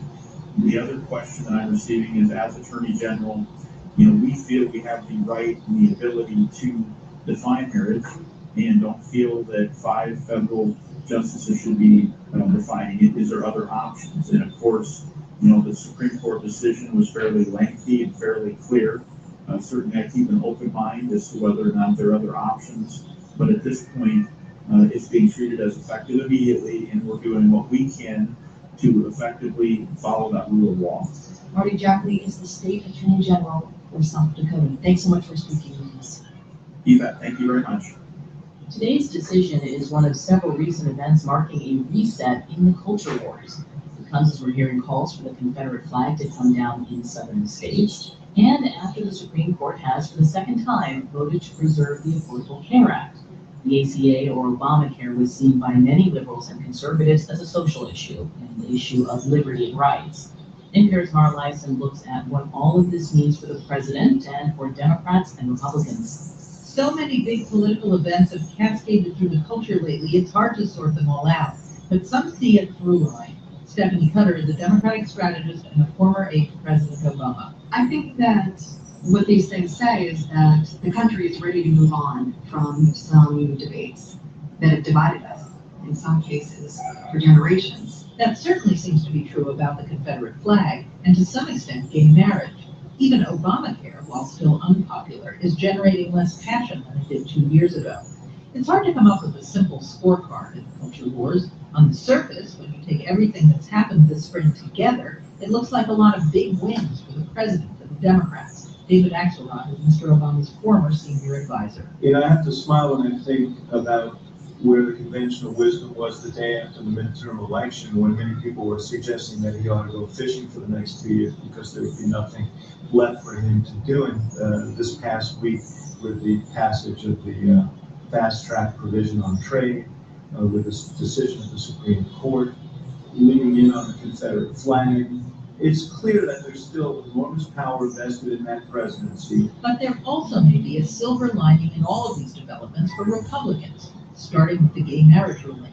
Republicans know their opinions are out of sync with the majority of Americans on gay marriage, and now that the Supreme Court has provided some clarity, they can work on a way to square that circle. Many of the Republican presidential candidates issued statements today saying that while they disagreed with the court and would work to reverse the ruling, they respected the dignity of those who disagreed with them. It's a start, and Russell Moore, the president of the Ethics and Religious Liberty Commission of the Southern Baptist Convention, approved. I think that many candidates are taking exactly the right approach, not backing down on fundamental convictions, and yet at the same time recognizing that we have to persuade people who disagree with us, not simply screen them. I think that's a wise move. Yesterday's court decision to leave Obamacare intact may not have been such a big defeat for the GOP either. Republican congressional leaders are probably heaving a secret sigh of relief because they avoided the responsibility for millions of people who could have lost their health insurance overnight. Republican strategist Kellyanne Conway says there's a benefit for Republican presidential candidates too. It liberates them to speak with clarity about what they would do if they were elected. They have a renewed platform to highlight the burdens and unfairness on American families and businesses. And I think the decision makes Obamacare no more popular or workable, and now will shift over from the constitutionality of the Affordable Care Act onto the workability of the Affordable Care Act. As for the Confederate flag, just as the Supreme Court rescued the Republicans from having to deal with the chaos of an unraveling health insurance system, Conway says South Carolina Governor Nikki Haley, by swiftly moving to take down the flag, helped her party in their difficult quest to appeal to an electorate growing more diverse by the day. For Governor Haley and Senator Tim Scott, first African American elected in the Deep South and Reconstruction to the United States Senate, for them to stand there and really show their humility and their action, but also the diversity of the modern Republican Party, really goes a long way for many Americans. All of these issues, race and guns, Obamacare, gay rights, and religious liberty, will be debated over the next year. But in the past couple of weeks, the terms of that debate have been reshaped, and both parties will have to readjust. Mara Liasson, NPR News, Washington.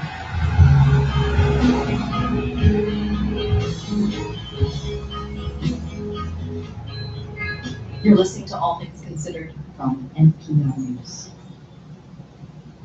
There's new ways scientists are thinking about loneliness and how to overcome it. Many studies over the years have found loneliness can have grave consequences. It doesn't just feel bad, it's bad for our physical health too. NPR's social science correspondent Shankar Vedantam joins us now. Hey there, Shankar. Hi, Ani. So what's this new research into loneliness all about? A number of experiments find out that when you bring people into a laboratory, people who are lonely are actually better at detecting social cues, reading expressions, and being generally plugged into the social world than people who aren't lonely. I was speaking with Megan Knowles, she's a psychologist at Franklin and Marshall College, and she told me that she and her colleagues, Gail Lucas, Roy Baumeister, and Wendy Gardner, were drawn to a paradox here. Why are lonely individuals able to do this in a lab, but unable to do it in a real world context, in an actual interaction? Why aren't they translating these skills into actual positive social interactions? So, Shemper, what did they find out? Well, Knowles gave me an analogy to help you think about the question. We often see the same thing happening in a different context in sports. Athletes, golfers, they can be excellent at practice, but they choke when it comes to performing what they know on a big stage. And for what we know about choking, we know that choking happens because you master a skill, you know how to do something, but instead of just allowing yourself to perform, you start to overthink what you already know how to do. Here's Knowles again. Thinking about what you're doing step by step by step actually ends up interfering and hindering their performance. So Knowles asked, is the same thing happening to lonely people in social interactions? They already have these skills, but instead of simply applying those skills, they overthink what they know, and they end up not being able to perform what they know how to do. She's just wrapped up a series of experiments to prove that this indeed is the case. When you tell lonely people you're testing their social skills, they choke. On the other hand, when you give them the very same test for social skills, but you say that you're measuring something else, you're measuring their mental ability, the lonely volunteers now do great. They actually outperform volunteers who are not lonely. So Knowles concludes from this that many volunteers who describe themselves as lonely actually have the social skills inside them. It's just that when they're asked to perform these social skills, they behave like these athletes and golfers who are choking on the big stage. And I understand that the researchers also attempted to help people overcome this. How did they go about doing that? So Knowles knew that people choke because they're anxious. Lonely people are worried about failing, so they overthink what they do, and that makes the problem worse. So Knowles decided to use a technique called psychological misattribution. She brought volunteers into a laboratory and she gave them a drink, and she told them this drink was laced with very large amounts of caffeine. Now in reality, the drink did not have any caffeine, but volunteers believed that it did. Now, the drink had no effect on volunteers who weren't lonely, but it made a big difference to the lonely volunteers. When they felt jiggly, when they felt butterflies in their stomach about having their social skills put to the test, they now attributed their jiggly feelings to the caffeine rather than their own anxiety. And now when they're given a test and told that it measures their social abilities, Knowles finds the lonely volunteers given the drink are less likely to choke. They actually end up performing better than the volunteers who aren't lonely. So what about the real life application of this? How can someone who experiences social anxiety do this on their own? Well, I suppose one thing I'm supposed to be much better is to give them a drink. That's very tricky. Okay. Yeah. You know, the truth is that I thought really joking on it, but I think the value of this study is that it gives us a starting point on how to diagnose the problem correctly. Lonely people might not need our advice on how to master social skills. They already have that knowledge. That's NPR's Shankar Vedantam, who regularly reports on social science research, and you can follow him on Twitter at Hidden Brain. Shankar, thanks so much for talking with us. Happy to be here, Robbie. We're funded by you, our listeners, and by Everything But the House, national online estate sale company helping Boston homeowners with a wall-to-wall downsizing service. Discover something. EBTH.com. Visit us to our Garden Museum.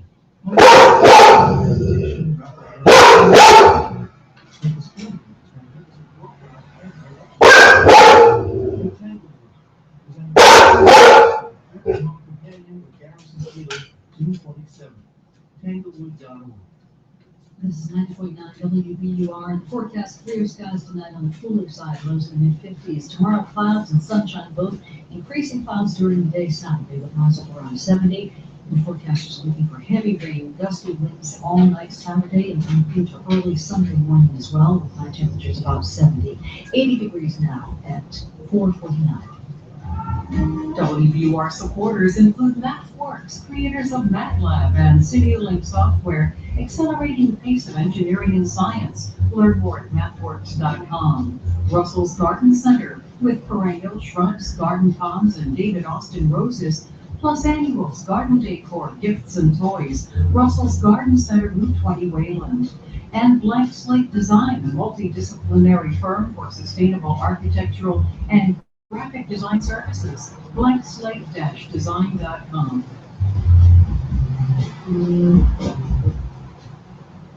The right recognized by Massachusetts back in 2004 that allowed the same-sex couples to marry has now been extended to every corner of the United States. WBR's Martha Biebenberg reports on reaction within Massachusetts to today's 5-4 decision by the U.S. Supreme Court.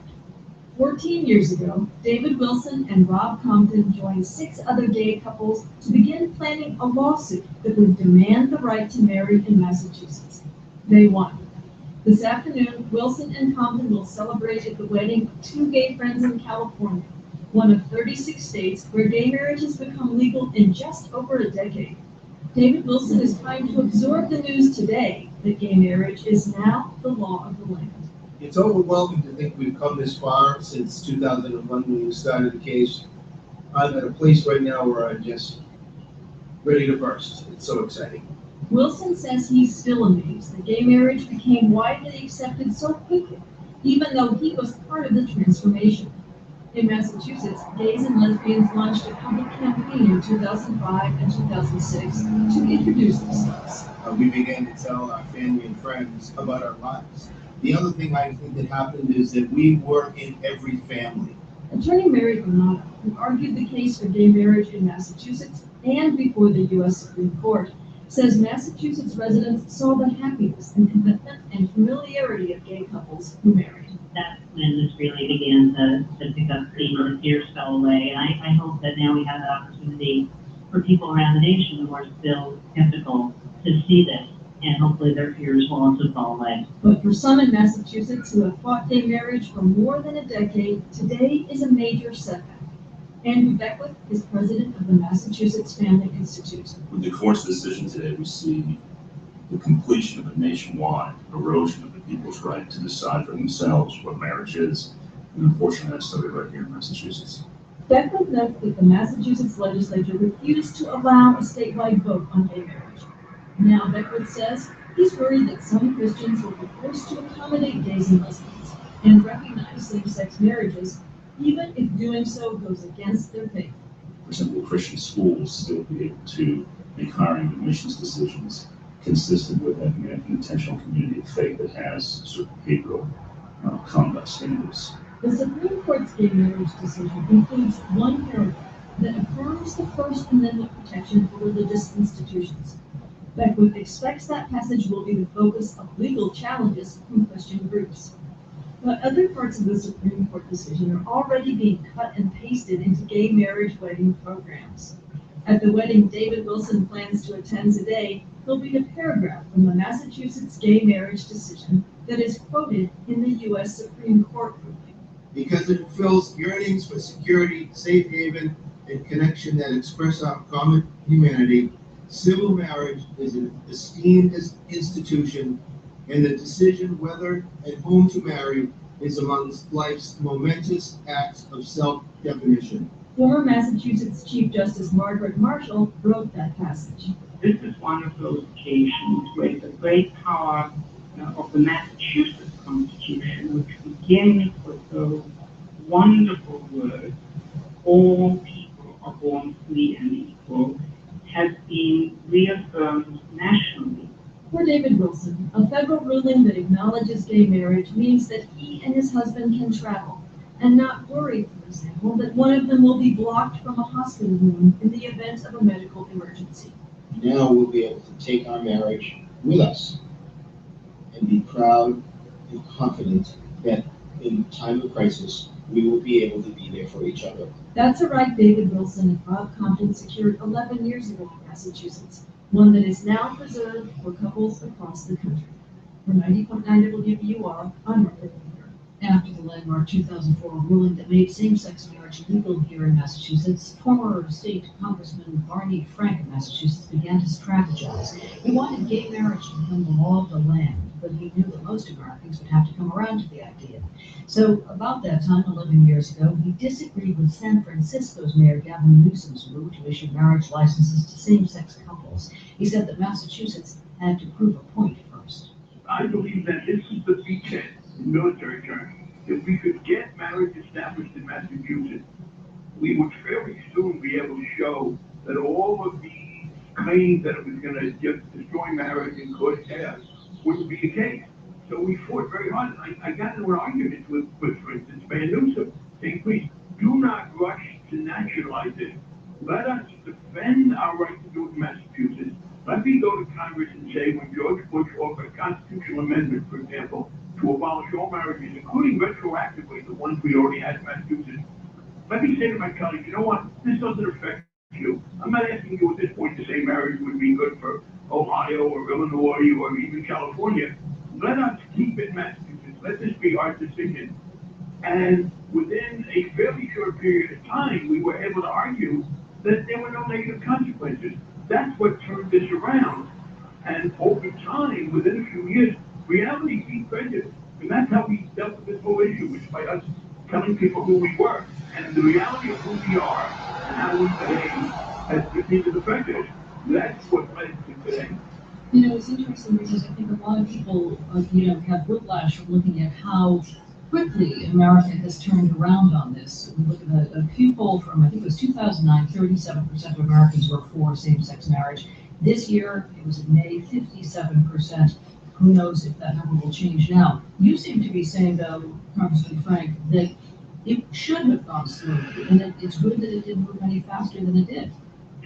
Oh, I think it would move faster. What I recognized, though, was that we needed to be able to show that this was working.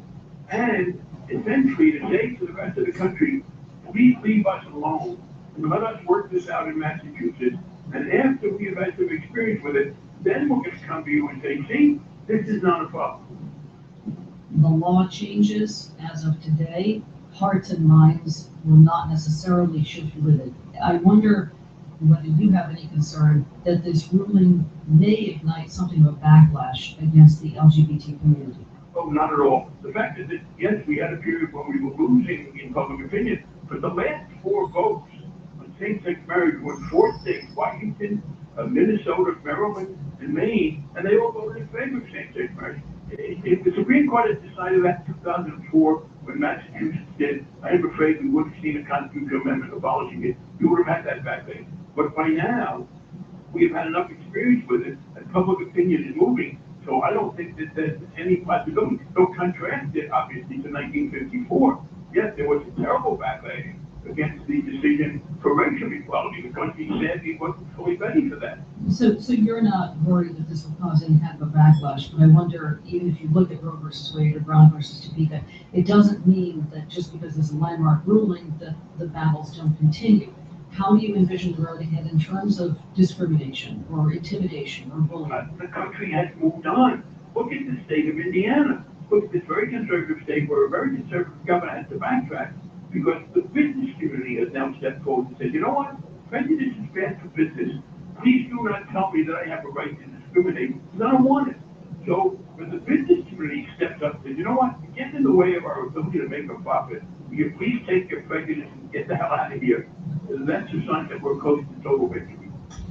Congressman Barney Frank, by the way, we should mention in 1987 became the first sitting member of Congress to voluntarily make it known that he was gay. 3 years ago in July, he was the first congressman to get married to a partner of the same sex as he served in Congress. Can I just add on that one point about where we're moving? Yes. The notion that I could have gotten married to Jim 10 years before it happened, it would have seemed way too controversial.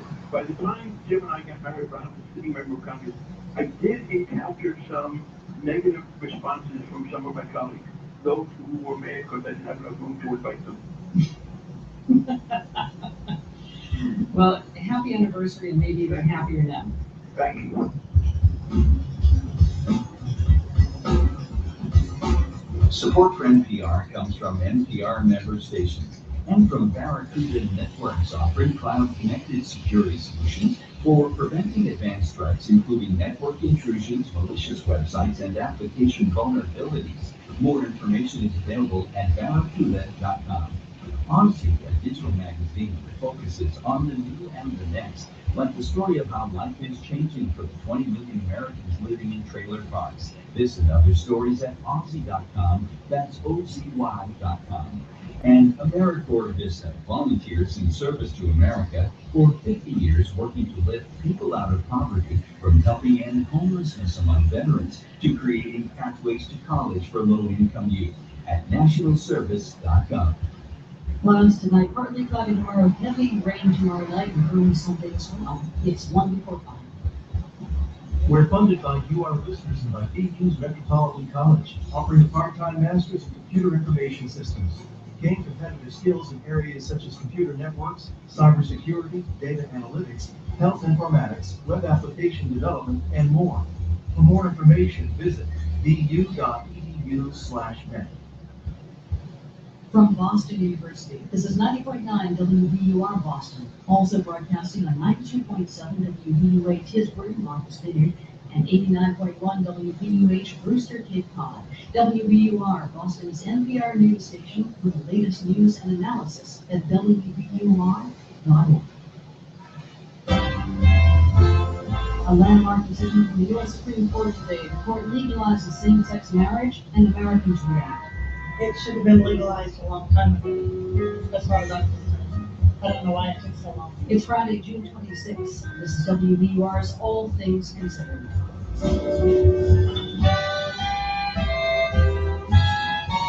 President Obama applauds today's Supreme Court ruling, but some Republican presidential candidates have a different reaction, including Bobby Jindal. Marriage as an institution between a man and a woman was established by God. It cannot be altered by earthly force. And President Obama delivered a eulogy at the funeral of the pastor of the South Carolina church that was seemingly massacred last week.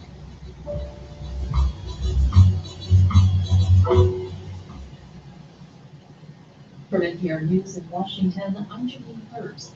Same-sex marriage is now legal across America. The Supreme Court today declaring gay couples have the right to marry anywhere in the U.S. They were already allowed to marry in 36 states and the District of Columbia. The 5-4 ruling out today, though, means the 14 other states will have to comply, including Alabama, which has banned same-sex marriage. And while some of the states are calling the ruling an overreach, others are celebrating it as a victory. Kyle Gassett of Troy Public Radio has more from Alabama's state capitol. Outside the probate court in Montgomery, passing cars honked, and the jubilant crowd waved flags and posed for pictures. Michael Buchanan grew up here. He married his husband Jacob in Amsterdam in December, and both are celebrating what the High Court's decision means for Alabama. It's important that we come out here and that we're visible, and that people who were like me when I was a teenager realize that they aren't alone, and that they can be supported, and they can be treated like anybody else. In a statement, Alabama's Attorney General says that while he acknowledges the Supreme Court